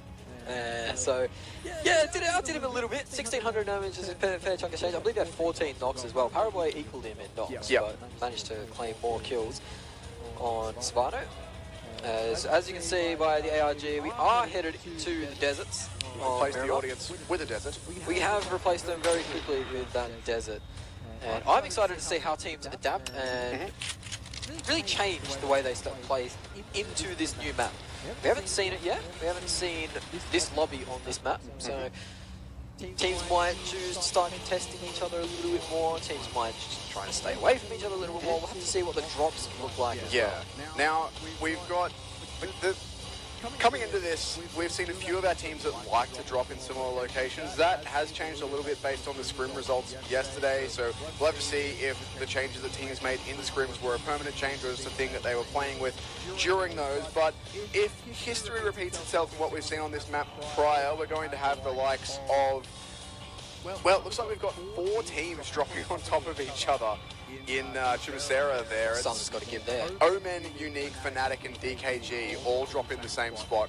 Omen and Unique in the same spot as well. Our 2 teams on the bottom is very tough. We'll have to see if that is indeed the way that it plays out, but that's the really big contest to look at. We do have, at least in theory, Tempo and Soul both going to Picardo, Cloud9 up in El Pozo, but in scrims, they were apparently being pushed out of El Pozo and they might end up having to loot elsewhere. Either way, map is up, flight is up. We are heading from the northeast to the southwest, ending up just over the prison island, and already a bunch of our teams are leaving the plane. Yeah, this is perfect for all the teams really. This is almost the optimal plane route for this map. It gets everyone where they need to be. No one's going to be left too hungry at the start of this game. Maybe if you're dropping off at the El Pozo around Trailer Park, maybe Crater Field. Well, you're not going to get much loot at Crater Field anyway, so unlucky there, buddies. But El Pozo's a bit of a stretch. C9 there, by the way, we can see that they have indeed been pushed out of El Pozo, and that was something that I heard from scrims yesterday, is that in map 1 they didn't drop El Pozo, got pushed out. Map 2 they tried to and got destroyed by another team who had noticed they weren't there and got there first. So they've been pushed out and they are now looting over a Tierra Bronco by the looks of things. So they're nowhere near their normal loot spots, so we'll have to see how that's going to affect C9 in the long run. But as the plane path comes to its conclusion, we do have all of our teams out. Fnatic and Soul dropped a few players on top of each other, but Amman wants none of that. He's gone. Yep, he's wise to get out of there too, as the Joker is in the area. Scout with Joker skin on, as well as a handgun. Would have probably loved to have found a mine there without any loot early on. This is of course going to be up near San Martin. Early days though in the tournament, only 2 games done. Well, I say early days, but 2 games done. We're talking 25% of the tournament. Exactly, like we're so used to tournaments in this sort of area being so much longer form and having, you know, like 10, 12 games in the one, like in the group stage before moving into anything else. EEC here is 8 games and done. So as you say, we are a quarter of the way through with the conclusion of our first 2 island games. The circle is up. It's over to the east. My dreams of ending up on the Eastern Islands are once again shattered. Yeah, it hasn't quite shifted hard enough for those Eastern Island finishes. I don't think we'll see one, given that we only have 4 games on Miramar. I can't see any team severely disadvantaged by this, really. No one chose to drop on that military island. Unique did choose to move themselves over to El Pozo, but the rotations on this map are quite kind. The cars are quite kind. The roads are quite... Yeah, so it is pretty easy to get into the first few circles. Now, things that are interesting for me off the bat, DKG have been left alone in what we thought was going to be a potential 4-team clash in Chumacera. This is obviously based off scrim results, all that sort of thing, how teams are feeling, but Fnatic are much further up north. Who else was supposed to be there? Omen and Unique. Unique are... They went to El Pozo. Yeah, they're just below El Pozo, so they're the ones who pushed C9 out, as far as I can tell. And who else am I looking for? Omen Elite. They're up in the northern area of Hacienda. Indeed, they had to move as well. So water treatment area. DKG have got pretty much that entire southwestern part of the map to themselves, essentially. Mega Conqueror are down there as well, but it's not they gonna help too much, do like to drop at Puerto Paraiso. That one always ruins me, I can't say it, but they've been able to drop down there. They're in 2-2 split at the minute, but they've got all the time in the world to loot. Yeah, that Chimusera area is quite popular because the rotations are quite easy to get into the first few zones. Of course, not in the first zone, so DKG will have to get their skates on and eventually find their way in. Doesn't look like any team is being consistently ruined by the first few zones. The FFQ have had their struggles getting into the zone, but looks like this game it won't be too bad at all. Mega on Puerto Paraiso, as he was saying, they're outside the zone. Easy rotations all in. At the moment, nobody's really staying by that coast side on the far east, because the circle will shift away from water eventually. But you can guess who's smack bang in the center of the circle already. Surprise, surprise, it's your boys XQF hanging out pretty much dead center. And so far, I mean, we have seen that they're a team that A, like to get central, and B, like to be very, very nimble on the rotates as soon as the circle goes away from them. So have to keep an eye on that sort of thing. Zute again is out in his own here. He's got to get a move on. He's been dropped first for Omen the last couple of games, but might actually have a chance onto Ash here. That said, though, he does have the flank coming from above him, needs to keep moving here. His team, I think, are going to be just a little bit too far away to get any meaningful support onto him, and Scout's going straight for the frag. This is not someone you want to run into. Scout with the spray down, does run out of bullets just at the wrong time. Zute manages to escape on 1 HP almost. Ash trying to get the refrag, but it is Sixless from downtown saving his brother in arms. These two have been getting very close on the Twitter. They've got the belief they have each other's profile pictures and stuff like that. It's cute. But Sixless has managed to save Zute for now. Of course, the bombs will rain down as well on this. Ronak does manage to get the pick up as well onto Scout. Scout, one of the star players from Fnatic. There's a lot of talk about him when this roster got signed about being a superstar. Can't wait to see if he can finally get his head in the game and start getting some of these kills, getting some of these big performances. Looks like Fnatic are pulling off this engagement now after wearing the first knock. I mean, I'm not really surprised that they've gone for Zute there. It's been a bit of a thing that Zute's been out on his own in the opening stages of these last couple of games, but this time at least he won't get punished for it, and Fnatic might actually run into Omen. Sixless spraying away, does some damage. He's not able to find anything off of it, but Fnatic again are another one of these teams that really don't want to be wearing too many losses early on here. Yeah, Sixless known for this usage of the sniper rifle, one of the best in NA. Glad to see him starting to get into his work here, as Omen have been very quiet in the first 2 games, as you mentioned, so I think they're one of those teams that you really want to see succeed, especially with the circumstances. They come in here as a replacement team, they have a very, very fresh roster, and then a sub on top of that, with Wi-Fi being a pretty recent addition himself, so the team you do want to see get some games together and start to put some points on the board. Absolutely. I mean, the other 2 NA teams are doing very well for themselves so far, also both sitting up in the top 5-ish, I think, or very close to it. But Omen, still looking to see them pick it up. Of course, they are a very capable team with a lot of star power amongst their rosters. Yeah. It's just a matter, of course, of getting it to mesh and going up against these teams like the Chinese teams that can't be overstated, do play this game full time, all the time. Prunk's had a blunder. He's had a blunder as he's fallen out of the car early days. That's not fun stuff for him. He will be able to get picked up. We saw them actually knock out 2 players by a car earlier too. Yeah, we did see I think 2 players getting destroyed.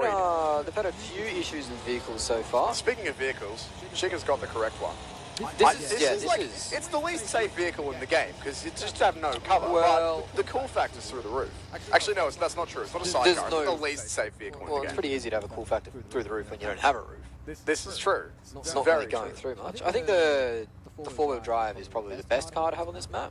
Oh yeah, but I mean, or you could roll around the desert in a convertible. I imagine with tunes going, your hair that's probably pink if you're an NA player at the moment, blowing the wind. Yeah, no, that's true. They are very fond of dyeing their hair pink at this current moment. I think 3 of them have. I think it's uneven. Zute has it. I'm not sure if Sixless do it. I can't remember. Either way, Paraboy, again, is getting himself some good damage done. This time looking to clean up Ash on Fnatic. Once again, Fnatic team who really don't need to be wearing losses here, and they will be trying to get away from this one, but Paraboy is going to be hungry for it. XQF have been a very big fan of getting themselves some nice high angles with good cover early on, and just looking for these early engages. Always is very lucky that none of those land from Coolboy. Yeah, Fnatic have been it's out of the fry pan into the fire, really, moving from Omen Elite straight into XQF, so they haven't been able to find themselves any respite. This is towards the center of the circle too. As we mentioned, XQF were bang smack in the center. There are a lot of teams starting to join them now, as I think Omen might have spotted the success that teams were having just crashing the center of the circle. Now they're starting to do the same too. Fnatic, they're looking for anything as Team Queso starts to rain in, and that's going to be a double dinger for Dexy. He's managed to claim 2 kills via the elimination of that vehicle. That's 2 welcome points for Team Queso. We were struggling in the tournament. Yeah, they need to get themselves some more points happening. They got a grand total of, I believe, well, no points off game 1 and 3 off game 2. So it's very well. One of our teams that, I mean, we've seen a lot of them in the past, and we've seen them have some really, really solid performances. Hopefully they'll be able to pick it up heading deeper into PEC. But they certainly started off better here on map number 1 or in the desert, map number 3 for the day. But I mean, again, I don't want to overstate it, but I also feel like I can't. This tournament, we're going to be halfway done in the next 90 minutes. There is so few games, so little leeway for our teams. It is getting to the point here of things. Tomorrow is going to be a very exciting Silly Sunday, as teams will start to get a little bit more desperate and start taking a little bit more risks, more chances will be offered up. We're also, tomorrow, for the teams who are lower down, we're getting to the point of nothing to lose, where it's like, if you go for... Come on, son. There we go. Perfect. There we go. Just use the GTA physics of if you turn the wheels, the car rises up. We are getting towards the point of, you know, let's say you're a team who has a much lower ranking, like Fnatic are currently looking to, as they are wearing some more damage here. If you're a team who is lower down, as Team Queso are looking to get some more points, then sure, if you go for a crash and you die, you don't get any points. But then you didn't have any anyway. And if it works for you, you can boost yourself up quite a bit. As Team Queso are looking to do just that, choosing to play for the eliminations here. Got to be careful though, as XQF, one of so far the best teams in this entire tournament, have themselves a Overwatch position over pretty much half the map. Yeah, they are. Scout now the only remaining player from Fnatic, as Zute is getting sprayed at once more. Zute and getting shot at in this tournament are a pretty iconic duo. But Scout is stuck between 2 teams as well, so you don't really expect much of Fnatic out of this game. Omen again are wearing some pressure. Wi-Fi does get knocked by Strider on the high ground. Sixless medding up. Might be able to get a smoke off and get a revive going, but if Strider knows the location, it's going to be very difficult. Wi-Fi not on full HP. Sixless is going to stick the res. Looks like Zute and Carnage have managed to find themselves in the huts below as well. They're going to need to start pushing out and scaring Strider off his angle. Yeah, they need to at the moment, they just need to help their buddies out. Otherwise, Oman are going to drop a couple of players here. As Strider is charging around essentially unchallenged here. Carnage and Zute very well could have a line on this, but not finding it just yet, as their 2 teammates up on the hill are in very risky situations. Getting out a whole bunch of smokes. The Synergy players aren't going to be sure exactly which one the players are hiding in, so at least that gives us some cover, but never mind. There's a second knock. That's Marco on the high ground as well. So this is a third party getting involved, and that's going to be Dexy claiming his third kill as well. Omen, 260 meters on that too. Not a bad for a Scar. Omen wearing a knock early, and it's one of their stars as well. It's Wi-Fi going down. Have a look at this zone shift too. It's very, very central. It's Donut. Yep, basically doesn't really force too many of our teams to do anything too drastic in terms of the movement. Unique are actually going to run potentially into Yudo gank here, but no, it looks like they have seen that. They're going to be rotating away. There's some of the only teams outside the circle. Mega, given that they did start looting down in Puerto Parezo, still are going up the coast, but they've got plenty of time and space to work with. Team Queso are on the hunt for some more points here. Team Queso have been firing off so many shots. I'm starting to worry about their ammunition reserves. They've had to spray at everybody, it feels like. They're really going for those eliminations. Yeah, they're doing alright thus far. Yeah, they're doing very well in this third game. It looks like another knock comes out as Dexy on cue does knock out Sixless with a headshot. Now, Sixless was playing alone because he lost his buddy Wi-Fi, and it looks like Sixless is he's done for, as Dexy claims he is maybe 4th kill there or 3rd kill of the game. It's his 3rd. Yeah, 3rd. Yep. Just gonna see what's going to update, but yeah. So 5 kills already for Team Queso sitting on top of the lobby, and no one else has actually done anything. No. They've knocked 2 players from Omen, 3 from Fnatic. Nobody else has found anything at all. It's Team Queso dominating this lobby thus far, but here you go, 4 AM and C9 going to be in a fight. These are 2 of the teams towards the top of our leaderboard. Yeah, Huskai getting some nice information there and spraying in. Does wear one on the shoulder in return, but it looks like he's going to escape narrowly. Throws a nade in frustration more than anything, and it's not going to land anywhere. Uneven. He's playing the front though. He's going to be able to get the information if the vehicle rotates and call these fellas off. It looks like they are disengaging from this. Both squads trying to find themselves a better position. Looks like Svano might actually be looking for an alternate angle. He does pull off it. That's not a good vehicle to try and move around in, especially on those hills. Yeah, no, it's not exactly the most nimble of beasts. It's up there with the style points, I think, for me. I'm a fan of a combi, but not exactly the most practical in a desert, or just really in this game, to be honest. For anything other than going to the beach or living in, I think it's horrible. Yeah, I'll give you that. I mean, again, not the worst vehicle. There's still shout out sidecar for being literally the worst thing ever. Yeah. But that's a fair call. Other than that, Tate actually split off from his friends a little bit here. Needs to be a bit careful, but it does appear that Team Queso have just gone for the mental shift of, yep, frags. Elims, boys. Don't worry about placings. They're not worth that much unless you get in top 3. We might as well just try and boost our points before even making to the placings. And that's, I think, a very valid call to make given the point system that we're using. Yeah, there was arguments in the 20-point for a win system for chasing kills and chasing eliminations and getting those 1 points, getting those guaranteed points. And also then, you know, if you're down to 1, just snaking. Exactly. Trying to make so more you're points. playing aggressive until you reach a point where you can't play aggressive anymore, you can't afford to play aggressive, then you start to go for those placements. And I think that Team Queso have read the situation pretty well and come out swinging on this third map of the tournament. Seoul have managed to regroup, find themselves a nice little area in the junkyard area, just trying to close up, secure themselves a location going into these next few circles, because we are starting to get towards the hairy end of the game. As Chica is knocked out, that's a long-range knock from Dali. That's a really big line to hit on. Oh, not this Not going to be able again. to confirm anything from that, and yeah, look, it's one of the most annoying positions on this map, I think. If you have a team, a competent team up here who have got themselves good long-range firepower and ammo and the skill to hit the shots, it's going to be very difficult to deal with. Speaking of difficult to deal with, Zute, going to be grenades coming his way from Synergy. It is a 2v4 though for him and Carnage. Yeah, and Synergy will know that this is where Omen are sitting, and they'll also know that they're 2-man strong. You see Austin on the flank, really. Strider on the high ground as well. So this is good positioning at the moment from Synergy. They have the one player close up. That's a very well done for closing that door there. Very important, actually. It's one of the nuances to try and avoid getting naded in the face, and Zute does manage to do that very quickly. But he's under pressure now as they know his location, and Carnage, well, can't move. He's pinned down, and if he does try to move, the player from Synergy right under it will hear him as he actually enters the house. A little bit of breach going on. This is brave. I mean, the thing is, Synergy can risk it. They can go for this info play, and Sivvy's got to be feeling pretty good about, at minimum, a 1-for-1 here. And if he can trade, at least his team in a very good spot. He spotted Zute. He does Zute exactly on the know cross. where Zute is. Zute's going to put some shots through and go away. Does cop one bullet around the corner of the building, but will be hiding it out. And now, essentially, Zute's just got to try and get out, make the timing for Carnage to come in. He will be able to get in, get that frag, but there's the spray coming, the trade even coming through. Sivvy's going to get confirmed, so it's at least something for Omen Elite, but Strider's going to go straight in. They're trying to clean up the last few players on Omen here, and that would be another devastatingly low point game if they go out. Another Molotov rains in onto the top floor. The nades will start piling out. They're actually just missing. That's so unfortunate. But Zute's scared off the res too. He's now going to drop a nade out the window himself. He can hear the players all around him.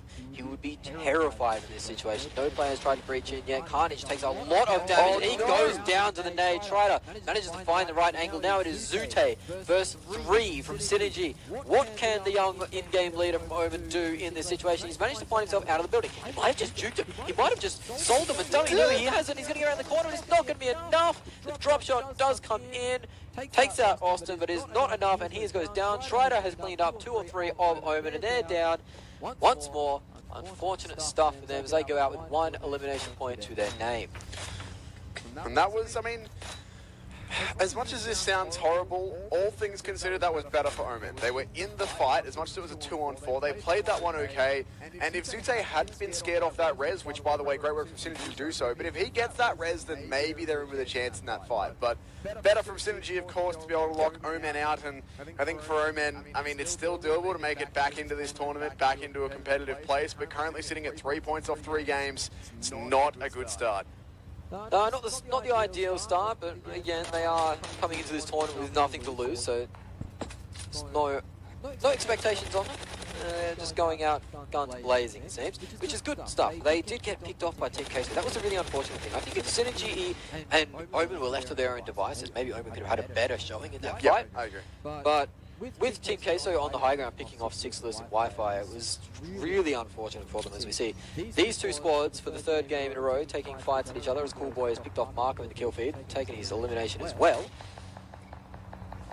Manpro is laying on the deck. This is going to be a lot of information now for Smano, a player that claimed 13 kills in our last game. Drax in a very risky spot there. Bails out of his car just as it explodes, but now 4am, or at least Fano, know exactly where he is. Stuck to the other side, getting some long-range fire support in as well. And this is a very difficult spot now for Yudo Gang, who had a really good first game. Second game, they went out in last place with 0.0 elims. So while they did have a good start to the tournament, they don't want to go out early again here. They need to turn that trend around, and they will at least get the knock onto Svanos. They're starting to relieve this pressure a little bit, but there's a lot of work before they can be rid of this oppressive team of 4am. Yeah, 4am dealing with an unfortunate third party as well, as one of the XQF members is on the high ground taking shots at him, taking shots from the high ground. Jumper manages to escape though. I thought for sure he was going to go down. Drax also hitting the deck pretty quickly. These are some of the lower players of Yudu now, as the HP bars on these players are getting very, very low. Two players from 4am have hit the deck. Jinhee on 1 hit point, does manage to get the medkit off. He's got all the information. Surely not a third game in a row where these two teams take a 4-on-4 fight versus each other. Scout out, that's Fnatic done. Fnatic out in 14th, and that's not the start they would have been looking for here in our first map. And actually, first map here on this map. Match on this map, there we go. And actually that is a 0-pointer for them as well. No kills gathered before they go down. So not good signs for Fnatic so far in our first 3 games of the day. But regardless, 4am and Yudu still getting stuck into each other here. And the nades doing great work here for 4am once again. Yeah, it is a bit of a hellstorm at the moment. As the nades from all these 4am players, they really want to clean up this fight quickly too. They're right on the edge of the zone. They don't want to be wasting too many resources on this fight. You can see the level 3 from Sucks being undamaged at the moment. Must pick that one up from a crate at some point. He's going to go on the flank here. He is going to get caught out by Drax, I believe. He won't expect this player as he's going for the double spray down. He does manage to get 1 and the second. But Drax has been spotted by Haksai in the back, and he's going to get claimed. No! Drax has managed to turn it around. Suck now has to go for his third. He is going to claim the third, down to about 3 health. And Jinhee is going to find and confirm on jumper. This leaves 1 player alive. It's Fredo. What can Fredo do in this situation? Jinhee playing around the rock. He will know exactly where Fredo is, and that burning car. Orange actually nicked that first kill, or that last kill there as well, but Fredo's down. There you go, that'll be Yudo leaving us in 13th this time, and for them, I think that was also a 0-pointer, so neither them or Fnatic manage anything going out very early on here. Oh, Dexy onto Cool Boy, so that's another knock for him in the books. It's Orange want to take advantage of this fight. They know it's 4am, they know there's been knocks handed out. No confirmed kills though, as Dexy does confirm Cool Boy. Orange right onto 4am. They're trying to take advantage. They do get a nice nade from Popov. He's managed to get a nade, but will they push in on this? Popov playing very passively still. Fire and Leon on the front lines. Not looking to take advantage of this nade. I mean, I'd be scared of 4am too at this point, given that they got 23 eliminations in the last game. You don't want to be getting too careless with how you push them here. XQF, by the way, Paraboy is just returned the damage that was done. Got some retaliation for his teammate going down by cleaning out Deck C. Be careful with the nade there, boys. Yeah, that smoke didn't quite land where it was planned, but that's okay, as Tate does go out to the zone as well. That's 2 players from Team Queso knocked out very quickly. So they're down, 3 now, so that's... Yeah, they lost 2 to the zone and 1 to Paraboy, I believe. Yeah, well, that happens to the best of us. As Paraboy claims... I believe that is the first point for XQF. No, it's the second point of the game for them. As we see Dexy, this was Dexy onto the Fnatic car early on in the game. I believe this was the first 2 kills of the game, double. So that was the double spray down, a double dinger for Dexy. This is one of the last players from Team K, so it is in fact the last player. Ayala, who is someone that you would want in your shoes. Storm crushing XQF, boys. You want to be careful with this one, and XQF actually decided they don't want any of that. They're going to be bailing on that situation, keeping all 4 players up, not risking the fight. you better be feeling confident if you're taking that fight. Tempo Storm, they probably would be feeling pretty confident. They've had a good first 2 games. Looking to take advantage of that because they have to take out XQF if they want to move up in the tournament, right? Exactly. They've got XQF and 4AM are the teams above them as ALR does get taken out, so he will be bowing out. 7 points for Team Queso though, not a bad return. But as I was saying, 4AM and XQF are the teams they need to start taking out if they want to move higher up in the tournament as Schreider goes down to Car, leaving FFQ in the advantage on this fight. Dali does go down, Chopper joins him in the grave. This is a third party coming in. One of the last players from Synergy E, Austin X, has just gone down, and that might actually be them bowing out. Chopper does get confirmed by DKG. This is the fight between Orange and 4AM that's been brewing for a little while, and with the blue at the back, they are forced to engage finally, 4AM. Darkside does get a nice knock in, I believe it confirmed as well, so Orange are down to 3. And they're still being cautious about engaging 4AM here, right out on the edge of the zone. This is the top left of your screen of the map there. Darkside with another one. He's starting to get chunked down now. You see that shield is gone just below the health bar. It's really taking a lot of damage. Once that's gone, you're dead, though. And they've also still got to move it out of this zone, as you can see there on the map. Speaking of the zone, it has shifted down to the southeast. C9 are already inside there, so too one of Unique's players. They've still got 3 more outside though, more movement to be done. And a lot of players still fighting up here at the top of this zone. This engagement is happening almost entirely in the zone. Stork's very, very low indeed. Svano might not be able to confirm it just yet, but he will go hunting for that kill if he can find it. Well, the knock was from the zone, so he'll want to get the last hit there to confirm the kill, and it won't manage to happen. As Viper has been knocked out, that's Team Unique versus Soul. It's one of the fights that won't really influence the top of the table, but at the bottom of the table it is important they climb up those kills, as Team Unique have managed to claim themselves 2 elimination points so far in this game, so going a lot better than previous results.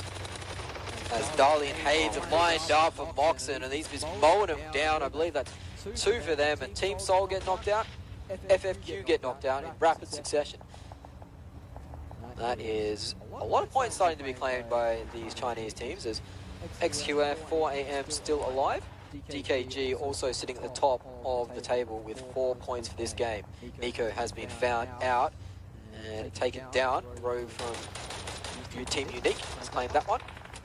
As Order has been knocked down, there's so much action breaking out across this map. Paraboy being lined up, but the shot misses. Suff not quite lining it up in time. Jimmy with a nade caught in his hand is going to try and get behind this bush. Bushes don't provide hard cover, but you're really not going to get many chances like that onto a player like Paraboy. It's so unfortunate to miss that opportunity, as he's such a big hitter for that XQF team. You've really got to get rid of him if you can.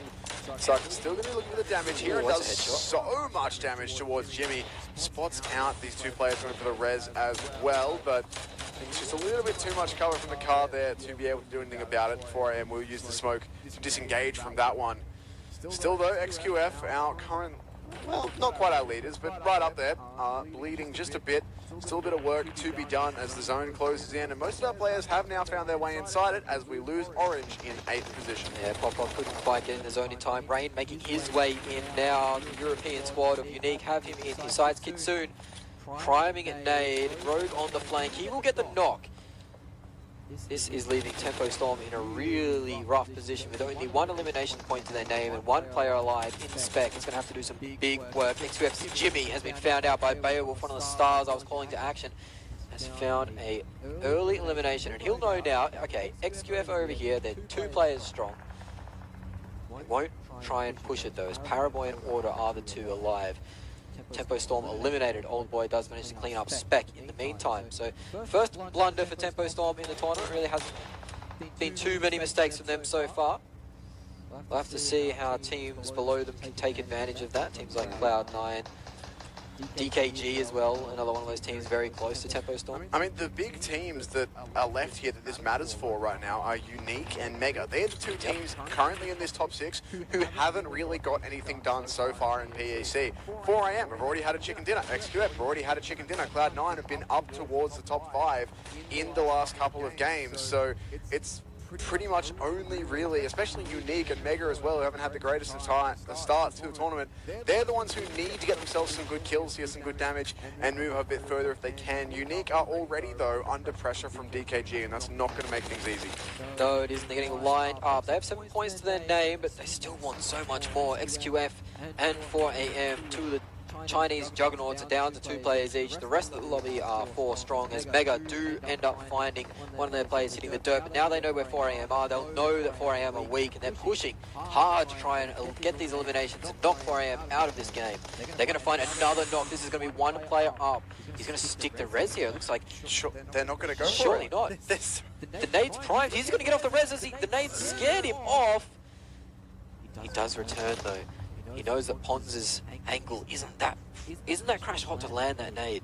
I'm amazed that Mega haven't tried to commit for this. I mean, I'm not amazed at all. I understand why they haven't. They're scared of getting third party. They're still worried about just how well 4AM have been playing, but that could have been the team wipe. That said, the knock will certainly help.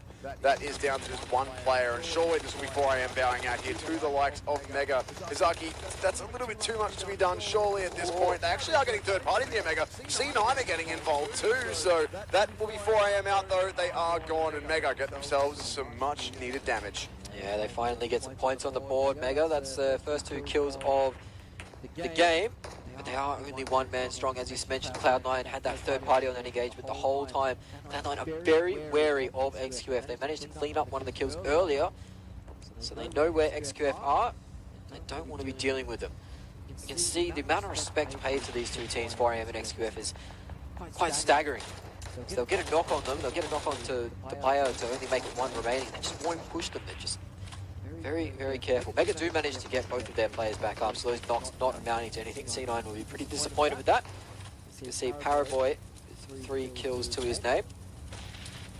He'll be looking to add to that large tally of his. I believe he's in 2nd place in the kill leaderboard. Sounds about right. Yep. Yeah. Also worth noting, Team Unique currently with 7 eliminations for themselves.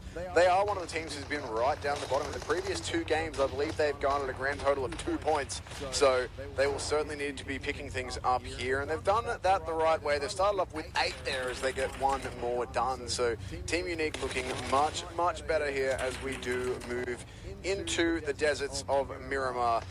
Cloud9 on your screens in a compound with enemies on all sides. Paraboy has been knocked. Unique really want to find that, but wary of the third party. They know how many bullets are coming their way. Need to try and find themselves a bit more damage, and they are at least getting some good info. Unique, down to low ammunition as well, actually. Only 4 shots left on that M24. DKG also taking shots out towards XQF.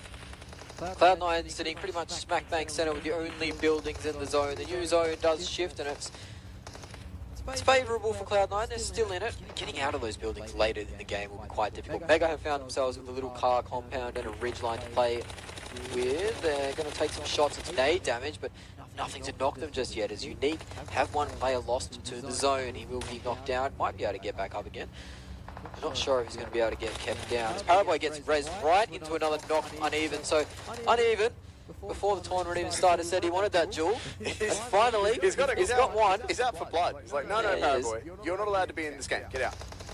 Unique actually going to take the play, go for the push here, and will be punished for it by DKG as they're going to lose a player there. So Unique sitting at 8 frags currently. That's so unfortunate. Do lose the first 1 from their team, so they need to be a little bit careful here not to lose too much more, as they will be wanting to get into that top 3. The 8 kills will very much help. Paraboy's been confirmed now, finally. Uneven's got that duel happening and actually been able to knock and confirm, not just knock multiple times. Unique onto DKG here as well. Big damage on Moxon. They do need these last couple kills, and then a couple more placement points would get them straight back into the thick of things as XQF bear out in 5th. Certainly is. DKG now getting pushed on by Kitsune from Team Unique. He's pretty alone as Moxon, but he's got cover. Man GG manages to stop the aggression and save his buddy. The Mega boys are firing back onto DKG as well. This is all going Cloud9's way right now. They'll be listening for these fires rain out and even chiming in a little bit. He managed to pick up Yasha. That's going to be a point for them, and Team Unique eliminated. Now we have Cloud9, DKG and Mega all in the top 3. Cloud9 now rolling out of their compound. They've chosen this as the time for them to start moving and start taking some ground inside these final circles. I mean, this could be a Cloud9 win. This could be the first North American victory here so far in PEC. They've got 4 players up. DKG are down to 3. Oh, it's a big one nade needing a too. res. That is a ridiculously good pair of nades from C9. Beowulf and Percocet both find knocks on the DKG players. They do. That is 2 players down from DKG. One bleeding out on the deck, ways away. He won't be picked up. And the confirm comes out from Uneven's name onto Mad GG, leaving Mega with 1, DKG with 2. Mega now eliminated by the zone. It is a Cloud9 face-off versus DKG. Moxon's in the bin. He's not going to be able to get picked up. He's just there for information at the moment. Crazy has a lot of work to do from this position. I don't know if he's been spotted. He does have all of C9 bearing down on him though. There's a bit of a chance to grab some quick loot from his teammate behind him, but so much to do as DKG's other player Moxon does go down, so that leaves just the 2. Cloud9 looking very good to get themselves a win here. It would be 8 kills if they can manage it, which is not the highest win that we will have seen if they pull it off, but it's still a win. And given that they've been placing in the top 5 consistently so far, that would be a very good thing for them. Yeah, Molotovs start to rain out to try and deny some space, find some information. They have managed to pick up one of the players' positions. Just waiting for the first mistake to come out. Cloud9 being very disciplined here. DKG, the zone is at their back. They're not in the best position. They're going to have to start taking a few little ticks of that zone as it comes in. So you can see Crazy, he's biding his time. He needs to wait for these Cloud9 players to crest the hill. That's the best opportunity he's going to get. His teammates are trying to bait for him, draw Cloud9 up into the peak. That's the best chance they have. If they can isolate a 1v1 or even just a free angle for Crazy, he's going to be pushing up here. Essentially, they just want C9 to peek them. That's all they're looking for here. And Crazy's going to get a bit of info there, peeking up over this ruined car. Spots out a few of these C9 players, but they need to try and find these jewels. And it's a 4 versus 2 for Cloud9. It is, and the zone is going to claim one of the players from DKG, and that will be a 4v1 now for Crazy. He manages to knock one. Percocet comes on the right side. It doesn't manage to get the kill. It's going to be a Cloud9 victory, and aren't they happy with it? Look at Uneven. He's up out of his seat. He's happy with that performance. It is fantastic work from the side of Cloud9. The first North American win on Chinese soil. Congratulations, fellas, as that's a much needed victory for them. They're going to shoot themselves up the rankings with those 16 placement points. Yeah, 8 kills to go with that one as well, so 24-pointer in total. So not the highest scoring win that we've had thus far, but nonetheless, it's a win for Cloud9. Not only is that huge for the points, but it's also huge for the mentality. Game 1, they got a 3rd place, 0 frags. So they only got the 10 points from that. Game 2, they snuck all the way into 2nd with 1 or 2 players ending up against 4AM who were on an absolute tear. They get 12 placement points, 7 kills, so a better time, but still not that great. This time, they keep up the good placing and they get a bunch of kills to go along with it. So it's a point booster and it's a big momentum and morale boost for the Cloud9 boys as well. They'll be very happy with that. They will certainly thrilled. They'll be thrilled with that. Getting a win this early in the tournament as well, their confidence is going to be sky high. North America's really showing up today in day 1 of the PEC. They got 1 game left. Can we get another North American win? I love their team photo so much. Yeah, it is so fantastic. good. These ones. Anyway, look, very well played by C9 there in that one, and that's the first map as well that we haven't really seen Tempo Storm making to the top 5, but still a good performance from them. I believe they went out in 7th, so still keeping it competitive, and North America have done pretty well here to keep up with the Chinese giants at this point, I feel like we can say, and that all 3 Chinese teams got a win in scrims. We've had 2 out of 3 of them with some very good wins today, particularly 4AM with a 39-point victory, which is huge when you consider that more than half their points are kills. Because there's not that many placement points in this tournament. But it has to be said, I think obviously the Cloud9 was the winner of that game, but the big mover in that game was Team Unique. Exactly. And they came out with a lot of kills that game. They had a decent position as well. They didn't quite manage. Yeah, they didn't quite manage to close out the game the way they would like. They got forced up against the zone. They had some difficulties with DKG crossfiring them when they went to flush out XQF. But they still had a great performance, and that's kind of the the stepping stone they need to get back into this tournament as well. Because you can afford 2 bad games, and they did have 2 shockers. But apart from that, you need to start getting the ball rolling. They've done that on this first Miramar map. The other thing is they've got themselves 16 points of that win. That's 8 placement, 8 for eliminations. Hitting that sort of 50-50 ratio, if you're getting between, 15 and 20 points, that's pretty good. If you can equal your placement points with frags, you're in a pretty good spot. You're definitely playing a lot better. And while they did end up bowing out, I feel like a little bit early for the position they were in, given that they were one of the few remaining teams with 4. They did have a bunch of elims. They've done a good lot of damage. They did get knocked out, a bit unfortunate, I think, but they're still going to be pretty happy with the way things went for them there. It's definitely a big, big turnaround from, as you said, the shockers, the 2 one-point games. Yeah, they had those 2 one-point games. They're not what you want to be writing home about. Mega, another team that survived very well. They managed to get themselves up into 3rd position. I don't believe they had the most amount of kills. 2. Yeah, surviving that late into the game is always quite nice, but Cloud9, they played that very well. They played it so disciplined, making DKG force the errors. You saw one of the players eventually ended up getting knocked out by the zone because he just had to wait so very long and crazy. Well, he just didn't get the opportunity to take those 1v1 fights, as you were mentioning. And that's what he really needed to get back into that fight.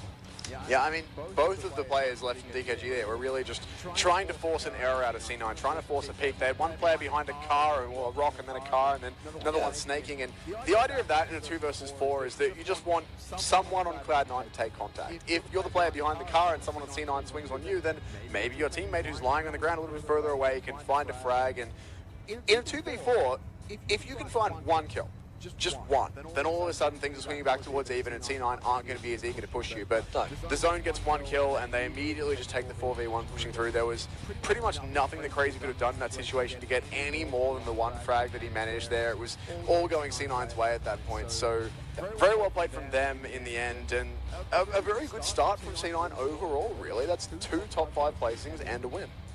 Well, they got a 3rd, a 2nd, and a 1st. I believe. I think it was 2nd, 3rd, 1st, but yes. Well, one of each. Either way, they're doing pretty well for themselves. I think they'll be happy with their results on day 1 so far. There's still 1 more game to come, of course, so but they don't have a shocker in that one. I think they'll be very happy with their day 1 results coming into this. So these teams that are coming in, international teams, they haven't really had the best preparations, but they are showing up pretty well, and it shows that you can swing it with the big boys. There are teams that unfortunately aren't having such a good of a time. We do have to mention it. Unfortunately, as much as it does feel like you can mile there down, Omen 1 point again. Unfortunately, they get to have a donut. They've at least managed 1. No, that's good. They've managed at least 1 frag for the games they've gone out in 13th to 15th, but they're right down the bottom there as well. There you can see it. 3 points in total, 1 placement, 2 elims. Team Soul, Team Fnatic, Orange, all down the bottom there as well, and all of them on less than 10 points after 3 games. Queso had a decent game considering their starts. They're getting 7 points, I believe 5 of those were super kills, but this is how the moves at the top have made out. So, yeah, we have a lot of ties going on. We have 1 point separating Cloud9 and the leaders at the moment, as 4AM dropped out pretty early. Big comeback. That is a scary top 3 to go through. DKG are within swinging distance, but Tempo Storm start to fall off there. That's when it starts to get a little difficult. 19 points between Tempo Storm and Cloud9. I believe, by the way, I'll have to have a quick look, but I'm pretty sure this was the exact top 5 we had after scrims, with the exception of we had Mega in place of C9. Other than that, it was the 3 Chinese teams who got wins, and then Tempo Storm without a win, but hanging on in 5th position. It's uneven here with the pink hair on your screens, who is the MVP. 3 elims, 8 knocks, 460 damage, and a 36% crit ratio. That's the highest crit ratio we've seen on our MVP so far, so pretty decent stuff there from Uneven. I'm sure that new haircut is doing him wonders. I wish I could colour my hair that colour and get away with it, but unfortunately I can't do it. I'm sure you could, mate. No, I'd look like an absolute goose if I did, but he's pulling it off. Same as the other NA boys that managed to get it done. Coming tomorrow. Smash with pink hair. Absolutely not. It is a good start, though. Being 1 point away from those 2 Chinese juggernauts, as we mentioned, XQF and 4AM, they'll be very pleased with that. And maybe this gives them the confidence that they can hang with the big boys, and they start playing more aggressive, they start trying to go for more of these duels, because they have been a little bit reserved compared to the other Chinese teams. They've been very aggressive, the Chinese teams. They've been very willing to take fights, willing to take 4v4s, willing to use their utility as well, where we've seen the North American teams play a little bit more of a passive route, try and scout things out, play more of the numbers, the odds. So it was pretty good start, all in all. Yeah, a very good start indeed. So we now do have one more game remaining for the day. Once more into the deserts, once more onto Miramar, and we'll see if any teams can manage a repeat victory, or if we will have a new winner. We don't know, but we are all done until we get to that fourth game. So we'll be back after some replays in just a second with our final game for day one of PEC.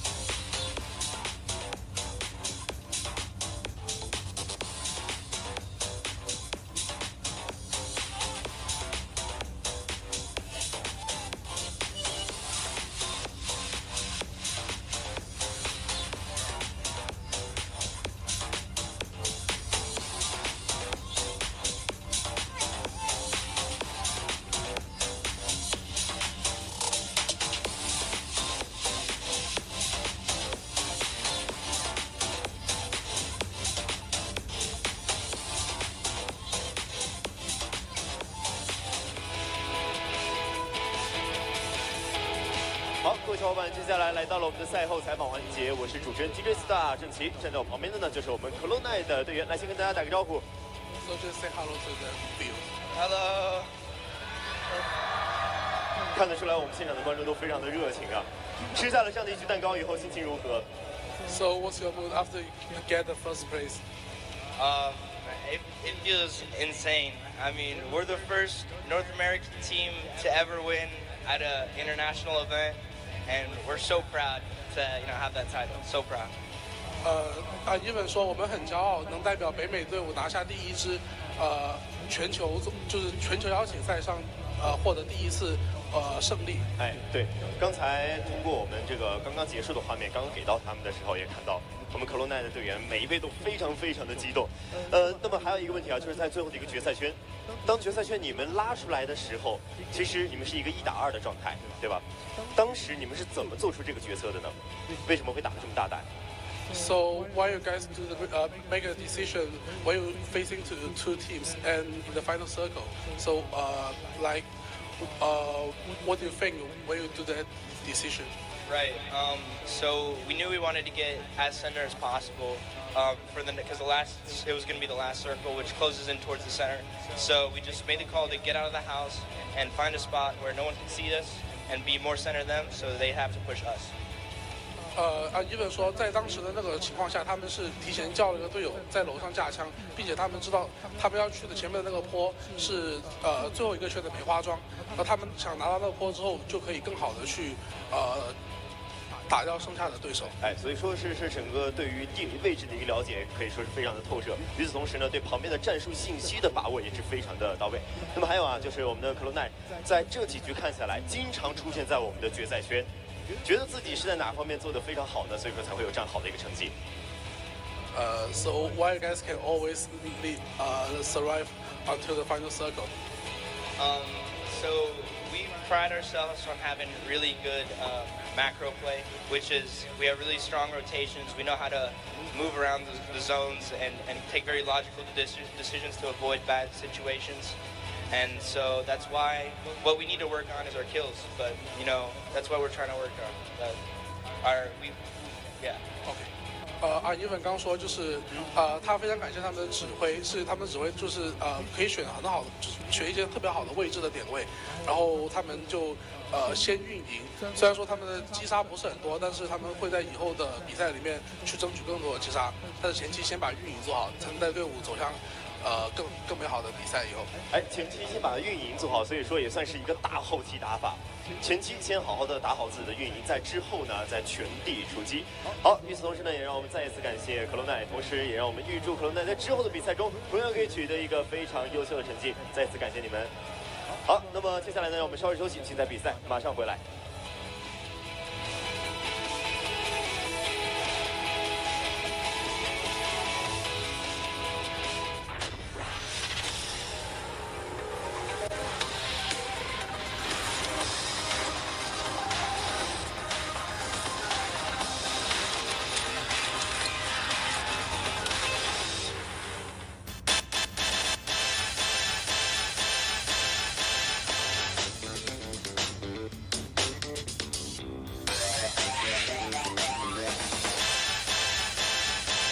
代 IX25。忘掉你的过往，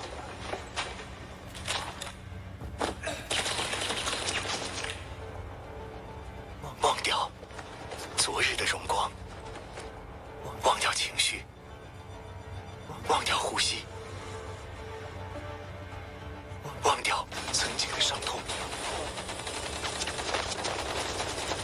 你要记住，倒下不是结束。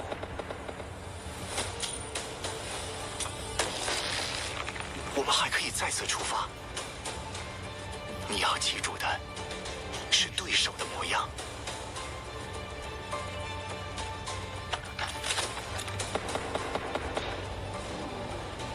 你要记住的是山川。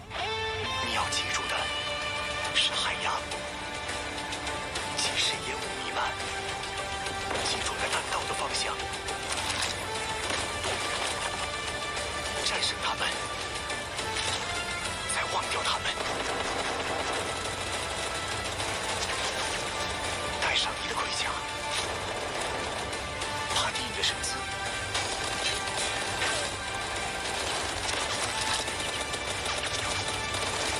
直到以黑马的姿态统治这场比赛。赛场冲破边界，挑战从未停息。我们忘掉的这一切，是因为真正的精英无需旁证。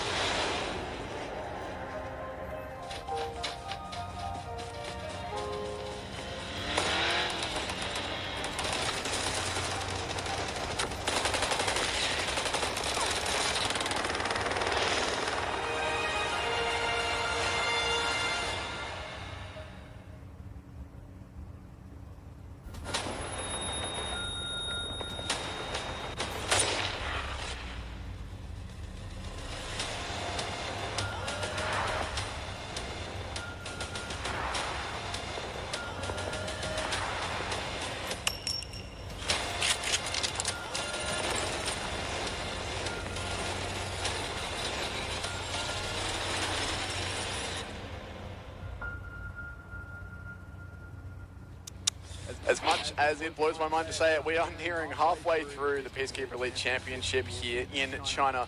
My name is Brainstorm, I'm still joined by Smash, and we have one more game back to Miramar, a final time for today. At least we've got 2 more to go tomorrow, of course. 4 more games left after this one in total, but we are getting near the halfway point, and as such, we are getting near the pointy end of things. Yeah, it's getting crazy as well. I mean, we see some tactics change up. We see Team Queso and Team Unique change their tactics just a little bit, go more aggressive, start hunting these kills. Who else is going to join them in this tactical change already? I mean, looking at the teams who could make do, or who could definitely do with some some elimination points. We're going here, are we? Fnatic could do with some more like Oman, obviously, Soul. Unique, despite having a good game last game, still need a lot more on board. So I wouldn't be surprised. Well, I'm not going to say I wouldn't be surprised, but I would like to see half the lobby just start diving for frags. I'm not going to say it's the best strategy, but it's certainly an entertaining one for us. But we are really starting to see our lobby separate out into the teams who are the absolute top dogs, the teams who are competitive, and then the middle of the pack teams who are having decent performances but not great. But I mean, unsurprising, I think, to everyone as we're coming into the event, our top teams are the Chinese teams are way up there. 2 of our 3 NA teams are looking really, really good as well. So, I mean, none of this is really too surprising, I think, but So Team Queso are always great to see. These international events, they show up. They are positive, happy young men. Dexy had an absolute banger of a game last game too. We've casted quite a bit of Team Queso, you and I admit they're having a bit of a soft spot for them, but just how much fun they're having all the time. Yeah, they are just happy to be there at the moment. They had a decent enough game last game. It was their better game. They got a few points, 5 elimination points, I believe they managed to climb up themselves. 6. So 6 points in total. So they'll be looking to continue on that. I mean, it's not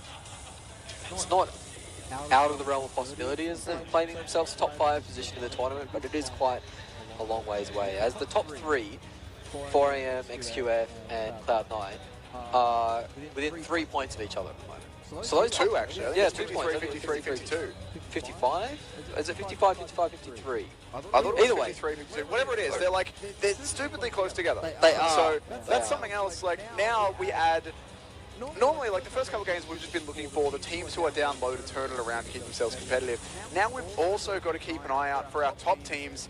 None of them, no matter how bad a game they have, they could all have 0-point games and they'd still be in contention for the remainder of the tournament tomorrow. But the thing we need to keep an eye out now is we need to look for big discrepancies in points between those 3 teams, between 4AM, Cloud9 and XQF. If any of them has a much better or a substantially better game than the other 2, then they're going to be straight up into first place. Yeah, it's going to start opening that gap, and that's going to be difficult to claim on the next day. Team Seoul on the screen, a team that hasn't had the best results so far in this tournament, a team that has had a good result so far in this tournament, are the boys on screen now.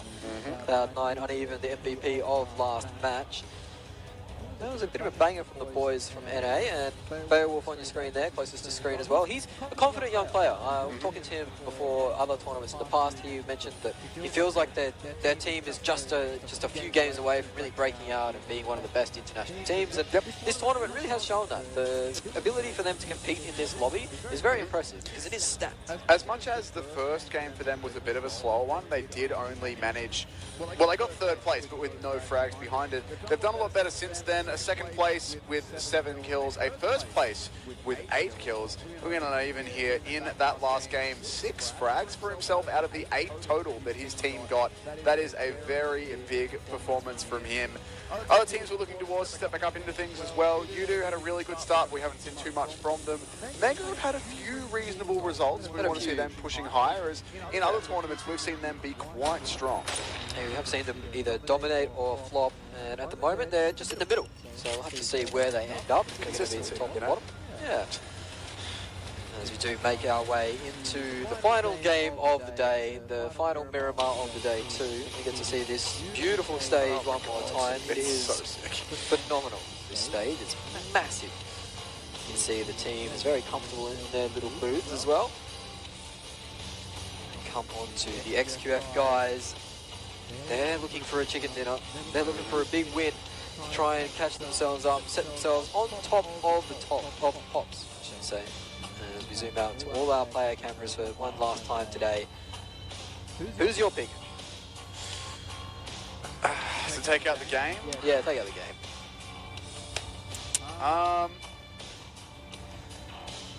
It's a hard one, isn't it? It's really hard. There are so many teams that I couldn't make the argument for. I'm going to go snap decision. There we go. I'm going 4AM. 4AM, you reckon they're going to get the second one of the day? For knee-jerk reasons, there's any of like 5 teams I could have gone for and probably justified. Alright, well, I mean, 4AM didn't have the hottest showing on the first Miramar of the day, and this plane path is a pretty rude one. That's exclusive. That gets rid of a good half of the map. I mean, having a look at our teams who like to be further down south, that's... Well, like half the lobby, really. Mega in particular, they like to loot down at Puerto Paraiso. That's where they were last game, then moved up the coast. They've got quite a hike to get there. Look, I don't think they'll be going there. And if they are, they're going to need to have a few gas surely they will absolutely go somewhere else. They've got to have a secondary loot location they can go to. As we see the XQF XQF fan fans. club. I'm going for XQF. If you're going for 4am, I think XQF are going to take the last game of the day. So to clue you in on my internal sort of discussion with myself there. Well, it wasn't really a thought process as much. I did knee-jerk it, but I was tossing up 4am, XQF, and then Tempo, purely because I want them to get a win. They've had some consistent results, not as good as Cloud9, but they've been up there, and I would like to see them get a win, but that is a really we'll see. cool I was just about to say, I'm very very distracted by the Batwing suit. That's and of course it is the star player Paraboy that has it. Paraboy and the parachute. Yeah, well, I'll give you that one. Managed to land on the roof, do a little tuck and roll. And you look at that, our elimination leaders, he sits one clear at the moment. There are a bit of a theme amongst those players, I believe. Yep. Yes, indeed, they are all from our Chinese teams. Yep. And in fact, 3 of 4 is 4am. Yeah. That's ridiculous. And you know what else is ridiculous? Yeah. I reckon this circle might be a bit of a rude one. Not only is like a third of it water, some of it is physically out of the bounds of the map. What was even worse, what makes the circle worse is the plane path. The plane path was cutting the northern side of the map. Right? I don't even think the plane path would have touched this circle. No, it didn't. It didn't at all.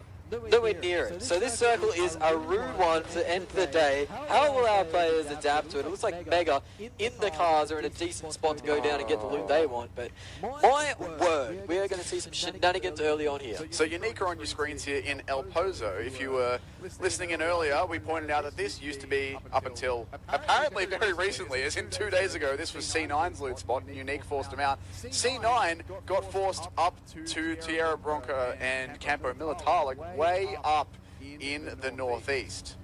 This circle is just about as far from them as it could possibly be. It could go a little bit further west, focus over the prison island a little bit more, but other than that, it's about as far from C9 as it could possibly be. Our winners of the last game, they're going to need to loot and get a move on pretty quickly here. Having a look at Omen as well. They're another one of our teams who does need to pick it up just a bit, going out around the water treatment plant. So clean water guaranteed, but they'll need some guns and some gear as well. And Fnatic are actually going to take a bit of a gamble on the prison island too. Yeah, I don't think that's a bad shout. It should be in for the first few circles. And I mean, looking at how the safety circle, as well. Yeah, how the circle is pulling up, I reckon not a bad shout for a Los Leones finish here, which would definitely be one of the ways that I'd like to end my day. People can keep their utility going into that. It can be quite exciting. This is Picardo, and we find Tempo Storm occupying that. Orange have found themselves a little bit of breathing room on that eastern coast as well, up near, well, Al Azahar. I think the Orange are a team that could play spoiler. We saw them get involved in an altercation with 4am last game. Didn't have a too bad a result.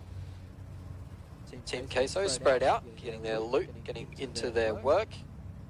Team Sol have been one of those teams that had a lot of hype and a lot of fan base behind them, a lot of support coming out of India, and I think they haven't reached. Well, obviously they haven't reached their mark just yet. They've had a pretty poor tournament to start, but they do have the capability and the players to really turn it around. And would be a good story to see them finish off the day with the top 2, top 3 finish. Of course, Jimmy, XQF's best snake. Yeah, he was the saviour of Game 2 for them, as they lost 3 players very early, and Jimmy stayed alive all the way to a 3rd place, I believe. Only the 4 frags, but with a 10 placements, that gains them 14. So, pretty decent thing to recover when you lose all of your friends very, very early.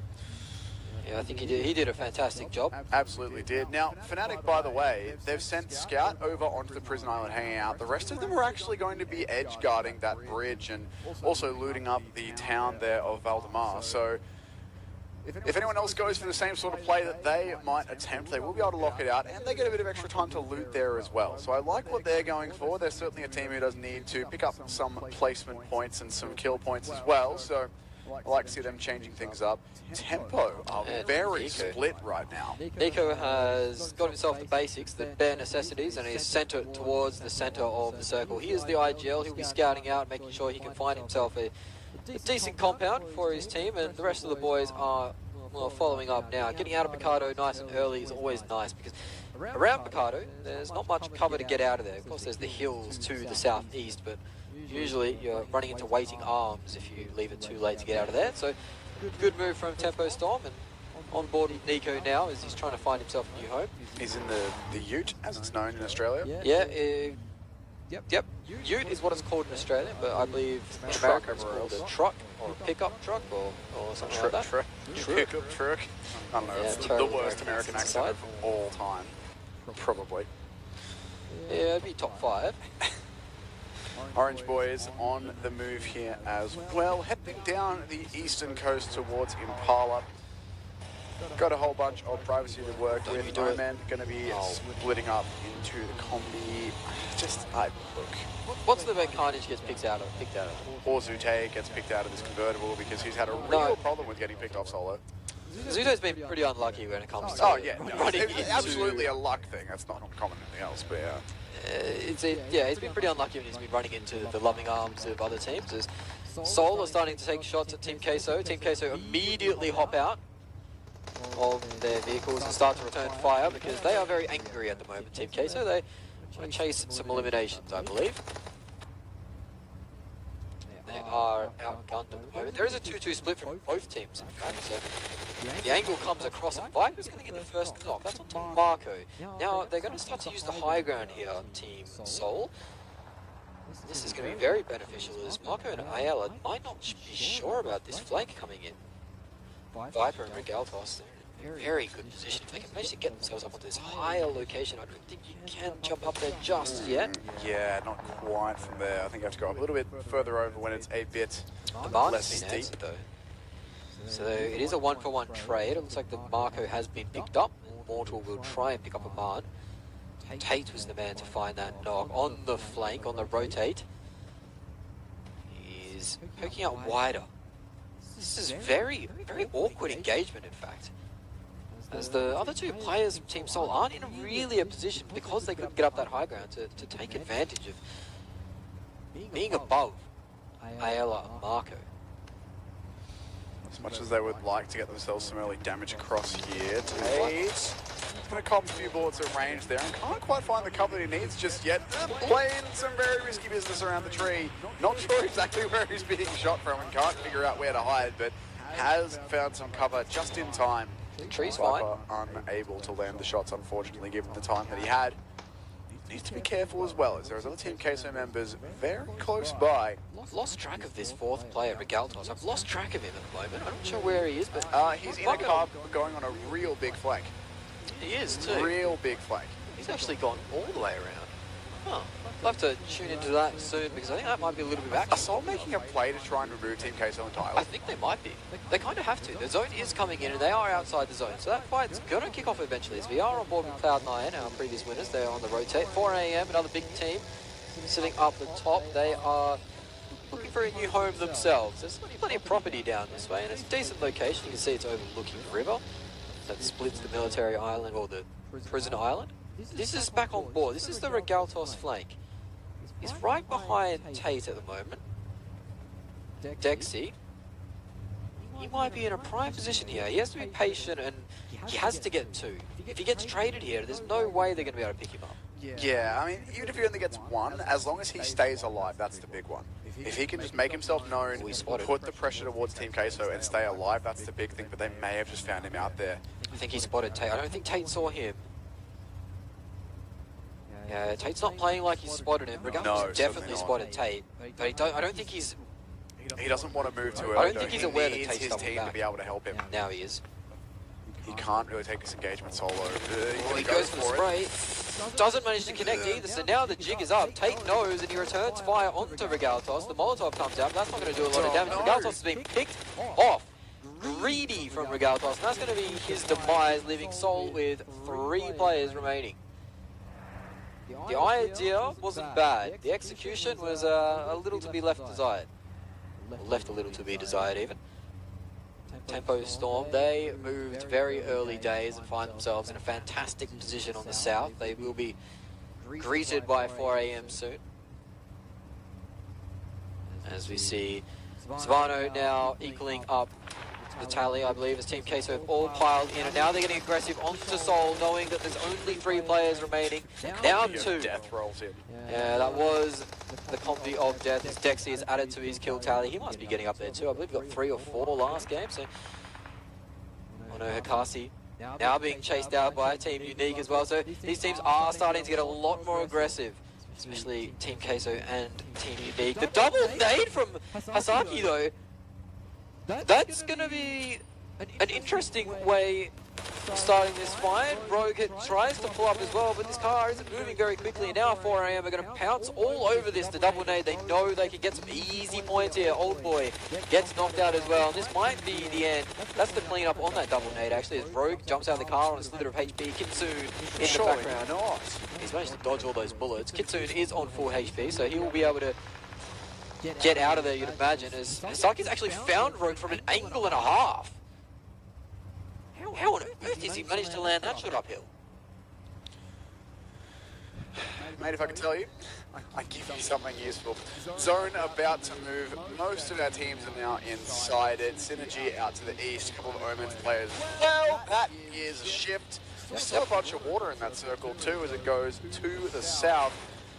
And all of our teams kind of continue their rotates pretty much. Tempo, XQF, Orange, Mega already inside the zone. 4AM not too far away, but edge guarding DKG just a bit. Need to be careful with that one. As DKG do come down off the hill as well. Kitsune is the last man standing. He's going to have to play patient here for sure. Don't think he was spotted actually by that rotation. If he was, then DKG weren't keen to get into the mix. They are outside the circle. DKG has now just moved inside. 4AM have to join them inside now. Fnatic actually have managed to push themselves over the water into the southern side of the circle. That's not a bad shout from them. Teams that are looking pretty central will be, of course, XQF. Tempo Storm have a decent position, but it's a little bit to the south for my liking. As we are on board with them now. Finally, the finish does come out onto Rogue, so there will be 1 player from Team Unique left in this game. And it has been the teams that have been struggling, continue to struggle here, as Team Seoul are down to 2, Fnatic are down to 3. So unfortunately, they haven't been able to turn around their fortunes just yet. 4AM already with the 4 kills so far. Once again, off to a pretty hot start here, as they will be able to grab some looting onto the players they dropped earlier on. Mega are a bit split up, but so far not really under too much pressure. This is Yudu versus 4AM for the 4th game in a row. These two squads are going to find each other. Jumpers managed to just escape, but Mampig's actually hopped out of the vehicle and tried to take Spano out. He's on a slither of HP, managed to land 1 headshot. That might scare him off his line for that second needed to recover. He's got high ground friend in Jinhee, just waiting for the peak to come out. Yudu are in a decent position here, and Spano is actually stuck on that road. The smokes are going to have to come out for sure. Not a lot of freedom for them to move here without some sort of utility. Saki has gone for the big rotate, the big pin down to try and lock these players down at long range. It is a pretty substantial range for an AR to hit, but certainly doable with the spray. Yudo here. And they've got 1 player separated from the others, but look at this pinch coming in from 4AM. They are completely surrounding Yudo here. They really want these kills, and Manburn's going to get sprayed down again. Oh no, they're very aware of Yudu's positioning, stuck under this bridge now. This is dangerous times if you're a Yudu player, because they are aiming at you, and it's 4AM, a team that does not miss too often. Drax on the copy van, trying to go for a run for it. One of the better vehicles, I guess, in that situation is this flat land. Fredo and Jumper joining in on the transit as well. No way they're getting out of this. They are quite a while away. Fredo does jump out of his vehicle as it starts to light on fire. He's not keen on that, and he's been spotted though. Surely Spano does. Yep, he's knocked another kill to his tally. And he will regain the kill leader position, I believe, after that one. If not, he's very, very close. I do like, though, as much as it's ambitious as all heck, the combi going out first draws so much fire before the other two vehicles with players in and make a run for it. It works. I mean, sacrifice one player to get away with three. While it doesn't work out the way they probably planned it, they lose one of the players in the middle, not the big attention-seeking combi. They still get away with three players from that, which, all things considered, I thought they were going to die under that bridge. So it's not the worst outcome for them. Yeah, I definitely thought that was going to be the end of the road. That bridge was going to be where they lie, but no, they managed to escape, live another day, as Team Queso are rotating on the southern coast as well. Looks like everyone's keen to go past 4 AM at the moment, not something I'd advise doing. A lot of teams are finding themselves on this beach. Omen, Fnatic, Yudu, all being forced onto this beach, and now Team Queso as well, so see some fun in the sun down there in a minute. I think the next circle might force them all together a bit. 4 AM are continuing to pile on the damage here, by the way. They've already taken down one Team Queso player. They know another's in the water. Tate's going to take a bunch of damage. That's another car explosion kill for 4 AM. They do know that Dexy's out there somewhere in the water. Of course, with the X-ray, it's pretty easy for us to see, but much more difficult for Svano. But still, they're keeping an eye on it. They've actually sent Suck over to do the job up close and personal. He knows his player has to be out here somewhere. He can see his car in the water. He'll finish the job on that one just in case he was close by. But as you say, Dexy's got to breathe at some point. It looks like he is actually tanking some damage to his health in order to get a bit further away without coming up. But unless he wants to die to this water, he's got to service at some point, and he doesn't have much more time before he can come up. Tell you what, got a set of lungs on him, comes up and gets found out immediately. Dexy goes down. Sacrificed so much health to try that. I think that's probably the only way you're going to get out of there. Oh, 100%. It's the only play you can make, but 4 AM was so aware.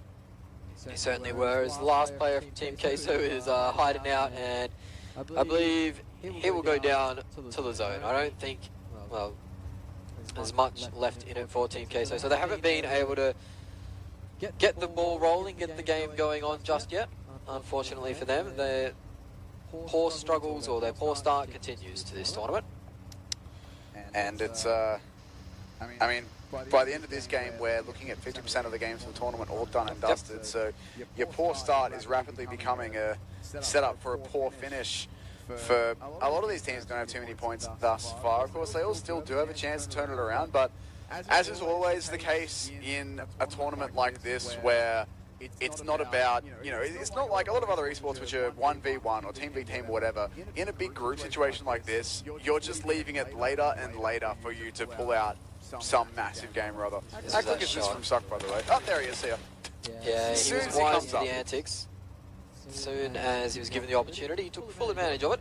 4 AM on the move. They had to move eventually. They couldn't keep gatekeeping forever. Unfortunately for them, they would have loved to, but the zone did move away from them. They might meet another Chinese powerhouse in DKG. Moxon has his eyes peeled out, looking for any sort of movement, and 4 AM might be the only movement he sees. Mega found themselves smack bang center of the zone in a fantastic position. This next zone was pretty friendly actually. It just eliminated pretty much all of the water. Kept in the eastern side of play, so no team's really going to be shoved out too bad by this. Los Leones has been eliminated from the circle as well, so we're not going to see a city finish to end the day, unfortunately. No, we're looking at pretty much essentially just an open, like a hilltop finish somewhere, potentially. There is a crate dropping right onto FFQ, so that's a bit of a gimme, but they've also got XQF on the other side of the road, Mega not too far away as well, so they don't want to be too keen in charging out in the open to try and loot that one. Synergy, a couple of their players coming up onto this orange compound. I want to be careful, as it is only the 2 players here. They're in a little bit of a 2-2, separated by a couple hundred meters. Several hundred meters. 4 AM, by the way, are looking like they might crash into Yudo again. Yeah, these two just can't leave each other alone. Looks like Yudo hasn't pulled the trigger at all and just letting them drive past. Fnatic are the next ones. That will be greeted by 4 AM's convoy, and they managed to get a knock as Svano's actually jumped out of the vehicle. That's not the way you want to be playing. It looks like 4 AM will pull up to try and save their star player at the moment. Fnatic are only 3 strong, as Ronak has taken a fall by the wayside. This would be big for the whole tournament if Fnatic can manage to pick up 1 or 2 kills here. Yeah, if Fnatic can deal with or mostly deal with a team like 4AM, then they're not going to put themselves towards winning a tournament, but they're certainly going to open it up for other teams. As, like we said at the start of this, what we're looking for this game is not so much who wins it, but the difference in placings between our top 3. We're looking at 4AM, we're looking at XQF, and we're looking at Cloud9. Those are the 3 teams that if there's any substantial point differences between them, then that'll be a new leader. We have 10 kills being collected this game so far, and 8 of them are on 4AM, by the way, so that is an ominous sign, as they had that game 2 win with 23 eliminations, I believe. So yep, 23, that's correct, 39 points in total. So that is scary signs if they continue on that form. They have been forced into a lot of engagements early on here, and they've got a few teams around them at the moment that they probably wouldn't be too scared of. Omen and Fnatic haven't had the best results so far in this tournament.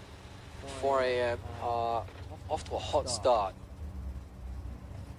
This is the last player from Team Queso who's managed to find himself a spot inside the zone for now. I thought he was definitely going to go down there, as SGE are taking big shots from Orange. Synergy haven't had an amazing start either. In fact, all of the Southeast Asian teams have really been struggling on day 1. They really have. I mean, Synergy, we're looking at 8 in game 1 with 7 points. 8th again, and then 11th, so it's not been too great for them, and they will lose a player here to Orange as well. Yeah, Austin. Circle shifts north too. Austin manages to find one, and that's a good shift for FFQ. They really need a bit of help. The first 2 games they had some of the longest rotations I've seen in quite a while. This game they seem to be gifted a little bit. So what comes around, well, goes back around. Yeah. Back around, yeah. Nice little overview too, actually. Not a bad little property, that. Probably fetch a penny. Pretty cute little farm. Could belong in Australia, but it's a little bit too hilly. We don't have too much of that here. 1 kill does come out there from Orange onto a player that I couldn't see because his name was in the way. I think that was Austin getting confirmed from Synergy. Yeah, they're down to 3 now, so a couple of our teams have lost some players. Looks like we still have about 10 rosters that are full strength, but Tempo and C9, as soon as I say it, both North American players lose 1, and Rain's going to get confirmed for Tempo as well. And guess what? It's Paraboy. It was Paraboy that actually stole that kill, by the way. It was a knock by FFQ. Rain came up to see if anyone was home in this lovely property that was mentioned before.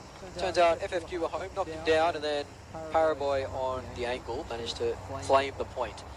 So that's Paraboy stealing another point away from the team. That's been a common theme of the day as well. He's managed to pinch a few for XQF. Perksas is being knocked out by 4AM. So if you're Cloud9, now you know where 4AM is. Your direct competition. So decisions have to be made whether you want to take the fight or whether you want to avoid it. Looks like they're going to leave Perksas for dead. Unfortunately, yeah. That's fine. That's a shame they didn't stick around, actually, because that could have been a pick-up there. But yeah, they will be leaving Perksas to go down, as he's trying to hope that Svano won't spot it. But yeah, duck and weave, but I don't think he's going to get away with it somehow. Good night, sweet prince. There it is. So Perksas will be falling, C9 will drop a player there, and now Udo and Fnatic and XQF are all in a very close sort of area. Is XQF are basically going to let these 2 fight and then try and steal whatever kills they can. Yeah, it looks like Jimmy's got the line onto a waste. I think if that vehicle blows up, he might collect a double there. Yeah, I wonder if it'll just go for the sprayer. Fullboy's actually very close as well. Marco, the last player from Team Queso, getting lit up by a jumper from Judo. Would be sad to see Marco go out in such fashion. It looks like he doesn't have much shield left either, so the waste does get finished off, leaving Fnatic with, I believe, 2. That nade is centimetre perfect. Marco is... Goodness me, that was... pretty bad about that one. That was a dunk. That certainly was. So Team Queso got 15th, unfortunately, for them. It was perfect to a T, as we see a perfect circle almost come out. A little donut to end the day. And FFQ are still in prime position. Cloud9 found themselves inside the circle 2. That's the only teams with positions inside at the moment. 4AM though are coming in on the flank, and they're coming in behind C9, but before they can even get towards C9, they've got to deal with Orange, who are pushing them, and again, C9 are praying for Orange in this fight. They're thoroughly on their side at this point, hoping that they can help them clean up 4AM. Because if 4AM go out here in 14th place, that's either C9 or XQF pretty much guaranteed into the lead, depending on how well the teams in 5th do, 4th and 5th. Now we saw Orange get a knock last game and start pushing aggressively, and they're doing the same once more. It is a 2-for-2 trade, I believe. 4AM are going to be very confident as they start to press the ridge line. It is 4AM with the advantage in this fight. It's down to a 1v1. Pop doesn't know where the player is, though. He does get the advantage in this fight. He drops to the ground, but it's not going to be enough. 4AM, they will be able to retain all 4 players and eliminate Orange. Guess how many eliminations they're up to now, Tim? Approximately too many. Too many is definitely the 13. answer. They're up to 13 elimination points already for 4AM, and they're at 35 in the lobby. And we lost so Unique and Fnatic, so the circle is starting to close in, and teams are starting to get pushed together. Omen and Tempo are so close to each other as Wi-Fi is being knocked out. Carnage has a nade on the way, but it's not going to collect him. Sixless and Carnage playing very, very patiently at the moment, as it looks like Omen have lost Zute. And Tempo gatekeeping their North American brethren at the moment, as Jimmy's actually been popping off, and that's going to be Yudu knocked out. Tucker's managed to claim a knock onto one of the 4AM players as well, so all of the top teams are getting involved. Cloud9 at the moment, they'll be rubbing their hands together watching this all unfold. XQF sitting with 5 points, 4AM with 13.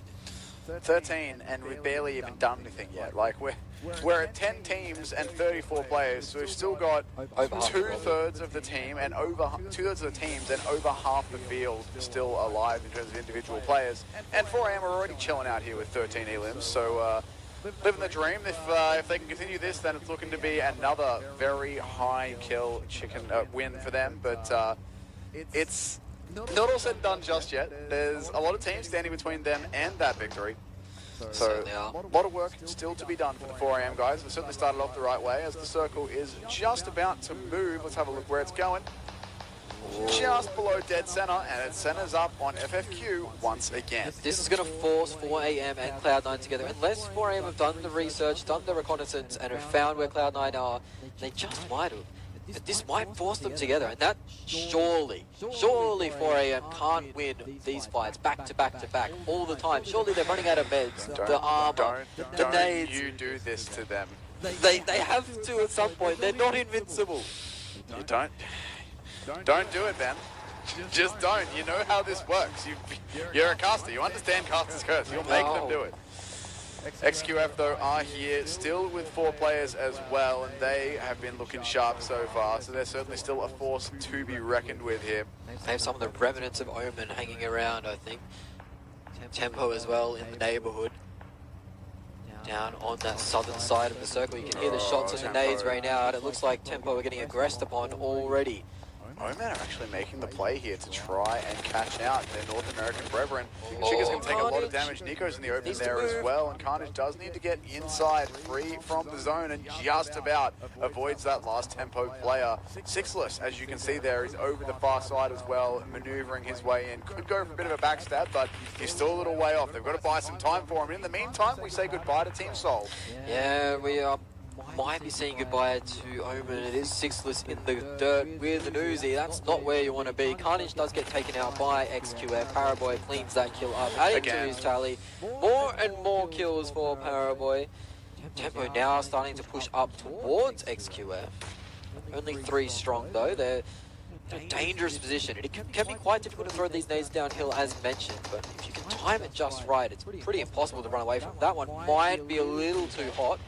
Just a little too deep, unfortunately, but still good work being done here by XQF as they've already got themselves 6 frags. Order! Jeez. He's pushed up and claimed 2. He's cleaning up Tempo single-handedly. Nico is the last man alive, and he's hungry for these finishes. Is Order. Nico with all of the work to do now.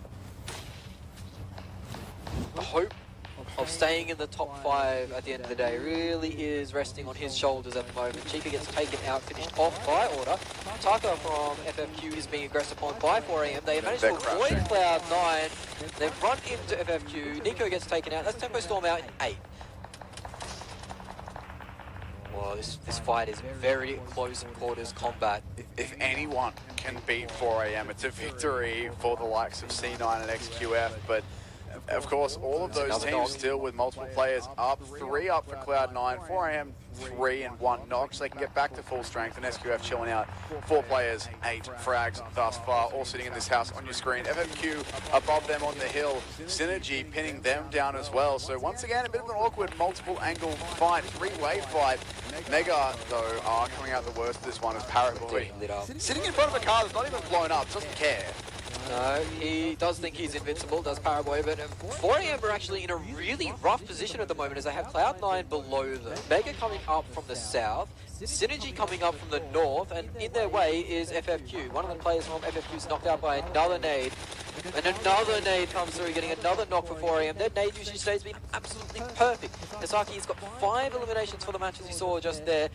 Svano knows where Cloud9 is. Beowulf trying to hide behind that vehicle.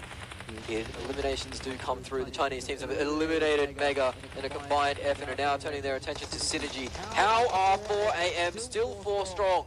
They've eliminated Synergy. They're up to 21 eliminations in this game alone. And there's still 5 teams left. What the hell is this? There's 13 players alive that they can claim still. Order from XQF has found Zinhi, and he's found his head too. That's going to be an easy knock, but Hasaki is behind that wall. He can find the nade. Maybe, no, not quite, as FFQ claim a double nade. Order spraying around the corner. He's going to be able to get the knock. He's running out of ammo, 3 left. Mini does come out, but it's not enough. Another knock, but Paraboy is coming through for the cleanup, and he is going to find the player for him. Hasaki is done and dusted, finished. Zinhi bleeding out around the corner. He's been knocked a few times too, so that's not going to last too long. Svano. Dude, the key. He gets another nade onto Paraboy. Yes, he knocked out their player, but they're not going to get that revive anyway. The XQF 4AM fight continues, and my lord, surely that is 4AM going out. 23 kills to their name in the game, though. And look at this, it's like it's been our top 4 for the last couple of fights, now the last couple of circles, I should say. It's now Cloud9 and XQF 3, and DKG I should say, 3 and 1 for XQF. So this is some of our top teams still left in it. XQF and there's the 1 player left, and he'll surely be found. Cool Boy will bow out, so now C9 are in with a chance for their second chicken dinner, but they're all going to pile on the 1 car, and oh, with them all done! Crazy gets the double. Pyro is the last man standing, and what a turn of events. It's DKG to clean up the scraps. Pyro now on the run. He needs to move more central, but it is controlled by DKG. They have the higher ground. It's over, Pyro. It would have been really good if that nade killed him there, actually, but it didn't, so I've been left on a bit of a cliffhanger. It's unfortunate. Yeah, you really had that all set up, and then, nope, sorry, bud. It did bounce over the hay bales, that's alright. DKG, 3-man strong, they know exactly where he is too. It's only a matter of time. Pyro needs to get these 1v1s, that nade's going to land in his pocket, and that's going to seal the game. It will be DKG to claim the 4th game of the day, leaving all Chinese teams to pick up 1 for the day. So just like the scrims yesterday, we saw all the Chinese teams get a win each, and then 1 team from another region grab a win, and Tempo Storm in 5th. And I think that's pretty much how we're going to end up here. It's C9 instead of Mega who grabbed the non-Chinese win, but all 3 Chinese teams have played very well. C9, I think, I mean, if 4AM hadn't got 23 frags there without winning, then C9 might have just put themselves into 1st place. But I think with the sheer amount of, well, not even think, I know that with the sheer amount of points 4AM got, they are going to stay on top. C9, though, I would say, with the team of the day, top 3 all 4 games. Now, I think 4AM had 1 game that wasn't so great, and the others were all bangers. The very first game they came 9. 1, 2, 3rd game they came 6th, and then that game they came 3rd, but with a billion kills, so what are you going to do? Well, when they go big, they certainly go big, as they managed to claim 23 kills. I think that's the 2nd time they've done that. Yes, well. that is double 23 for them. The other time was in their victory in game 2. That is some incredible numbers put up by 4AM today. XQF have been ever so consistent, claiming themselves a lot of points as well. Excellent play out from them. Cloud9 really hanging it with the big boys, though. Just as I've said that, I realised I can't do maths. I got 21 kills on 23. Because you get 10 points for second. Oh, wait. Yeah, no, sorry. 10 points for third place, and I get 31 total. I can do maths. Very, very good. Very, very good. Well, what a day we've had in the PEC, the first one, and we've seen teams turn up, and we've seen some big plays as well, and the utility usage out of these players is out of this world. Yeah, it's been ridiculous how many nades.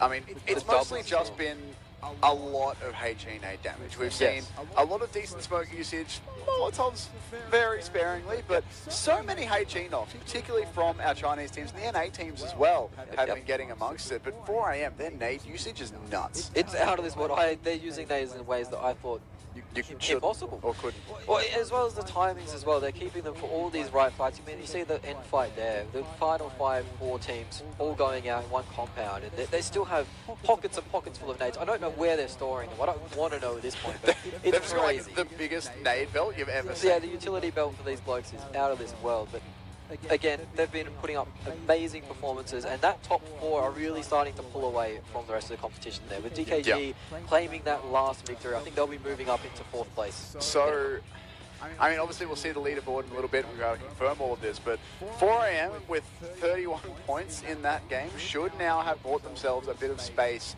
into first place. But Cloud9 with 4 top 3s in a row, as well as one of those being a win, they're going to be right on their tails in...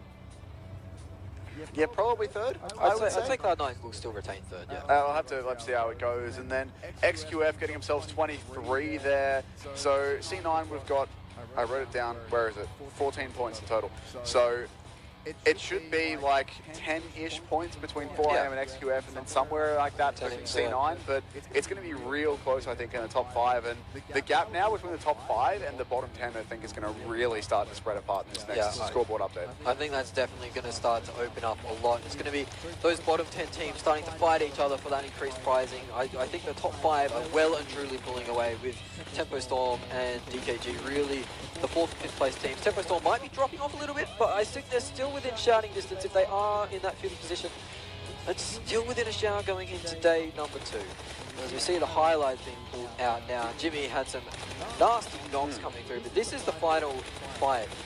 And you see these players going at it. It is Moxon pushing around. This was finishing off Cool Boy. Yeah. This is the car explosion. Yeah, like, I mean, I love this from C9 in terms of the concept. Like, if they could have pulled off that car rotate and they get multiple players into a completely different position on the battlefield that DKG may not have been ready for, that could have allowed them to potentially surprise them, maybe win that fight. But as it is, that's always the risk when you get into a car in like a squad v squad, 1v1 type situation, is that you can get sprayed down and lose multiple players. It backfired for C9 this time.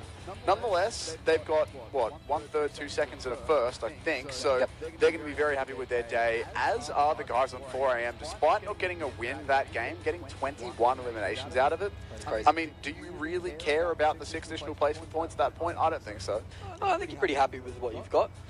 But especially because tiebreakers are decided kill point first. Yeah, like it is. living the dream. I do feel for Cloud9 though, going into the later stages of that game, the last circle that they did play in, they were forced into the position of going underneath 4AM essentially, because the ground, the terrain that they were greeted with wasn't very friendly. You saw Beowulf hiding, cowering under a truck almost, because he was getting shot at above by 4AM. Thankfully for Cloud9, the fight broke out on the high ground, which distracted things a little bit away, took the pressure away, and they managed to sneak into second, but they weren't able to get the huge fights and the huge kill points they would have liked. Still second place is a lot of points, but I think that if they want to challenge the top 2 tomorrow, they're going to need to start upping the kill game in the middle to late game sections. Yeah, absolutely. And there's obviously a lot of teams that we would like to see doing doing better tomorrow, I think we should say. But I think the interesting thing tomorrow for me now is going to be, obviously, we've got our top 5 I'm not going to say set in stone because things can change, but not only are our top 5 going to be, in terms of the points, leaps and bounds ahead, but they've all been very consistent. 4AM have had 2 quieter games, but they've had 1 win and 2 massive, massive kill games, a 23 and a 21.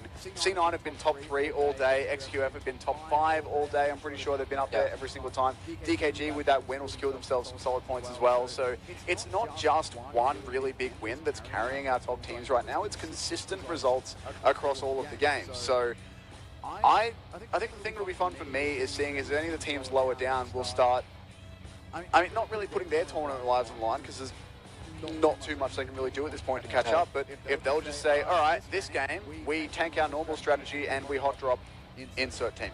Yeah, I think that could be some fun things to see tomorrow if some of the teams start to adapt that way. By the way, how unlucky are you if you're Cloud9, right? If you show up to a tournament and I say to you, congratulations, first 4 games, halfway through the tournament, you'd place top 3 in all of them. You'd be like, I'll take that. That would be first place for me. Thank you very much. But they've shown up to this tournament and XQF and 4AM have blown everyone out of the water. And now they're sitting in 3rd after finishing top 3 in every game. That's ridiculous. The thing that just hurts my brain is 4AM getting 21 kills on a game they don't win. That's the thing for me that's just nuts. All right, so we're looking at a spread from 5 to 26th for 15 to 6th place. So that's what, 21 points. That's very doable for any team. That's doable for any team. But the really big one, I mean, no real massive changes there, by the way, just to mention Synergy moves up a little bit, you know, still a pretty small one, but here is the big one. 26 points, 38 in 5th, 66th for 4th, 67 3rd, 76 84. So DKG actually do just sneak past C9 by 1 point, but, I mean, this is very similar to what we saw in the scrims, is that there was one team up around the 80-point mark. I think the team after 4 scrims who were up in first might even have had exactly 84. No, it was 82, never mind. So 4AM have actually outperformed XQF's performance in scrims, but like being that high up is just nuts. And then Tempo Storm barely holding on without a chicken dinner. They're still doing, without a win even. They're still doing pretty well to be this high up in the standings, but the top 4 are doing so well. I mean, look at these average ranks. For C9, average rank of 2. And then for 4AM, sure, their average rank is lower, but look at the average elims. It's the best of the tournament for Cloud9. They're sitting in 4th position. Oh, I feel for them. I really do, but 4AM, they are nuts, and this bloke has been the one to lead it all. How's this an MVP not from the winning team? It's crazy to think about. He's been on fire all day. He got I think it was a 13 kill game or something by himself, and now he's eliminated. Look at this. He's got 20 eliminations for the tournament so far. 17 for Paraboy. And Paraboy, it's worth noting, more damage. Look, 4 of the top 5 are 4AM. Like the entirety of 4AM. The entirety of the team's on the the thing first that amazes page. me, though, look at for Paraboy, he's actually done more damage than either of the top 2. And while that's, I mean, he's not getting all of the elims, he's getting a lot of them, that just speaks to the amount of knocks and damage he's putting out. Like his first game was what, 8 elims and 14 knocks or something? So he's doing big damage, but the big one for me is that the entirety of 4AM is in the 5, like the top 5 kill leaders. 4 of them are just all of 4AM. Yeah, I think the lowest is 11 or something. And if you're last player, if you're, you know, your least performing player is still averaging over 2 kills a game, you're pretty happy. He's almost averaging 3 kills a game. That's really, really good stuff for him. You're absolutely living the dream. Either way, that's going to do it for day 1 of PEC. We're halfway through. We've got 4 more games tomorrow to decide who's going to walk away with the lion's share of the 3 million yuan prize pool. But before all of that, we've got some more content for you. We've got an interview. We're going to go back to the arena and look at all of that, and we will see you again tomorrow.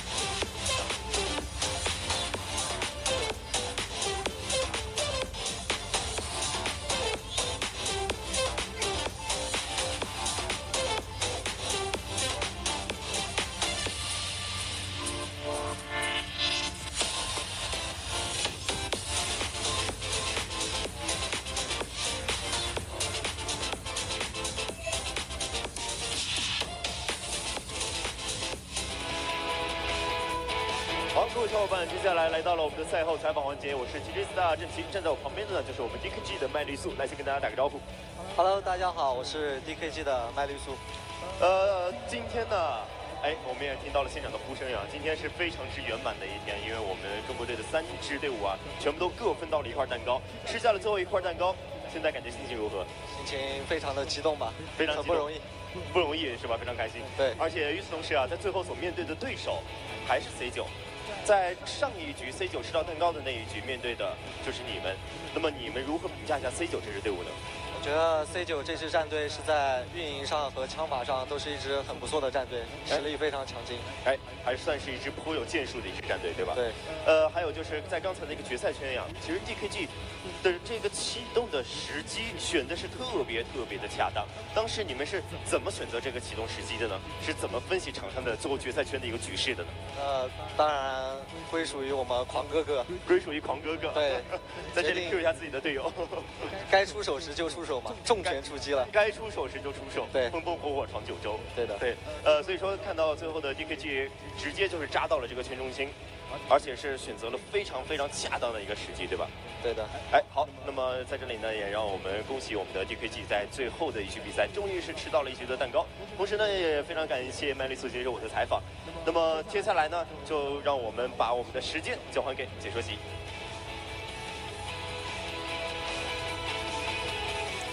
All right, we're back actually because we need to tell you about what's happening tomorrow. We do have 4 more games coming up. We've got 2 more on Erangel, 2 more on Miramar, and with that we will decide who's going to be taking out, well, the entirety of the Peacekeeper Elite Championship here in China. So the very first one, exactly that. So there is a lot on the line for all of our teams. I'm just going to check to make sure I have that number right, but I'm reasonably certain. It's about 420 or 436,000 USD. It's an astronomical number. 3 million Chinese yuan. So that is a lot of dollars. It is. It's a much more impressive number as yuan because you get a millionaire, but still it's a lot of money to play for. And just to give you a quick idea as well, I'll do it in USD just to give you a rough sort of idea. But first place is around 160, second is 85, third is around 60, fourth and fifth both get around 15. So it's just like the placement points, it drops off pretty quick. Yeah, I mean that's often the way, but that's still a fair chunk of change for these players. It's fantastic experience as well. You've seen the stage, you've seen the environment they're playing. It is incredible to think that these players are up on that stage, giving it their all and really doing everyone proud. 4 more games tomorrow to decide, though, who's going to be walking away with the lion's share of that money. Yeah, and at the minute it looks like we do have a top 5 pretty much locked in, being the 3 Chinese teams, C9 and then Tempo Storm are just hanging in there as well, and doing well to be in 5th place on, I think they're on 33 from memory, which, considering that they are yet to get themselves a win, yet to get that 16 placement point boost to their standings, they're doing pretty well to be hanging in there, but they'll need to put in some more work tomorrow. By the way, in the little break there, we did a quick bit of maths, so 4am are sitting at 84 points currently, of which 52 of those, over half, are eliminations.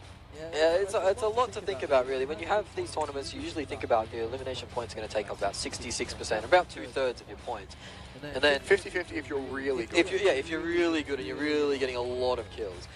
But they're having an almost 60-40 split with eliminations to being like the big ones. Yeah. It's insane numbers, really, and they haven't been taking an overly aggressive amount of risks either. They've been taking a lot of fights, yeah, but the way they've been trading and backing each other up, they've really been sensible about it, right? Like, except for game 1. Yeah, very sensible there. But you obviously had to be pretty aggressive to end up with like 23 or 21 frags in a game, but they have been overall pretty smart about it. Either way, this time we are actually done. We will be back this time, or same time again, same start time again tomorrow for the last 4 games to decide the winner of the Peacekeeper Elite Championship.